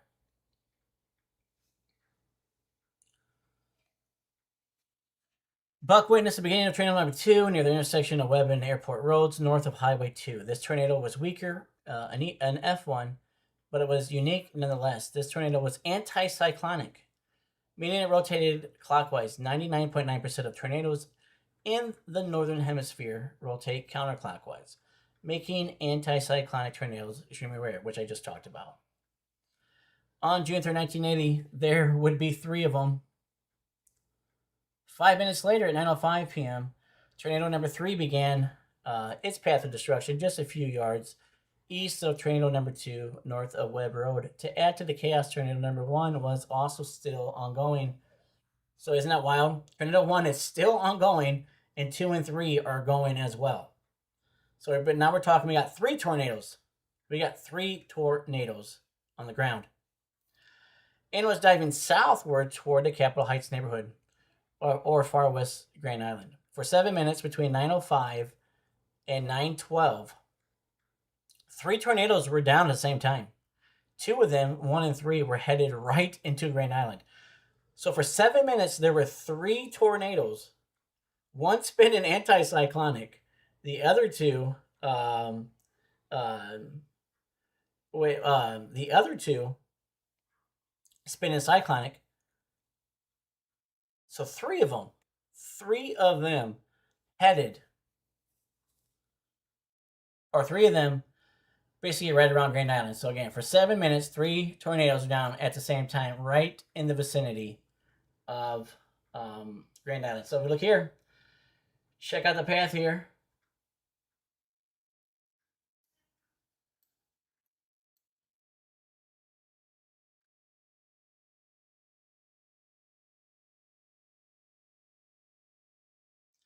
Tornado number 3, rated F3. So again, it's being F3 now, but yes. So very strong tornado here. Moved to the north for a few hundred yards before making a 180 and head south right into Grand Island. The tornado crossed over fields west of Eagle Scout Park. Then it crossed over Highway 2, then over West Capitol Avenue, and into the neighborhood. Once it entered the neighborhoods north of the high school, it made a hard pivot and began moving due east. The tornado at this moment was relatively weak, doing minor damage to dozens of homes off of West Capitol Ave. Crossing North Broadwell Avenue, the tornado intensified as it moved toward the VA hospital. Heeding the warning, hospital staff brought all the patients down to the lowest level before it struck. Windows were shattered, debris impaled into the wall, and cars in the parking lot were tossed like toys. Moving away from the hospital, it did its greatest damage in the neighborhoods in the neighborhoods of North Grand Island. Homes were chewed up and spat out, and the entire region looked like a bomb had gone off. No one was killed in this tornado, thankfully, but 40 people did suffer injuries. Tornado number 3 lifted at 9:30, just north of downtown. So this is going to show damage to the VA hospital here. So at 9:30, tornado number 2 and number 3 had already lifted, but tornado number 1 was not done yet. It slammed into the Capitol Heights neighborhood over far west Grand Island. Much like its sisters to the east, homes were heavily damaged in the neighborhood. No one was killed, but over a dozen were injured by the tornado. In total, 25 people had injuries from tornado number 1. And you can see the damage path here. So lots of immense damage that was done by number 1, tornado number 1. It is 9:34 p.m. and all the tornadoes have lifted. Sirens continue to blare. Clouds churned overhead. Hail and heavy rain fell. It was far from over as the storm crept into the south side of town. At 9:46, so 12 minutes later, the fourth tornado began. This one began southeast of Grand Island near Highway 34 and Shady Bend Road. This EF1 tornado, the third and the last anticyclonic tornado, swung to the southwest before curving northwest. It did damage to a couple of farmsteads before lifting near Highway 34 west of Stir Road at 9:50 p.m. 26 minutes later at 10:16 p.m., tornado number 5 began on the east side of Grand Island. This tornado would become the strongest. It was EF4 and deadliest of the tornadoes on June 3rd. It began its journey over Crystal Lake and Eagle Lake neighborhoods, shredding homes and sucking up water like a straw. The tornado moved due west, staying north of Bismarck Road, heading right into town.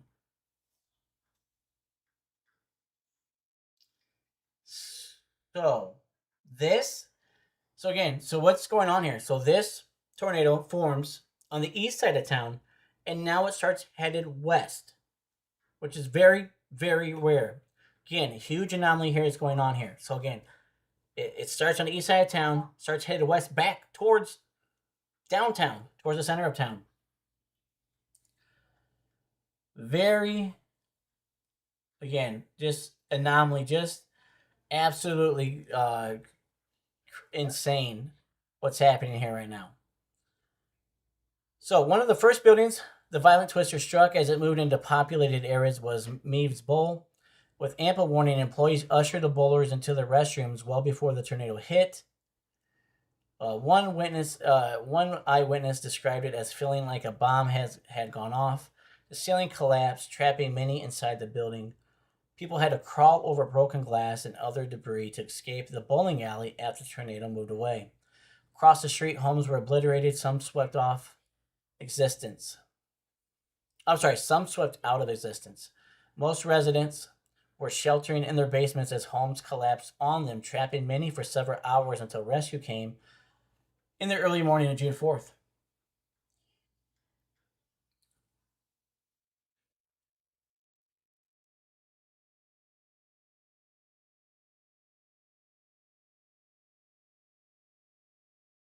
So look at this pathway here. We'll get to this pathway here in a second. The tornado began hooking southwest, crossing Bismarck Road into more neighborhoods where similar tales of horror were told. Home after home was torn up, roofs gone, windows shattered, cars tossed, and more. It continued to slowly curve southward as it approached busy Locust Street, almost as if the tornado knew where the highest population centers were. Once it reached Locust Street, it moved due south right down the business district on the road. So right here, this is tornado number 5 here. Starts over here in the east, It heads due west, very strange, and then it curves back down and pretty much goes in this direction. Very, very, very weird, to say the least. Again, we'll get into some of it. We'll get into the meteorology side of why this stuff happens. It was along Locust Street where the worst damage occurred. It was also where unfortunately, where the other deaths occurred. At the Pagoda Lounge, 30-year-old Ronnie Lease was killed. His body was found among the rubble of the building. 17-year-old Robin Larson was thrown from her trailer and unfortunately was killed as well. Charles Peterson, mid-60s, was killed in his bed. A fourth body was found at the ruins of the Dairy Queen, which happened to be the final victim in the Night of the Twisters. So, again, lots of horrible destruction going on here. So, building after building, home after home was reduced to rubble. The tornado's rain of terror subsided as it hooked southeast off Locust Street and lifted at 10:28 p.m. south of Highway 34. 3 minutes before tornado number 5 ended at 10:25 p.m., tornado number 6 started. This one hit in the same area as tornado number 4 near Shady Bend Road and Highway 34. A neighborhood off Shady Bend Road and Highway 34 was damaged, with several people being injured. The tornado curved down South Stir Road, where more homes were damaged and more people were hurt. The tornado swung east, following East Shimmer Road before lifting southwest of the Hall-Hamilton County Bridge at 10:35 p.m. This was a final tornado in Grand Island vicinity, as tornado number 7, an EF1, occurred in western Hamilton County. Much like the first tornado in the night, the 7th tornado twisted and spun over itself many times as it hit farms south of Phillips. This tornado injured 2 and killed no one, which is great. It lifted at 11:30 p.m. The storm finally sped up and was absorbed into a bigger cluster of storms working east. The storm made its way to Omaha, where it dropped marble-sized hail and 2 inches of rain in some spots.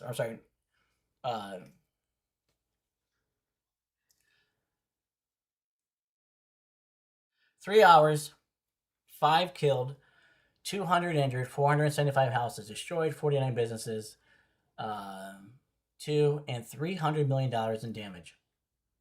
The Night of the Twisters was one of the most destructive nights in Nebraska state history, rivaling the Omaha tornadoes of 1913 and 1975.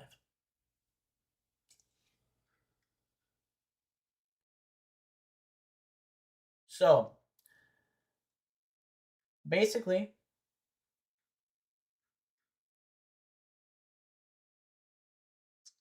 I'll finish it up here, and then we'll get into the meteorology side of it. So, after that night, within hours after the tornadoes helped rush into Grand Island from all sectors, and search and rescue began. This lasted through the next several days as the state and national community began to help. Donations rushed into Grand Island from everywhere, and the city began the process of cleaning. Governor Charles Thone,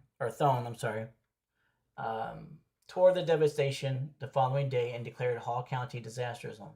A week later, President Jimmy Carter toured the damage and granted federal funds to help Grand Island rebuild. Debris piled up at the local landfill. It became so much that it started to overflow. One idea to dispose of the debris was to bury it in Ryder Park to make a sledding hill. This hill, now known as Tornado Hill, is a staple in Grand Island today and is a common place for sledders in the winter. How wild is that? How wild is that? Since 1980, great strides in meteorology has been made, some due to this tornado. In 1990s, a new form of radar known as NexRad, next generation radar is what it is, which we have now, which we have NexRad, which are the WSRs, 88Ds. Made it easier to spot rotation within storms. Advancement in computer models, satellites, and knowledge about tornadoes has built the weather enterprise up enough to where forecast busts like the one on June 3rd, 1980 are exceedingly rare. Today, you never know a tornado outbreak hit Grand Island. The population of the city has grown to over 51,000, keeping its status as the fourth largest city in the state. In 1984, Hastings native Ivy Ruckman decided to write a book based on her cousin's experience in the tornado. Her cousin Florence Rosendale had her home destroyed on the southeast side of Grand Island. The book, Night of the Twisters,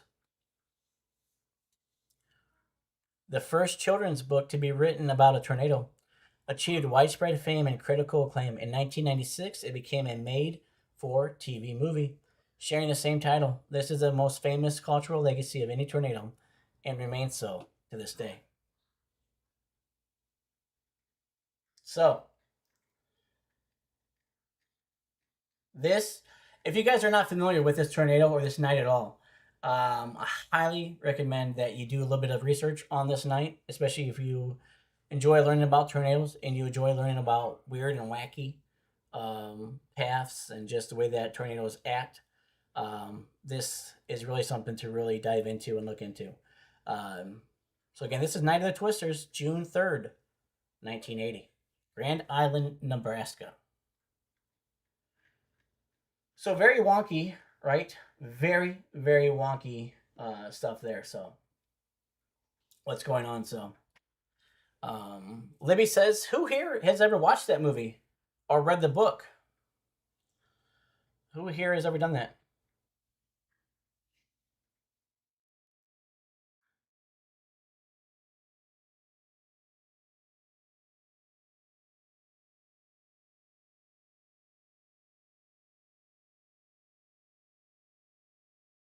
Anybody read the book or seen the movie?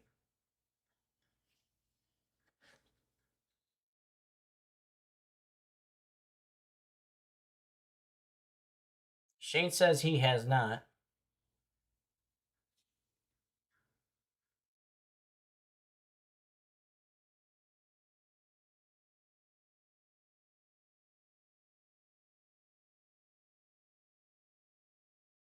Justin says it's one of his favorites.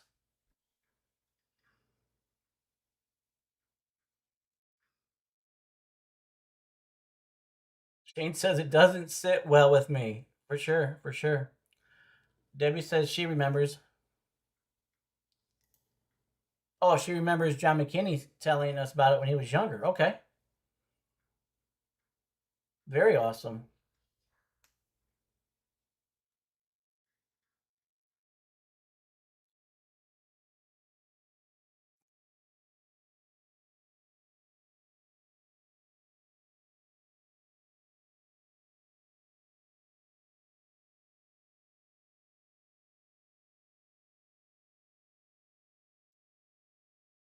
All right, so we're going to take a look at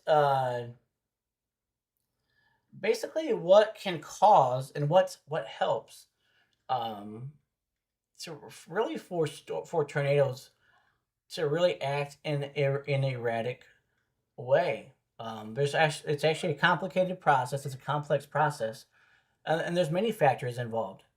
And sometimes one of the factors are more prominent than some of the other factors. So we'll take a look at that from the meteorology side of what can happen there to make storms act erratic to where they just don't go in a normal, uh, a normal path with that we would think is a normal path. So we'll take a look at that here.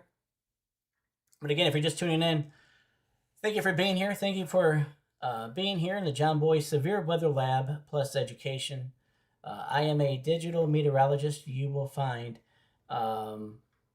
You'll find live severe weather coverage, and you'll also find live weather teachings and live weather sessions. So, a lot of great stuff here. A lot of great stuff going on. So, thank you for giving me your time. Thank you for trusting in me to provide you with transparent, trusted, raw data raw weather data. So I highly appreciate that. Thank you very much. If you haven't yet, please like and please subscribe, or please follow, depending on whatever platform you are watching on. So thank you to everybody who's watching across all the platforms: Facebook, um, Twitch, Kick, YouTube, you name it. So thank you for being here. So, but if you ever have any questions, let me know. I'll do my best to answer those questions for you. So what we're really going to talk about is the role that wind shear plays into the deviating role. We're going to talk about terrain influences and a couple other key factors that play into how storms can deviate and move, or how the tornado can deviate and be erratic in that process. So let's take a look at it. So what is the role, wind shear? Well, wind shear, as we know, right? So what we need for tornadoes anyways to exist, right? For anybody who is anybody who is a regular on my channel, knows that I always preach and teach about the SLIM method, right? So we have spin, we have lift, we have instability, and we have moisture. That's what's needed for severe weather. That's what's needed for a tornado. That's the main four ingredients there for a tornado, right? So we get spin. Why am I talking about spin? Because that's where wind shear comes in. Wind shear is the changing of winds as we get higher up, as we keep going higher up in altitude. So the winds they'll increase with height, and they'll change in different directions. So we get shear, right? So we get motion, we get chaos, we get spinning, we get rotation. So that's where we get wind shear. That's where we get vertical shear from. So this is why shear plays a huge part in tornado genesis. So wind shear is crucial in the initial formation of a tornado, but continues. Remember, not only is it crucial in the beginning stages, but it's also crucial as it continues, as a tornado is still on the ground. But continues to play a significant role as a tornado progresses. Vertical wind shear can change the structure of the thunderstorms, altering their intensity and ultimately their tornado producing capability. In many instances, a tornado may change direction as it responds to shifts in wind direction and speed in its surrounding environment. So again, wind shear plays a huge role, right? One of the huge roles in tornado genesis, but it also continues to play a crucial role in the progress, as a tornado is in progress as well. So one factor for a tornado to be deviant and to go on a wild goose chase and make weird squiggly lines and everything else is due to it could be due to wind shear. Again, how it responds to shifts in wind direction and speed in its surrounding environment. So that's one thing, wind shear. Another thing, landscape, terrain. The geographical landscape plays a pivotal role in determining a tornado's path. Tornadoes typically move along a path of least resistance, which can be influenced by hills, valleys, forests, and urban areas. For example, when a tornado encounters a mountain, it may be forced to change direction or even dissipate if the surface conditions are unsuitable for maintaining its strength. Alternatively, urban structures can redirect wind flow, causing a tornado to alter its path to adapt to the new environmental flow. So again, what can also cause deviation, what can also cause erratic behavior is terrain. So the landscape can cause a tornado to act all wonky and goofy and everything else.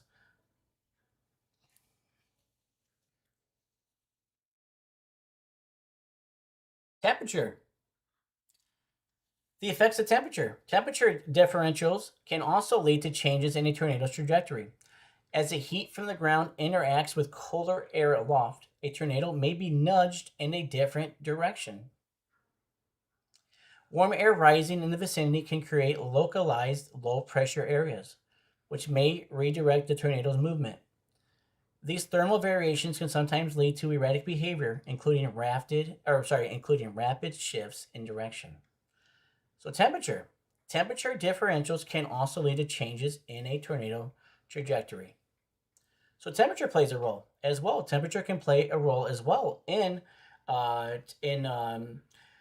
different variations.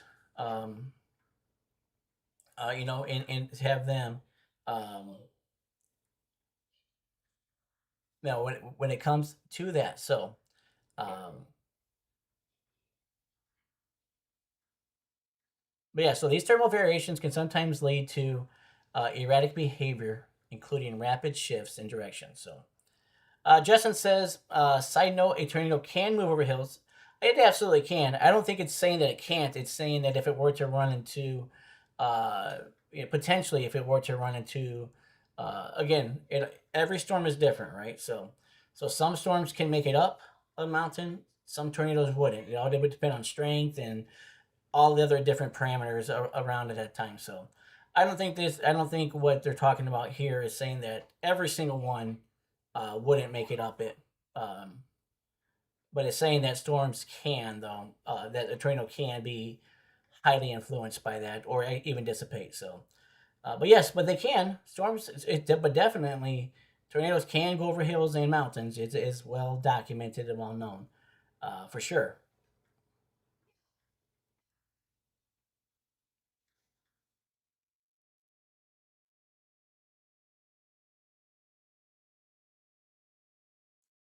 So yes, so then the effect of temperatures, But again, terrain can not all the time, but it can, depending again. There's so many different thermodynamics going on. There's so much different fluid motion going on. Every storm is different. Everything is different. So just because one tornado might make it up the mountain doesn't mean that the next one will. Or just because one tornado doesn't or make it up the mountain doesn't mean that the next one will. Vice versa. So again, there's a lot of different moving pieces there. So temperature, influence of other storms. Interestingly, other weather systems nearby can also affect a tornado's direction. When a tornado forms in proximity to other thunderstorms or severe weather, it can be influenced by these systems. The outflow boundaries from one storm can affect the inflow of another, potentially drawing the tornado towards it. These complex interactions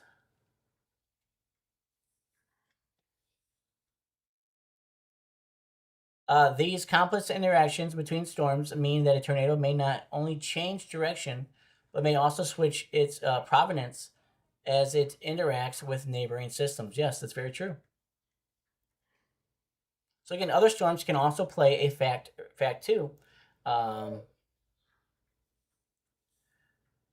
in in having storms deviate, have some deviant motion, strange motion there. So boundary layer interactions. The boundary layer, the lowest part of the atmosphere where we live, can significantly influence a tornado's movement. Variations in surface roughness, such as transitions from urban areas to fields, can affect wind patterns and turbulence, contributing to changes in a tornado's path. These interactions can cause the tornado to veer off course in unpredicted ways. So, again, boundary layers also affect as well. Now, not all of these are going to be affecting at the same time. We're just saying that any one of these can affect the tornado and veer it off in a weird, strange, unpredictable path. So again, boundary layer. It's another that is another one potentially as well. Aerial currents and jet streams. Aerial currents, including the jet stream, can also play a pivotal role.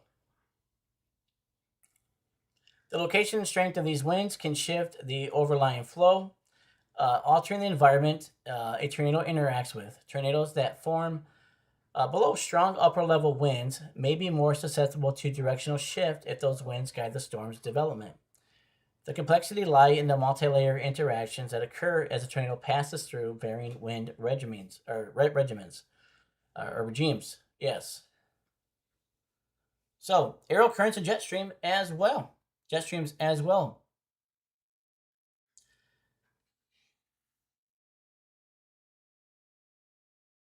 Now, human impacts on tornado paths. So this is kind of we get into like the urban type stuff. Though it may not be a direct factor, human activities may contribute to tornado direction changes over time. Urbanization alters the landscape and can potentially impact local wind patterns. Additionally, climatic changes resulting from human activities may have broader impacts on tornado dynamics, including frequency, intensity, and pathways.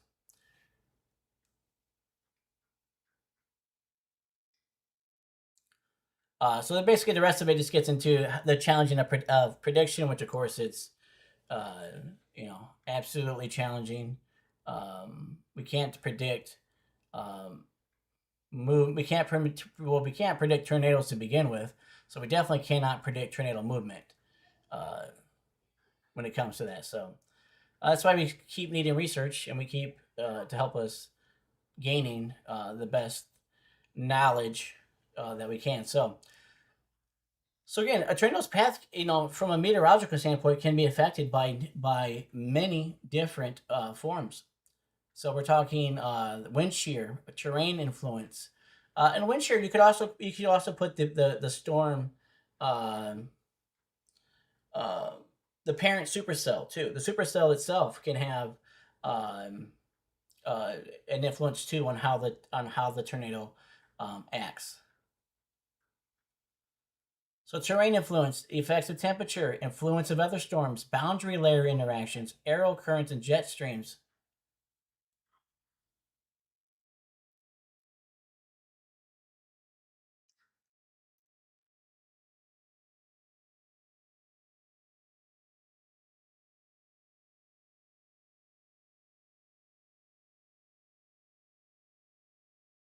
So yes, so quite a bit is going on there that can happen. Quite a bit of stuff. So it's not just one thing.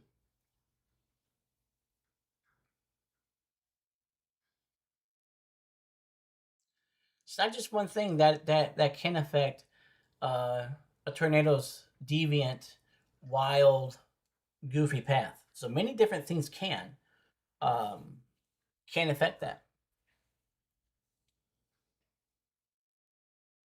It's not a one size fits all type shoe. And then the last part of the lesson here is going to be. Oh, it's good to see Brother Lonnie back in here. Thank you, Lonnie. Appreciate you for being in here. I haven't seen. I think Brother Matthew. I think he fell asleep, which is awesome. And then I think maybe Beth might have fell asleep too. So which is awesome as well. So, but the next part of the lesson, the last part of the lesson tonight. Uh, Again, we're gonna take a little bit more, a little bit too into the deviant side of things as well.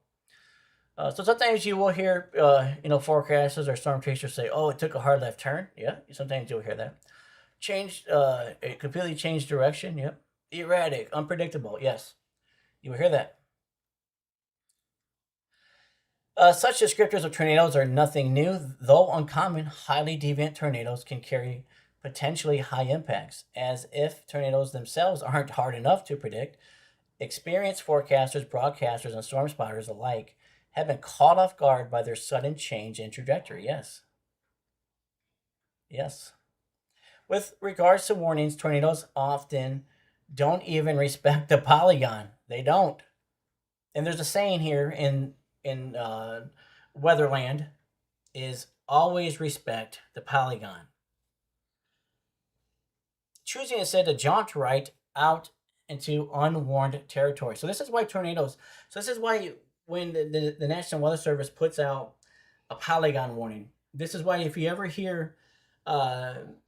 here before, majority of you have, some of you guys have not. But when I'm doing live severe weather coverage, I will call out cities even outside of the polygon warning, because I still want you guys in those cities to think that you are inside that polygon warning. Because again, this is why, because tornadoes can deviate and go outside of what the National Weather Service has. So that's why you'll hear me call out cities outside of the polygon area.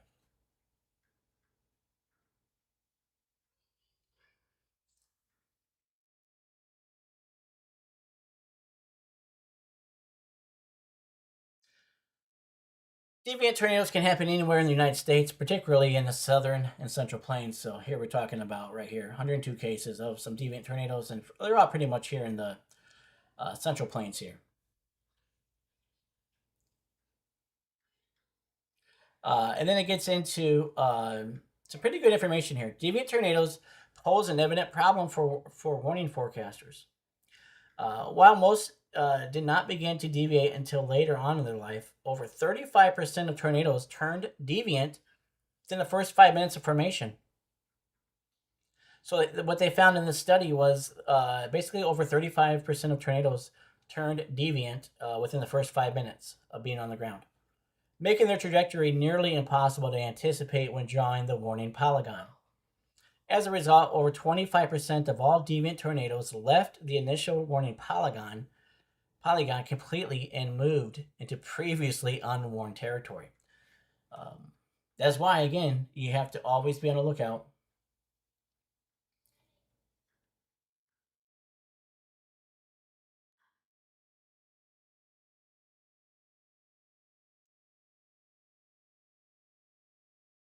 The tracks of all the deviant portions of all tornadoes studied relative to the mean warning polygon shape.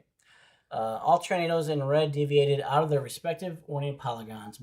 Most tornadoes deviated toward the north. So here in the red, it's showing that they all went out of the polygon here.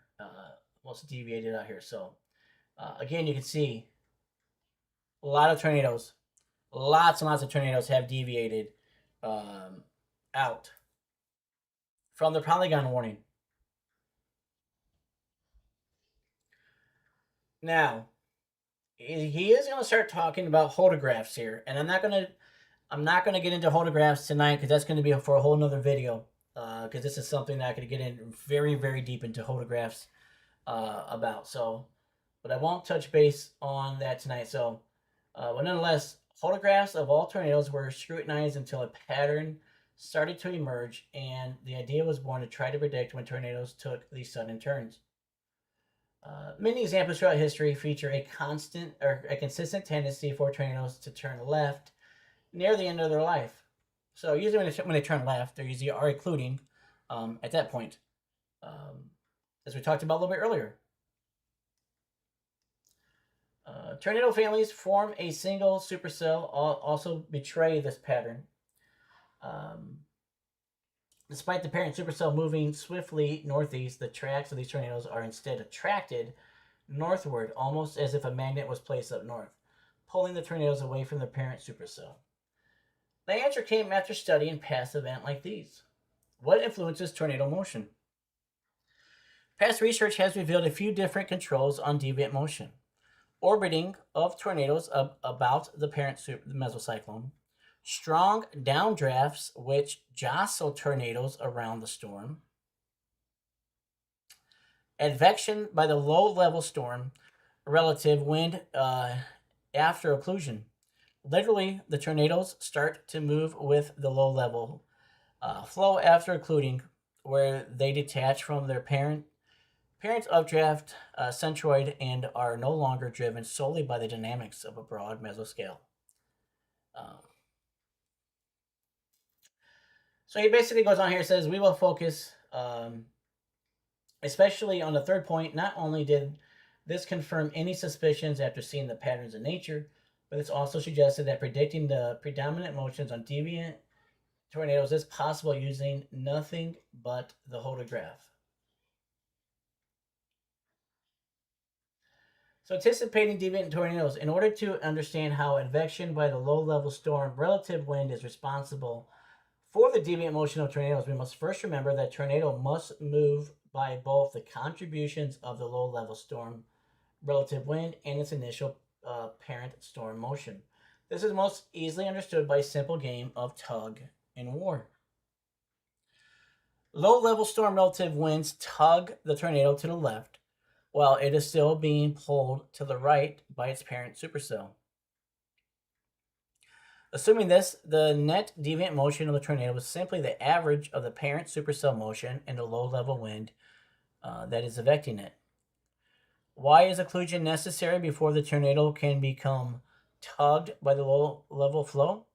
The following two images were taken 7 minutes apart and shows this process in action.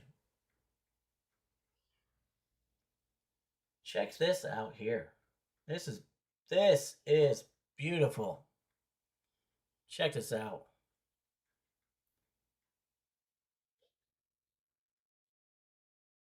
In the first image, the wall cloud and mesocyclone are vertically stacked. This is favorable for tornado formation. In the second image, however, a keen eye could discern that the wall cloud, now with attendant weak tornado, has been displaced well to the northwest of the parent mesocyclone that it was once beneath. As a result, while the parent mesocyclone continued moving forward to the northeast, driven by the strong internal pressure perturbations of a broad circulation, the smaller tornado cyclone detached from the mesocyclone and thus no longer under the influence of the pressure perturbations is left to instead be guided by the wind or the main wind.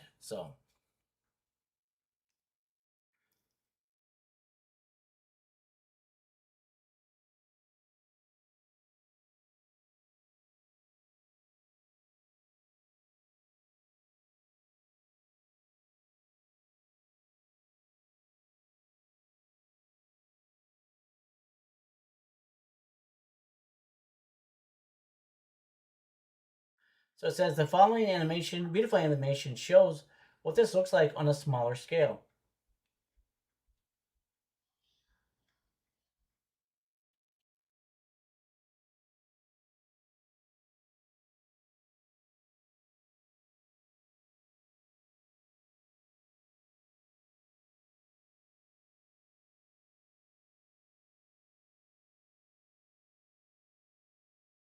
So again, I'm not going to get into photographs. I'm not going to talk about photographs tonight, but we will get into them eventually here. But again, um,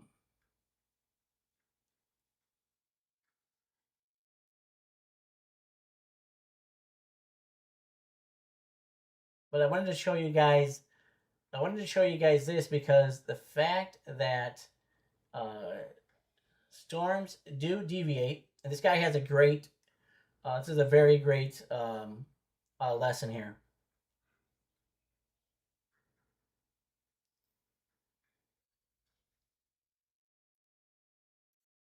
But I'm going to keep it. I want to keep it high level. I don't want to get to at least I don't want to get to the not until I taught you guys about photographs, so we can start talking about photographs there and everything and get into that. But basically, what we learned here is that storms can deviate by um, many different types of different whether it's terrain, whether it is wind shear, multiple other different things here. Yes, currents and jet streams, boundary layers, influence of other storms, temperature. That all can play a role in deviant motion from tornadoes here. So it's a lot of good stuff. A lot of good stuff there. So that's is really the most known meteorology behind why storms deviate, and why they get weird wonky paths for. So yeah, so that is just really something to really think about there. That tornadoes do not go in a straight line. They go wherever the heck they want to go, and sometimes they make loops. Sometimes they make squiggly lines. Sometimes they'll head south and then they'll head back up north. Sometimes they'll head north and then they'll head back south. Sometimes they'll start east and they'll go move west. It's just very weird. Again, there's a lot of different thermodynamics in play. Lots of different, just different parameters that are in play as well. So, questions, comments, anything about tonight's lesson? That is tonight's lesson. I wanted to keep it shorter and kind of brief to the point. Like I said, I didn't want to get too deep into it. I just wanted to touch the surface to help you guys, be able to help you guys take more of that knowledge, from keeping it high level there. So, but yeah, it's a lot of great information as to why tornadoes do deviate and why they change for. So, but yeah, let me know if you have any questions, anything in the chat there. Thank you to everybody for still watching on Facebook. Thank you to everybody who's still watching on Twitch and Kick and YouTube. Thank you all for being in here. It's a lot of great stuff here again. A lot of great information in here. Just learning about it. So, but yeah, let me know if you have any questions in the comments. Please let me know. I'd love to answer your comments. And then if we don't have any questions or if we don't have anything like that, we'll move into the fireside chat of the live stream.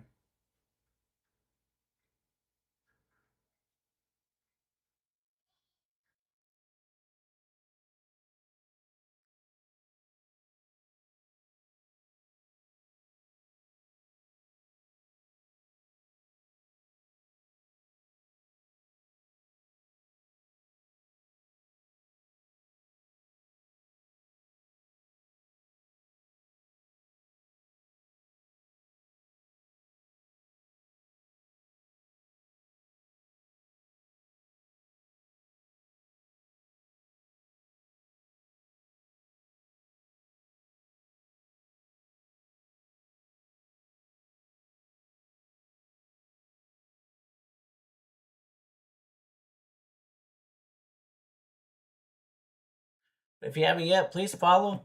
Please follow me on Facebook, uh, Twitch, Kick, YouTube. Appreciate that. So,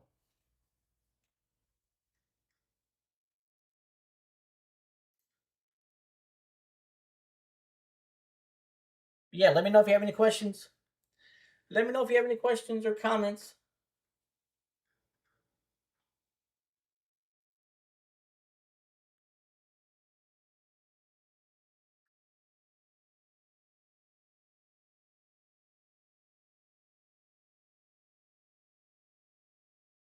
But thumbs up if you enjoyed it. Thumbs down if you didn't. Whatever. But let me know if you enjoyed learning.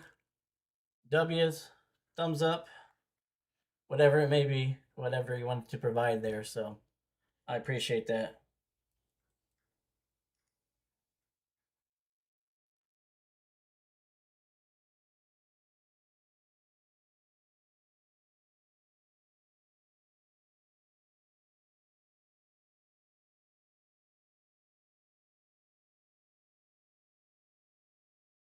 Thank you, Shane. Thank you, Debbie. Appreciate that very much.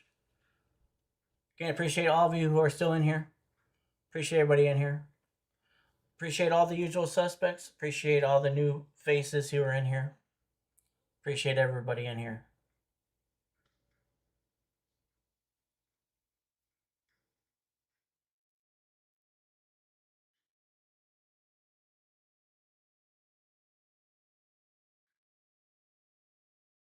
Thank you, Libby. Appreciate that. What's that? Oh, cool. Thank you, Libby. Appreciate that. Shane, no, not yet. That's still very close in the pipeline. That was actually going to be uh, what I had planned, but then once this storm happened last Monday, I really wanted to talk about, just for safety reasons and just for knowledge reasons, um, that just how deviant storms can be and just how imperative it is to really stay cognizant and in your safe shelter until the storm has fully cleared your area. So, oh, love you too. All right, love you, love you. But yeah, so that's another reason. That's the reason why I pulled this in to teach about this. But space weather is coming up. So that's going to be a fun topic. It's going to be a fun teaching session as well.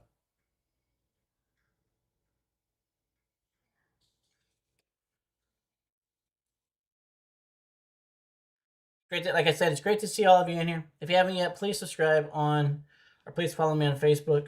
Please subscribe here on YouTube here. And then whatever Kick and Twitch have, whether it's subscribe or follow, please do that as well. Again, welcome into John Boy Severe Weather Lab Plus Education. Thank you for being here. I am a digital meteorologist, so you come to the right spot. If you want raw, real, trustworthy, transparent, live severe weather coverage, and if you want live weather teachings and live weather lessons as well, you've come to the right spot to nerd out on weather, to learn about weather, to be a weather buff. So to help you grow and help myself grow, right? So we all bounce knowledge off of each other, and we grow each other in that. So I'm happy to provide any type of knowledge I can provide when it comes to weather. So, and weather is a constant learning. It's just like any job, right? But weather, it's constant learning. You never stop learning because it constantly changes, right? So you just never you never stop learning. You never do. It's a constant learning all the time. What did Libby say here? Libby says, is solar wind speeds going to be part of that lesson? Yes, solar winds will be on there. Coronal mass ejections will be on there as well. CMEs. If it has to do with space weather, it's going to be on there. So yes, solar winds and a bunch of other cool stuff. We'll talk about the magnetic field. We'll talk about some cool stuff. Radiation. We'll talk about how that all plays a part in space weather. Yeah, it'd be pretty cool. It's gonna be really cool. So,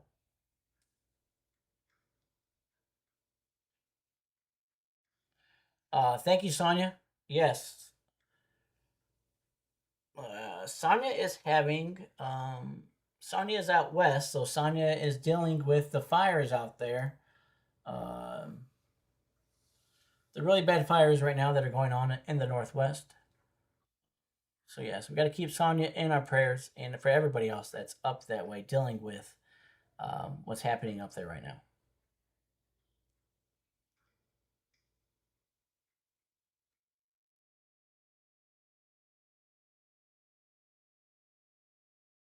Again, if you're just tuning in, looked at live severe weather coverage earlier tonight.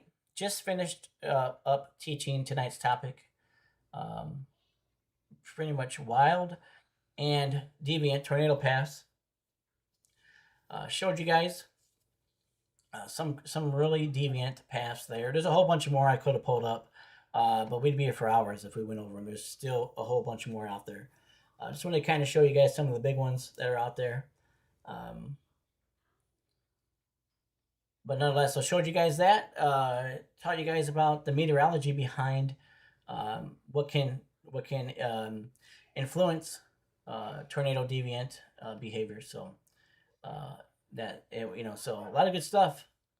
A lot of good stuff there. So great lesson as well. So yeah, so we'll jump into fireside chat and talk about whatever comes up. So this is, if you're new here, this part of the stream is where we just conversate about whatever and get to know each other and just talk about, again, whatever comes up. So another great night. Appreciate all you guys again for being in here. So highly appreciate it. Looking to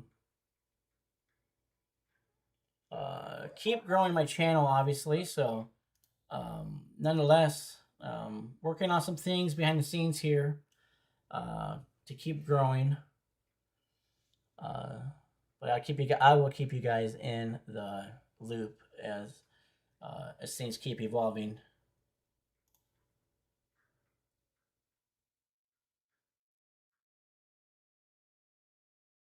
So yeah, definitely keep you guys in the loop here.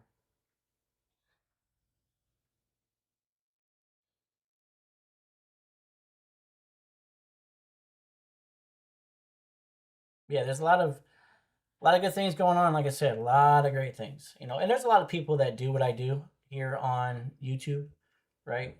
I mean, there's obviously there's the two most well names, right? Ryan Hall, y'all, and Max, right? So, um, but nonetheless,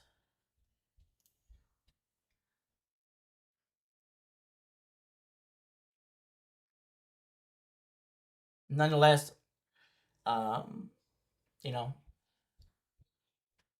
I'm just in a space that I love. I'm in a space to help people. I'm in a space to, um, grow. What's up, dude? Why? What's up? That's why. Yeah, give me like 15 minutes or so. Why? Why is that?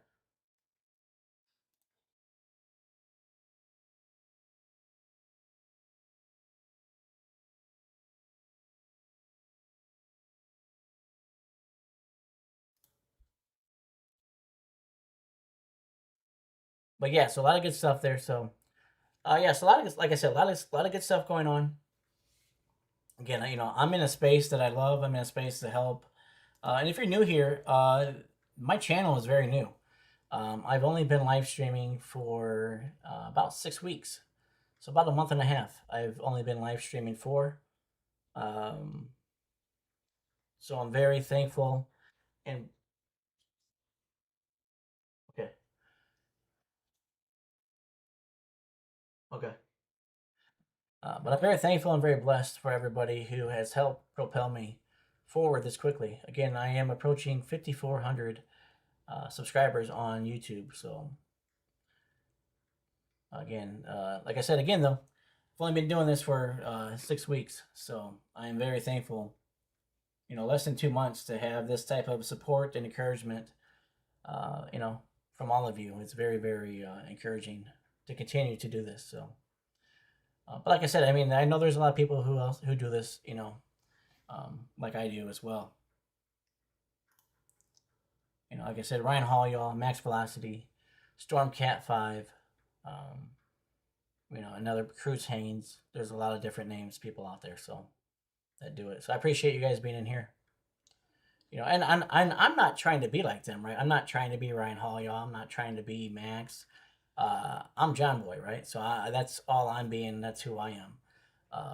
But one thing you're gonna find here though that you won't find in those streams is you will find teaching. You will find uh, you know lessons, and you will find um, answers to your questions, and you will find help, and you will find guidance when it comes to weather, things like that. So you won't find that in you know Ryan Hall y'all streams and Max's streams and stuff like that. So here you will find, or even on their channel, not even on their streams, because they only stream when it's severe weather. But I stream severe weather, but I also stream to help out the weather community and to impart my wisdom on you guys and teach you guys, and you guys help me and teach me things that I don't know as well either. So that's what separates me from them. Again, I'm not trying to be them. Not trying to be Ryan Hall. Not trying to be Max. Not trying to be anybody else. I'm only John Boy. That's who I am.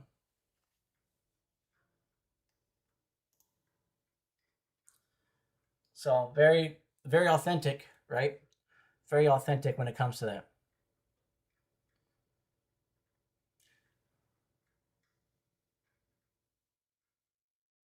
Thank you, brother Shane. Appreciate that. Thank you, Lonnie. Appreciate that, brother. Thank you, Lonnie, for being in here. Much love to you, brother Lonnie. Always good seeing Lonnie in here. because my what I one of my main goal or my main goal all the time in my streams is that you guys take away some tidbit or some nugget, some knowledge that maybe you did not have beforehand. So it's always my goal of any and all streams. So whether I am doing live severe weather coverage or I'm teaching a lesson, I mean, obviously when I'm teaching a lesson, obviously, but even when I live severe coverage, I'm still teaching you guys as I'm doing live severe weather coverage.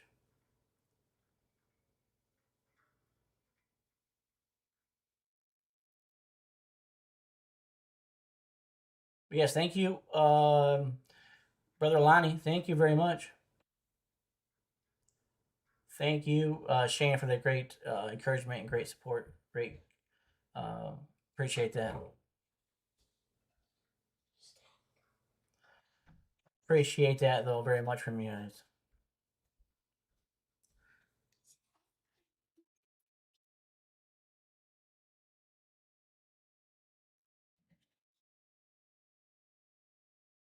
Okay. So yeah, so a lot of good stuff, a lot of great stuff. So again, if you're new here, um, again, yeah, a lot of good stuff too. Like I have planned. Can you turn it down a little bit, please? John boy, turn it down a little bit, please. But yeah, a lot of great things planned to um, hopefully be able to go. Hopefully, they'll be able to go and record at get some video at the National Weather Service office. See if they can do any type of sit down chat, any type of interview with some of the great folks there. So that's a goal to do that. Hopefully, get a tour there. Take you guys, with me on a tour. Hopefully, we have the radome. Hopefully, we have the radar. The radar, and just all the other stuff that goes inside of a WFO office. So, um, do some weather spotting outside as well. Maybe do some cloud spotting, um, storm spotting, things of that nature. So, because we're still gonna have some storms. It is early August. I mean, are we gonna have tornadoes? Um, are we gonna have tornadoes like April and May and June? No, we won't have that. Um, but we still have chance for storms, especially some derechos and things of that nature. Especially this is pretty much derecho month here. July and August is derecho months. So still a lot of chance for storms. And sometimes we do have those 2% days.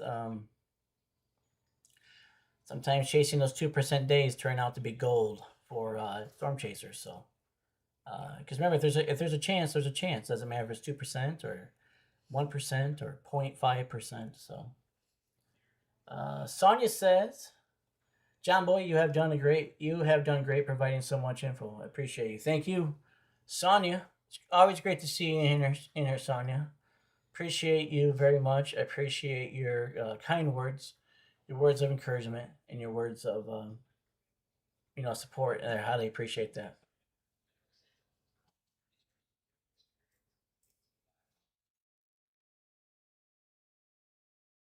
Yes, again, have a great night, brother Lonnie. Good night to you, brother.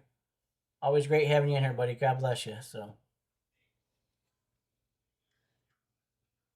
yeah, I appreciate all of you. So there's a lot of good things that are coming. And remember, I'm only, and I say this because I'm only a one man team, right? So, but I have a lot of ideas I want to do, but it really to do them um, takes more of a team than one person to really get it. I mean, I can do it. Um, it's going to take a little bit longer to get accomplished than if I had a team, working with a team or not. So, but yeah, but yeah, I have a lot of good goals planned, a lot of good objectives, a lot of good business um, makings, a lot of good branding, there. So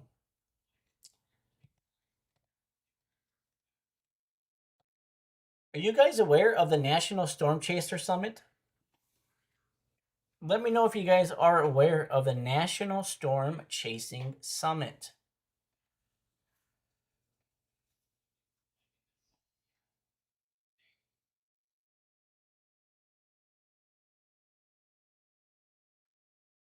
Has anybody ever heard of that? Shane has not heard of it.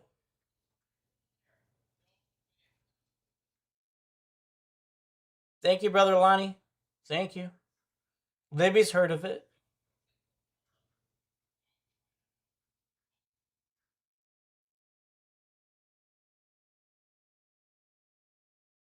I guess then the next question, the next follow up is: has anybody ever been to it? Has anybody ever been to the National Storm Chasing Summit?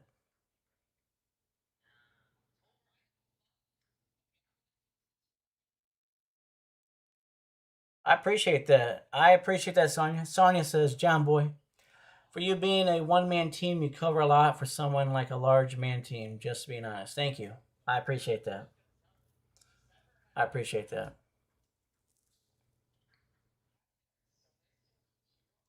Thank you very much, Sonia. I appreciate that. That means a lot.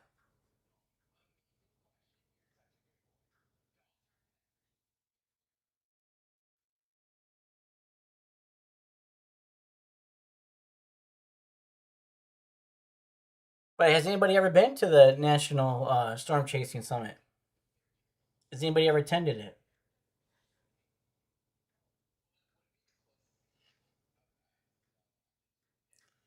It's a pretty cool thing. Sonia says no, but a few of my chasers have been there. Awesome. Yeah, it's a very, very, very awesome thing. Julie says, welcome back in, Julie. Julie says, I've heard of it. She says Kopic, Brandon Kopic, that is, uh, won Storm Chaser of the Year.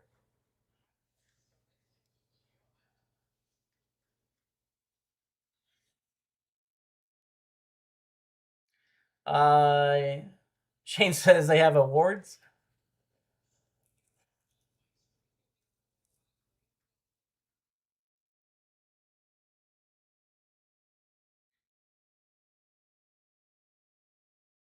But yeah, it's a pretty cool thing. I'm actually going to pull it up here.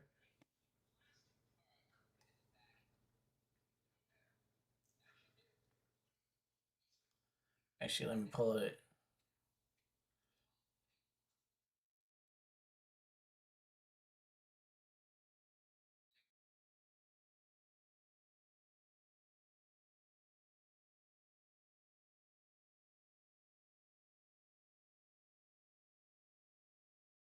Let's go to.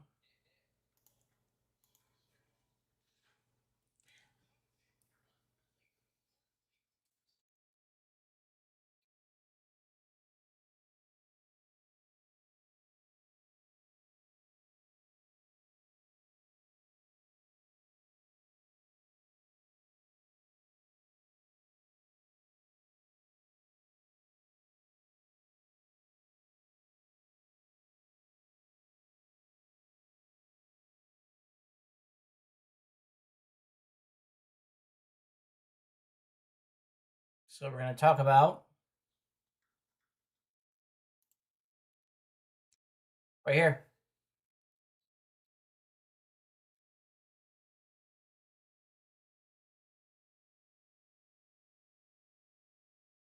I don't think you said anything wrong, Lonnie. Did you, buddy? I don't think. I don't think Debbie. I think you're all good, buddy.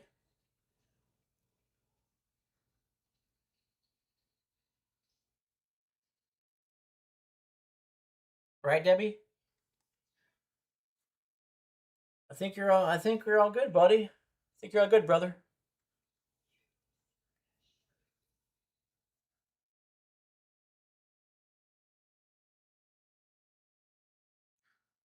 As far as I know, it does not. It does not change location. As far as I know, it's in Kansas here.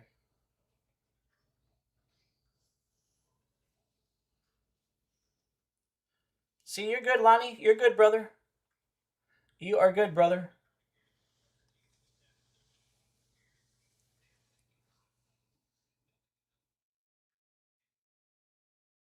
They do have an HOF. They do have a Hall of Fame.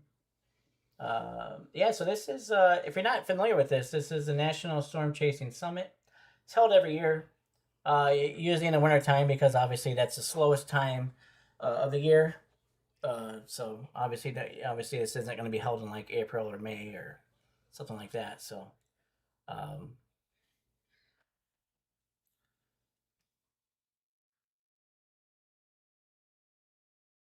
so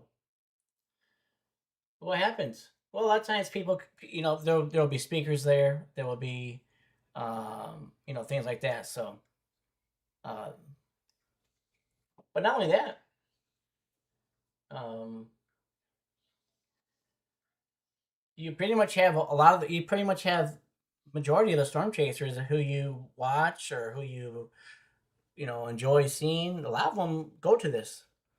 A lot of them will be there coming up in February of next year. So thank you, brother Lonnie.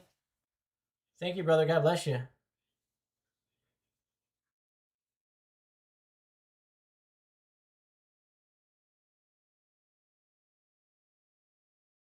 But yeah, so yeah, like a lot of the majority of the storm chasers that we watch here on YouTube, who we like or whatever, watch them on YouTube, watch them wherever you watch them at.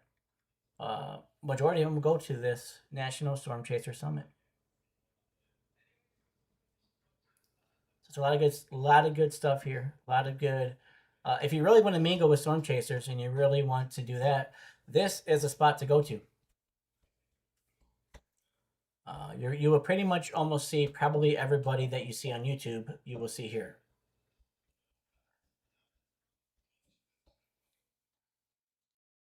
All from the big names: Reed Timmer, Dr. Reed Timmer, Brandon Kopic, right? I think John. I can't remember if John had shown me he's been here or not. But I think Freddie has probably. I think Freddie's been here. All the big names really in storm chasing have been to the Storm Chaser Summit, and even the lesser known names, which is cool because you still get to go there and you get to be in fellowship and have community and just really get to get your name out there and stuff. So it's a good thing to be around people like that. So yeah, if you never heard of it, check it out. It's right here. It's Overland, Kansas, February 4th through the 7th. It's a pretty cool thing. Pretty cool thing.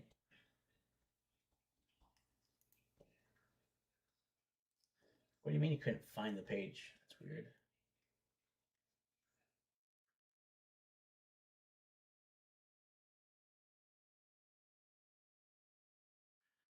So yeah, you see, we got looks like we got Max right here. It's like a young Max. This is a young Max right here? It looks like to me. We got Dr. Reed Timmer here, and this is Dr. Reed Timmer here. This is definitely Max. This is Max Velocity right here. The other guy, I can't make out who this guy is, and I can't make out who that guy is.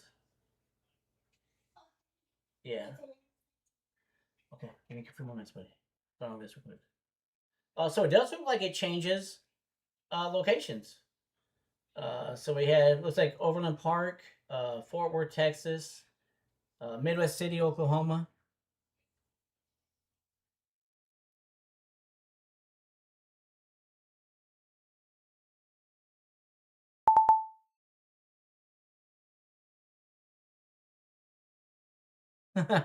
Julie says, but Max is still young. Yeah, he is. He is. Yes. So it does look like it does bounce around sometimes. Uh, but nonetheless, yeah,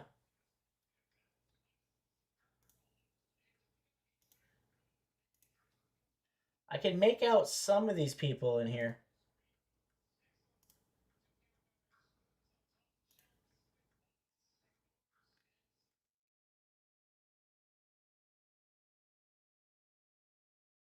But it's pretty cool nonetheless. It's a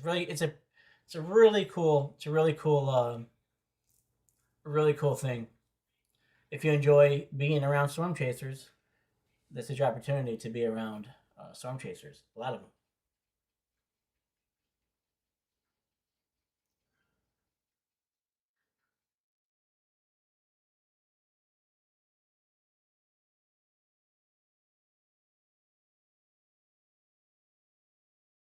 So really cool. Yeah, you'll find different people there from all over the weather community. Everybody from meteorologists, storm chasers, you name it. So it's not just storm chasers that are there. I mean, that's the majority of the, um, you know, of it. But there are a lot of other different people there as well.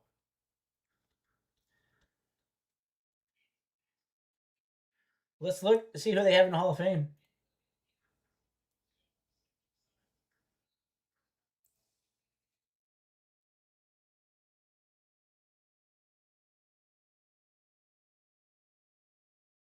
So they have David Holdley.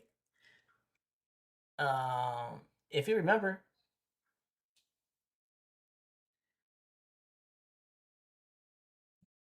if you remember my lesson before about storm chasing, the origins of storm chasing, David Hobley uh, is credited with starting storm chasing back in the 50s. So he was an 18-year-old, 18, 19-year-old, somewhere around there, 17, 18, 19 years old. Um, so David Hobley is in the Hall of Fame. Tim Samaras, we unfortunately know about Tim Samaras with the Reno tornado. Tim Marshall, Dr. Josh Warman. Okay. And then, so Dr. Josh Warman, love you, buddy.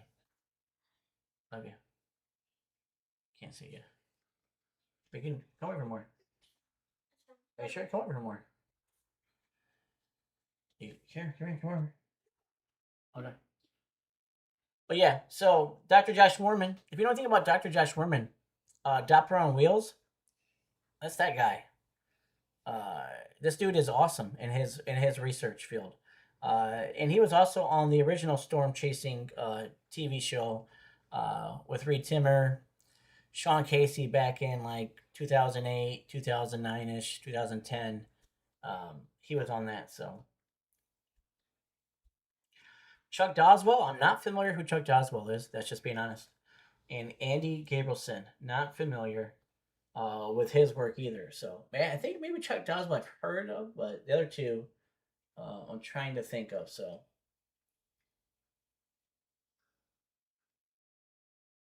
pretty cool stuff here.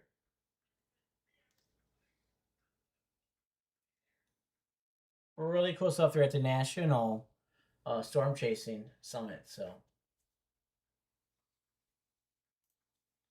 but pretty cool stuff to say the least. Pretty cool stuff. So,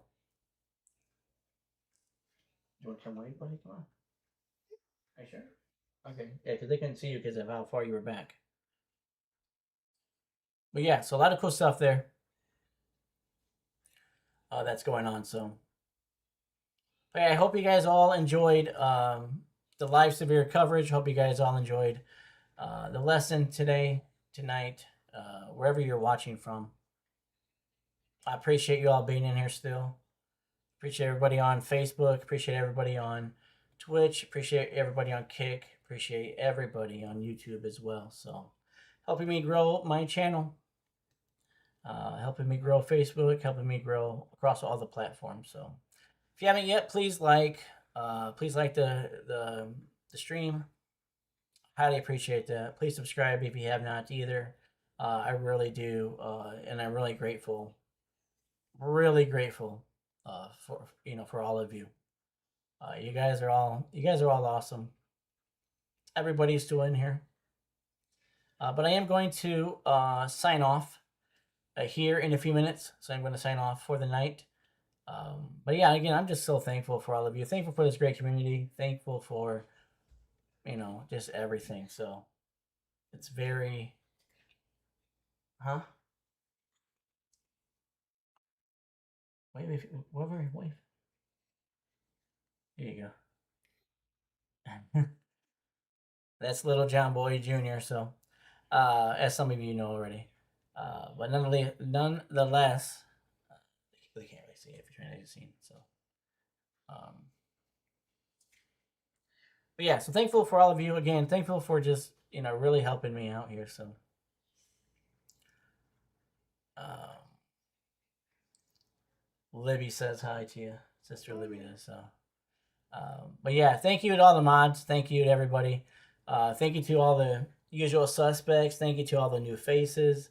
Thank you to everybody. I mean, I'm just so grateful. Again, tuning in here to John Boy Severe Weather Lab Plus Education, giving me the opportunity to just provide you guys, with hopefully some great content and to just be able to sit here and talk and chat and get to know one another, and be part of such a great community. So such a great weather community. So again, yeah, if you haven't yet, please like and subscribe across all the platforms. Please appreciate that, and please join Discord as well. You'll find the Discord link here in the chat, and you'll also find the Discord link on my YouTube bio as well. So please jump over to Discord. Share, mingle, talk. A lot of great stuff going on in Discord. So again, very thankful for all of you. You guys are all awesome. Again, thank you to all the mods. Thank you to everybody. Thank you to Brother John for sending his raid over here. If you guys haven't yet, please subscribe to Pastor John. Please, please, again, if you haven't yet, please subscribe to Pastor John, Storm Chaser John McKinney. Please subscribe to him as well. Please subscribe to Chasing for a Cause. Justin, he was in here a little bit ago, but to Justin's channel as well.